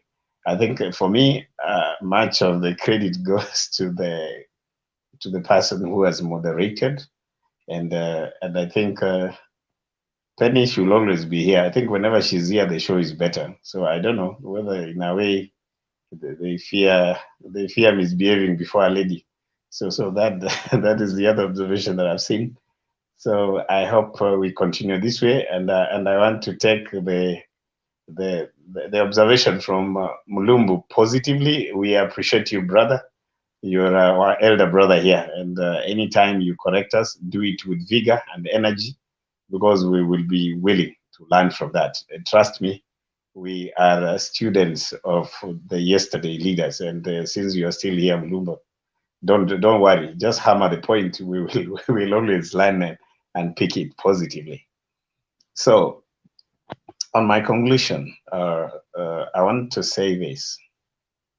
You see, when Judas decided to betray Jesus, he thought that he was going to change the plan of God saving humanity. In fact, he knew very well that he has understood the whole plan, and he knew God will go into disarray. He had no plan, and I'm sure Judas was speaking of a God who doesn't have a plan, because he thought he knew it all, you know. So he decided that he'll pick a few coins and take Jesus Christ to the cross, and that will be the end of the mission. Because as it ended up to turn out, is that Judas did not actually understand the purpose of how God wanted to save mankind. But in the course of the paradox that is here, that came out very clearly for those who understand the law and the theology matters, as far as the Bible is concerned, you will discover that that very, betrayal that Judas executed became the very, very, a promise that God wanted to be fulfilled. He actually played a part of salvation. And that is why if Judas was a politician today, he will turn out with semantics to say, I helped you to crucify Jesus, so I'm part and parcel of you, of the salvation, that humanity is going to benefit from this. When he took Jesus to the cross, he thought he had won. He didn't actually know that doing that was actually fulfilling the promise of God saving humanity. Why am I bringing up this? Some people are making mistakes today that will be too costly for us to correct them. You remember, Bernard, when I was telling you, don't pray for the DP, the mistakes that he's making is what will take us to the glory land. So if he doesn't do the mistakes, then we will not get there. That's what I said. I wanted to make when I wanted to rebuttal in between. And to me, for some of us who are Christians, when you look at the Bible very clearly, God allows your enemy to make very obvious mistakes, and they're able to give you way. You remember when the Israelites wanted to go to the promised land, they went to Canaan. They met the Canaanites who are so heavy. People who are well built, too tall, they looked serious armies. And some of the Jews, the Israelites, who started lamenting, God, how are we going to defeat this army? It is too strong. These guys are too huge. What do we do? And God just told them, no, you just need to sing music and the walls will go down. For those who read that story very clearly, they sang music and the walls went down. It crumbled on them. God fought the battle for them, right? So in this case, in my view, God is actually fighting the battle for us. The mistakes the UDAs and the leadership are actually committing today are as a result of God taking the center stage of this battle, because he has to save this country. And for me, it is not time to identify those mistakes. The more they make those mistakes, the more they fulfill God's will of actually having the right president who is going to deliver this country from the shackles of poverty, the corruption that we have seen, the nepotism, the tribalism that has actually eaten into this country. This is the time God is going to do that. And the Bible also says, God says, if you will not spread my gospel, if you will not go and tell the world about my word, I'll use even stones. Stones will speak of me. They will do that. So don't question God. Why is he using stones? He should have used human beings. Those stones, whatever they are doing, they are for the very purpose of saving humanity. Now, the other last, let me come back to the world now. I've been very biblical. Back to the world, my fellow panelists. There is a very clear undertaking here, for those who are very keen to observe, to see that for sure things have changed. Louis has said, "Windu vichenjanga." I'm surprised that Kikuyus have also formed a number. They have come up with a narrative. There is a phrase one of the speakers used in where was that? Was it in Eldoret? Yeah, I think one of the speakers said Louis came up with Vindu vichenjanga, and he's now paraphrased that to speak it. He interpreted that into Kikuyu, and he brought up a very strong word to mean things have changed. They have changed from the mountain, they have changed from the lakeside, they have changed from the valley. Things have actually changed.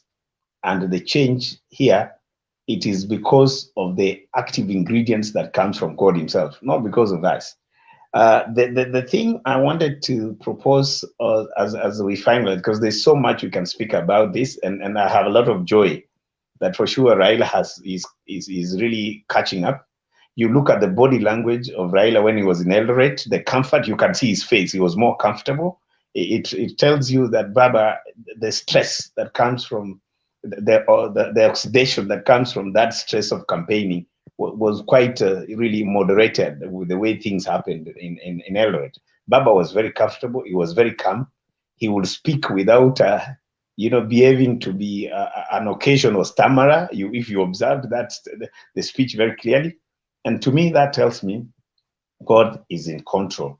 So what I'm seeing from what is happening is that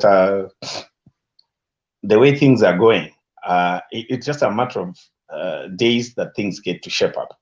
But on this platform, there's something I want us to use as a litmus paper test for a concept which, at the end of the day, I want it to be bought by Baba to actually bring the story home in their home stretch. One, I'm very happy to note that this platform, we have been finishing our talks with a prayer. I don't know when you begin. I've never been here when you guys are starting. I only end up, being, staying with you to the end.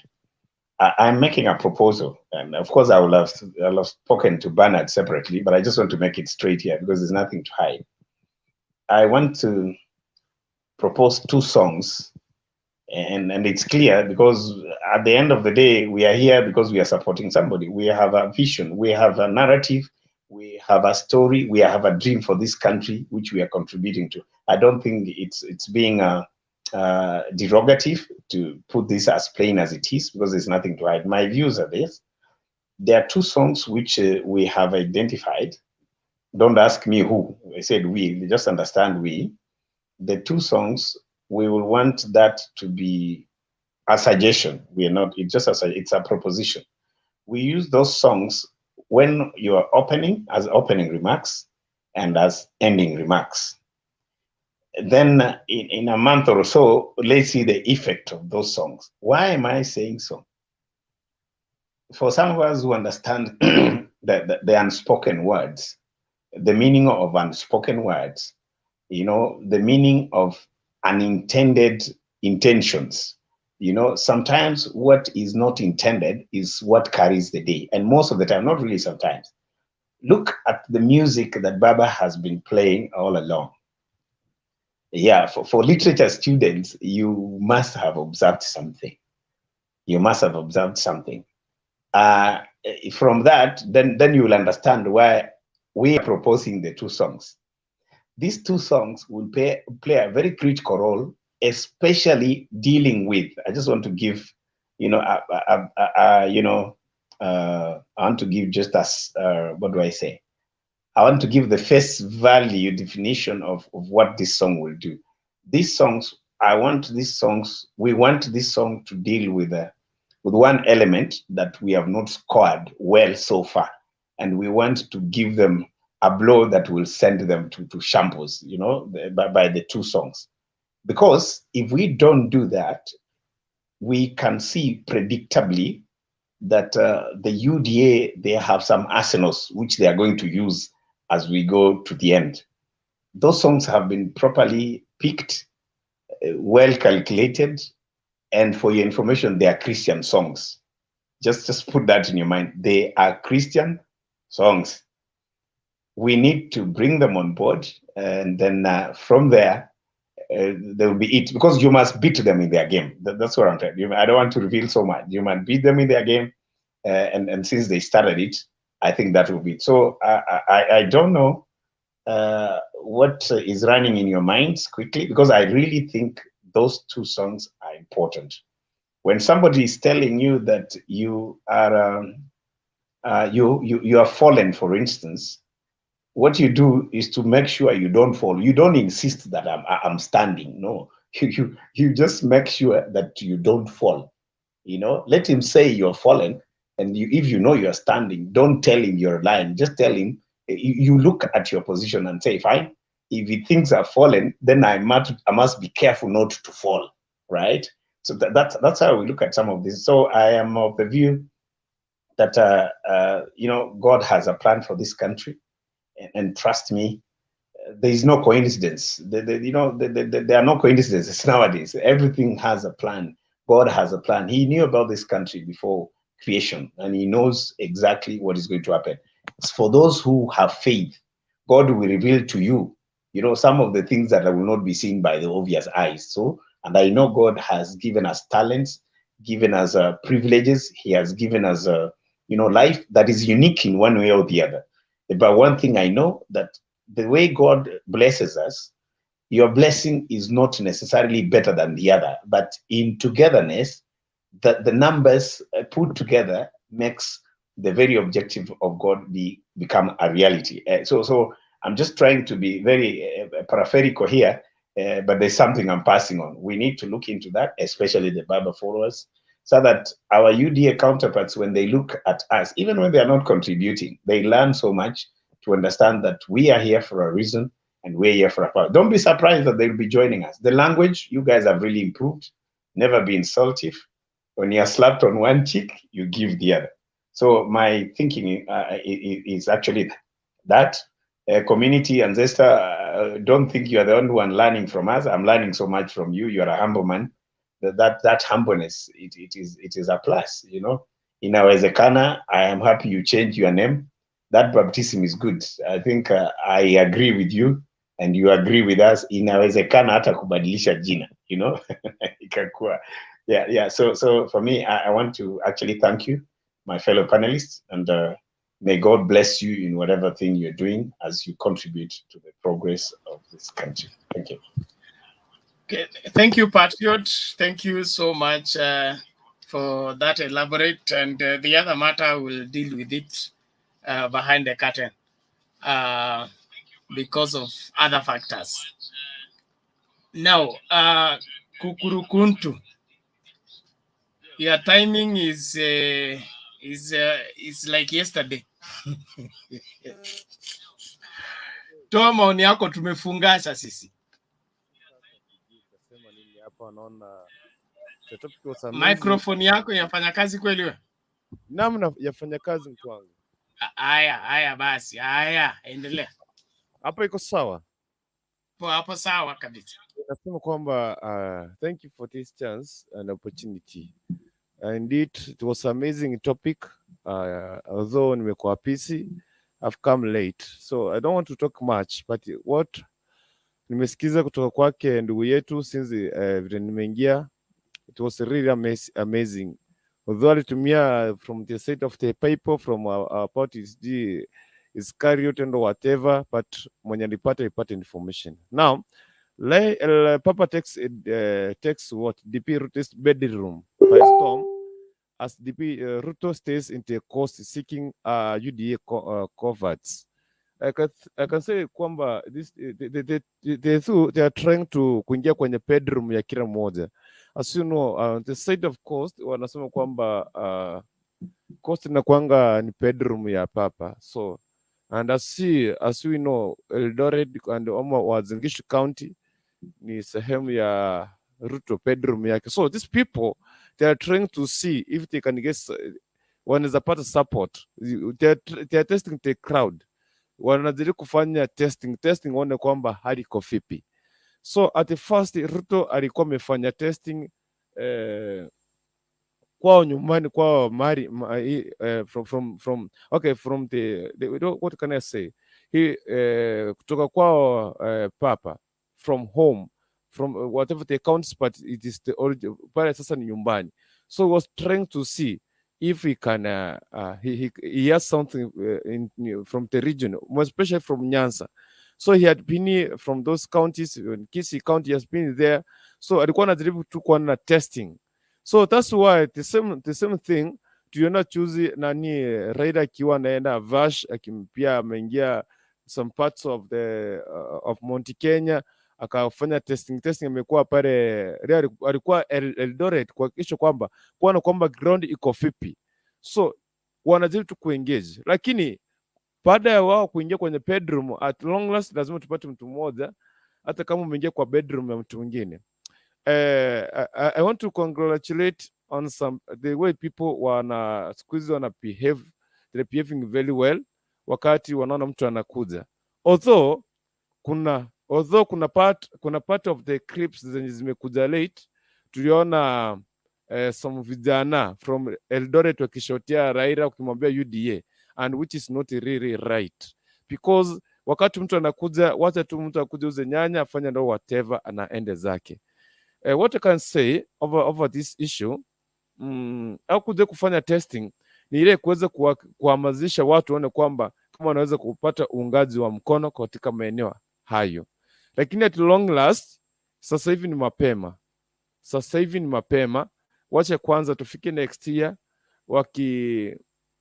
wakati sasa watu wakuwa free kucampaign, that's the moment tutakuja kujua kwamba who is strong on the other side. Unaweza pata ulikuwa nadhani kwamba kwa mfano kule nyumbani kwenyu wewe sasa ndio bedroom upate kwamba hali si nzuri, but I want to congratulate the guys, the way they wanna behave wakisupport ya watu wakikuja kutafuta kura.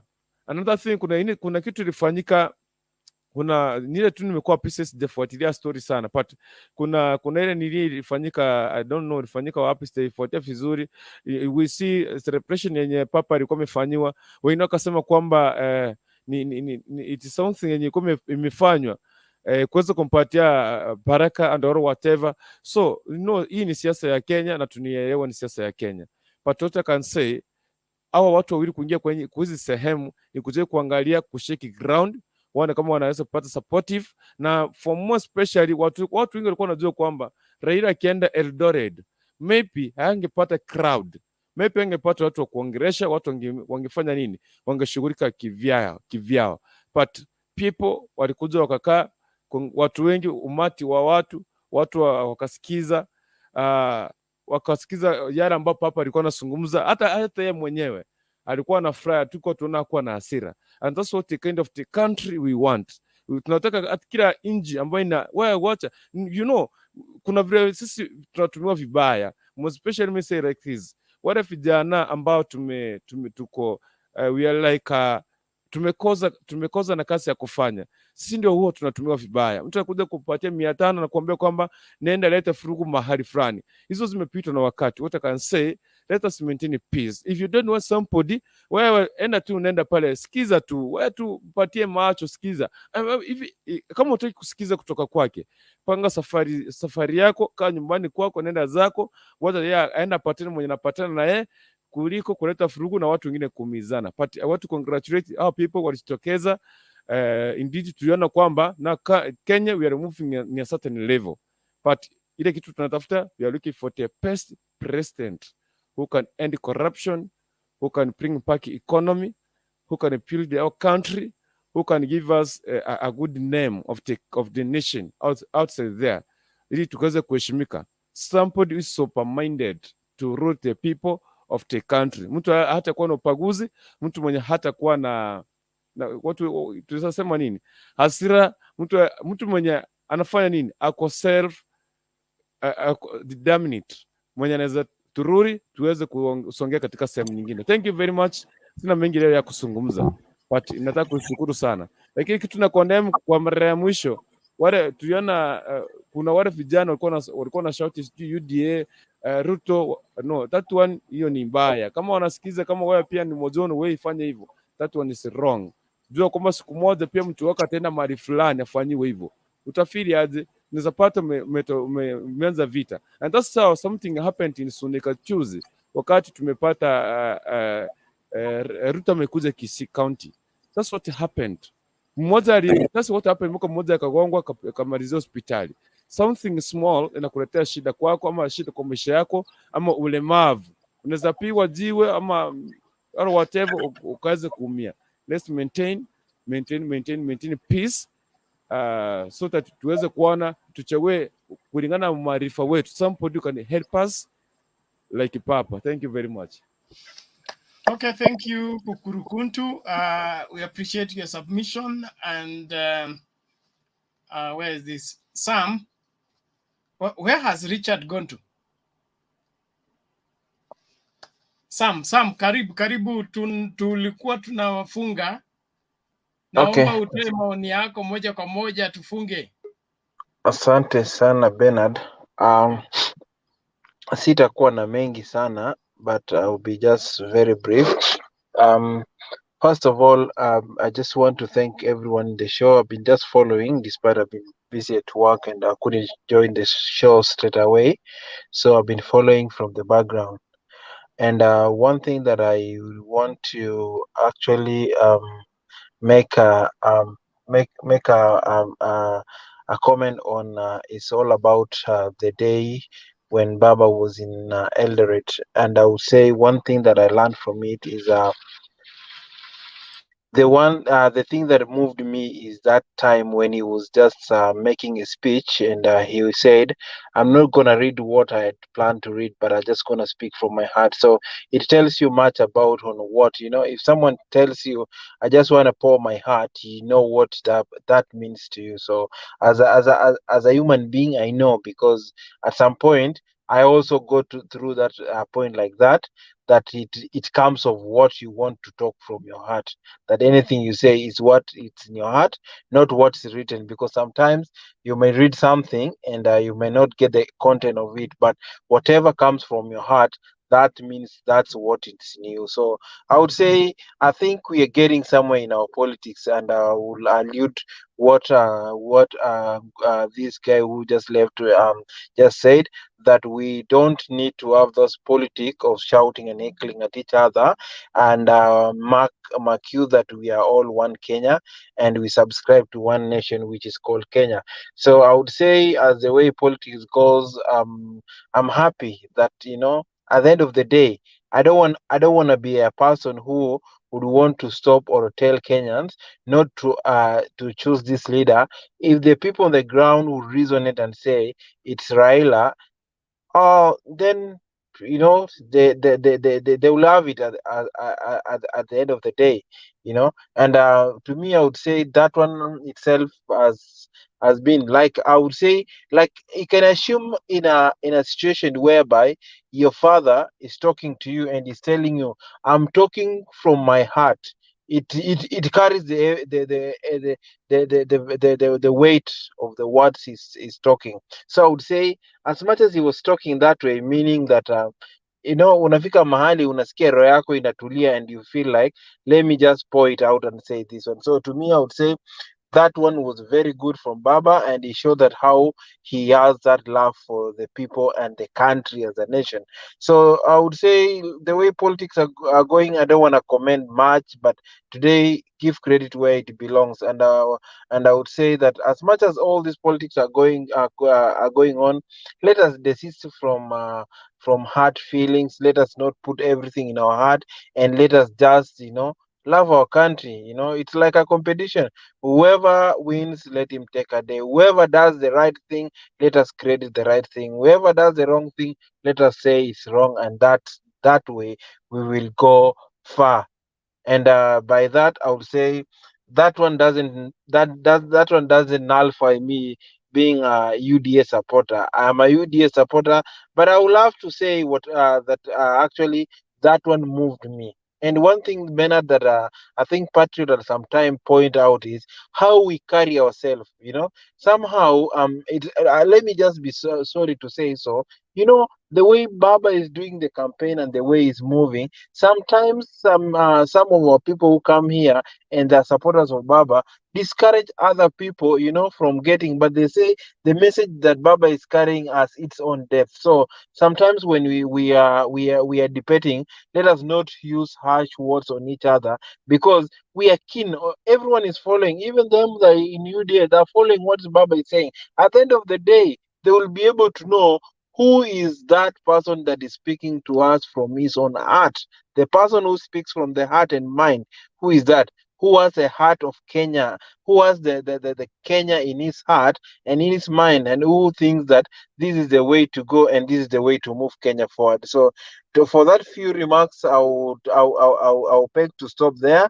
But one thing I'll say, let us bring the unity or oneness of us in every conversation we have in terms of politics, and let us read the way it is. I don't wanna, like, if it won't be good and inhuman for me to say, oh, Baba did not do good thing. I will say he spoke his word, and you go somewhere, people welcome you, and you feel good. You will open your heart, you will pour your heart, and you will say what he did, and exactly that is what he did. And I will say that is the way to go, and to build one Kenya. Thank you very much, Bernard, and thank you, everyone.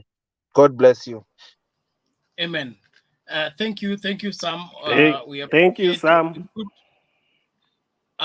Thank you. It's important, and political interests may differ, but we have one nation called Kenya, and like I've already noted, the only way to make every Kenyan comfortable is for us to have a better Kenya. If we don't improve Kenya, everybody will suffer. But if we make Kenya better, everybody will enjoy. And so the focus should be, what kind of Kenya are you voting for? What kind of Kenya are you creating by your vote? So if you are making a Kenya that is divisive, then you know that we will not have a better Kenya. And without a better Kenya, we can't have better Kenyans, we can't have better life, we can't have better future. So let's keep that in focus. Na wale ambao hawajachukua kura zao, hakikisha umechukua kura yako. Kama ulichukua kura yako in 2010, enda uconfirm kama Chebukati amekuacha ndani ya register ama alikutoa kwa sababu alifikiria kwamba ulikufa. So make sure you confirm. Don't assume that I registered once and for all. Hiyo sio kitabu ya uzima ya mbinguni. Hapa watu wanakuanga na copy ya register. We saw that in Kibra. Kibra was a high-tech register. Ikakuwa demanded.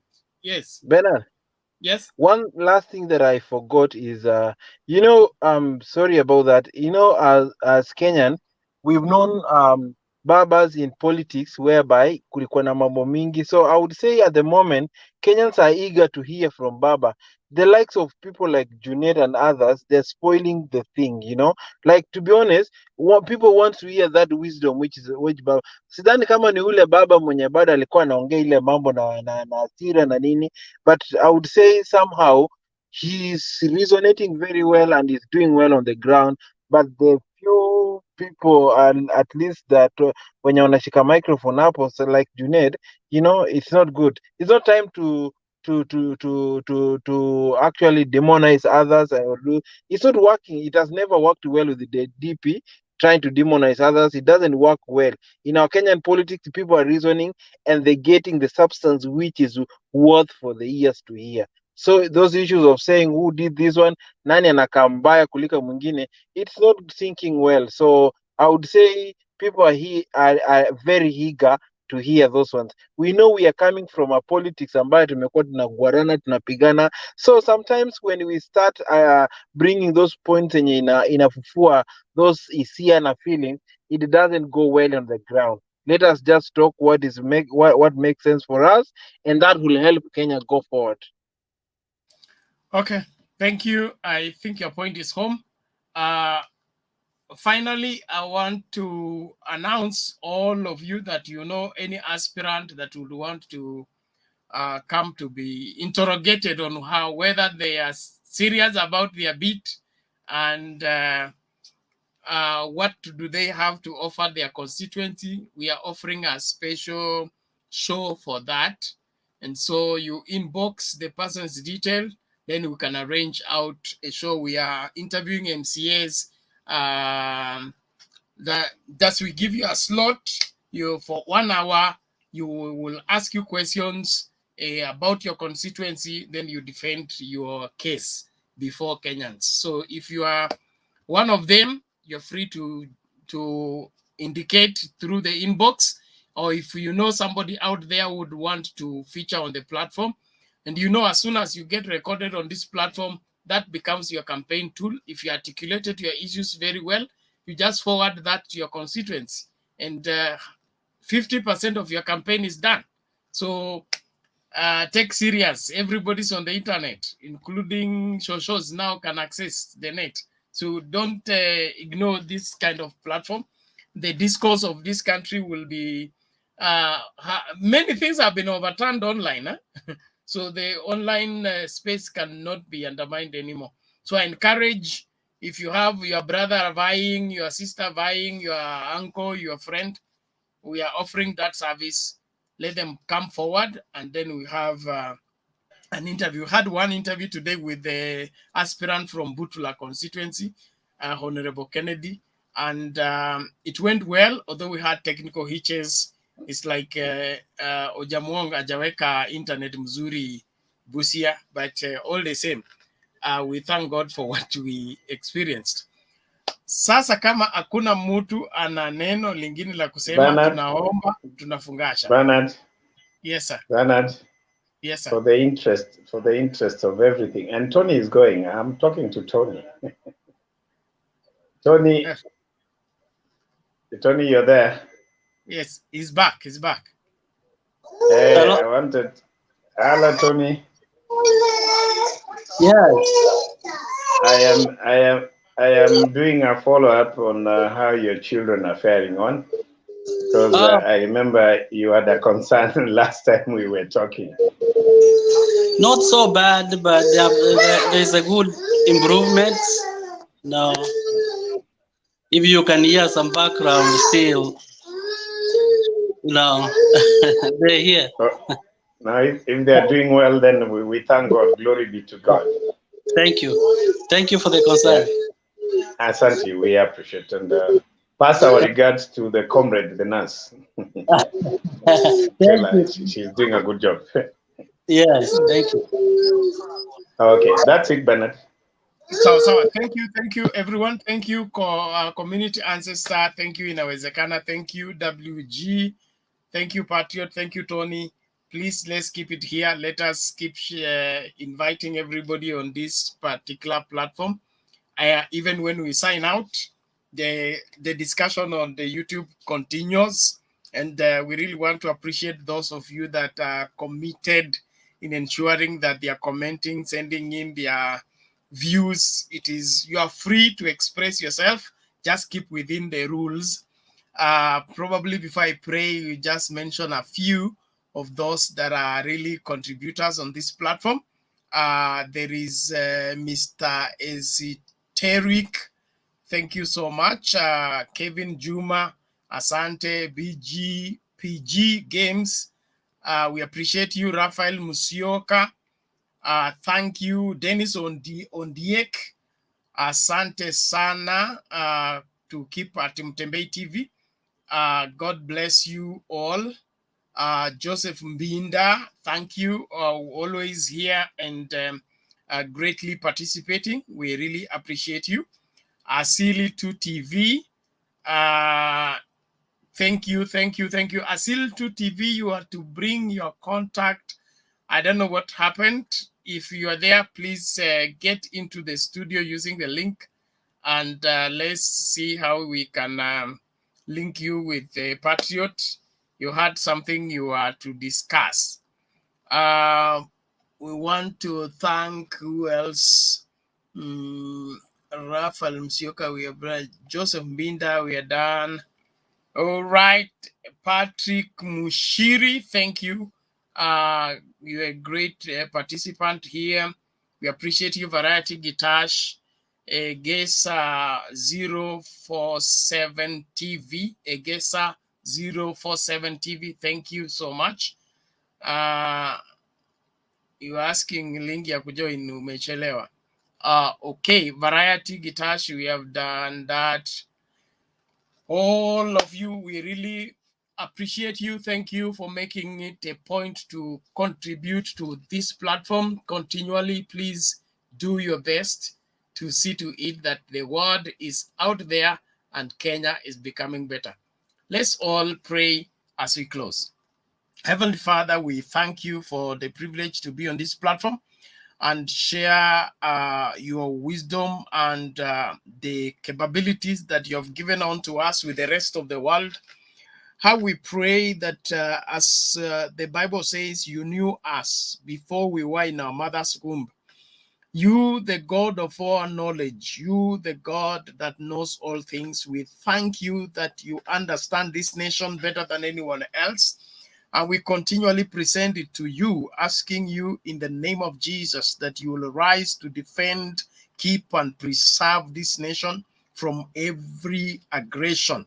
We decree in the name of the Lord Jesus that your banner of Jehovah be lifted over this nation from the east through the west, from the north through the south.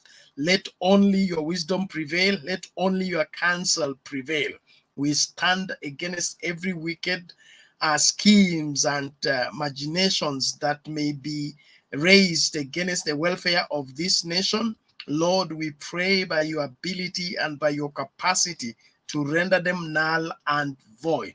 Continually rise and keep each and every family, each and every home in this nation in the name of the Lord Jesus. We pray for leaders at all levels, from the president, the deputy president, the governors, the members of parliament, all leaders at all levels in the name of Jesus. Let by your wisdom navigate this nation, oh God, to the place of your expectation. We give you thanks and bless you for the forthcoming elections. We pray that you will order our steps and deliver us to your predetermined end. We give you all the glory and the praise. We love you. In Jesus' name we pray. Amen. Amen. Amen. Thank you. Thank you, everyone. Please, let's keep it here, and God bless you.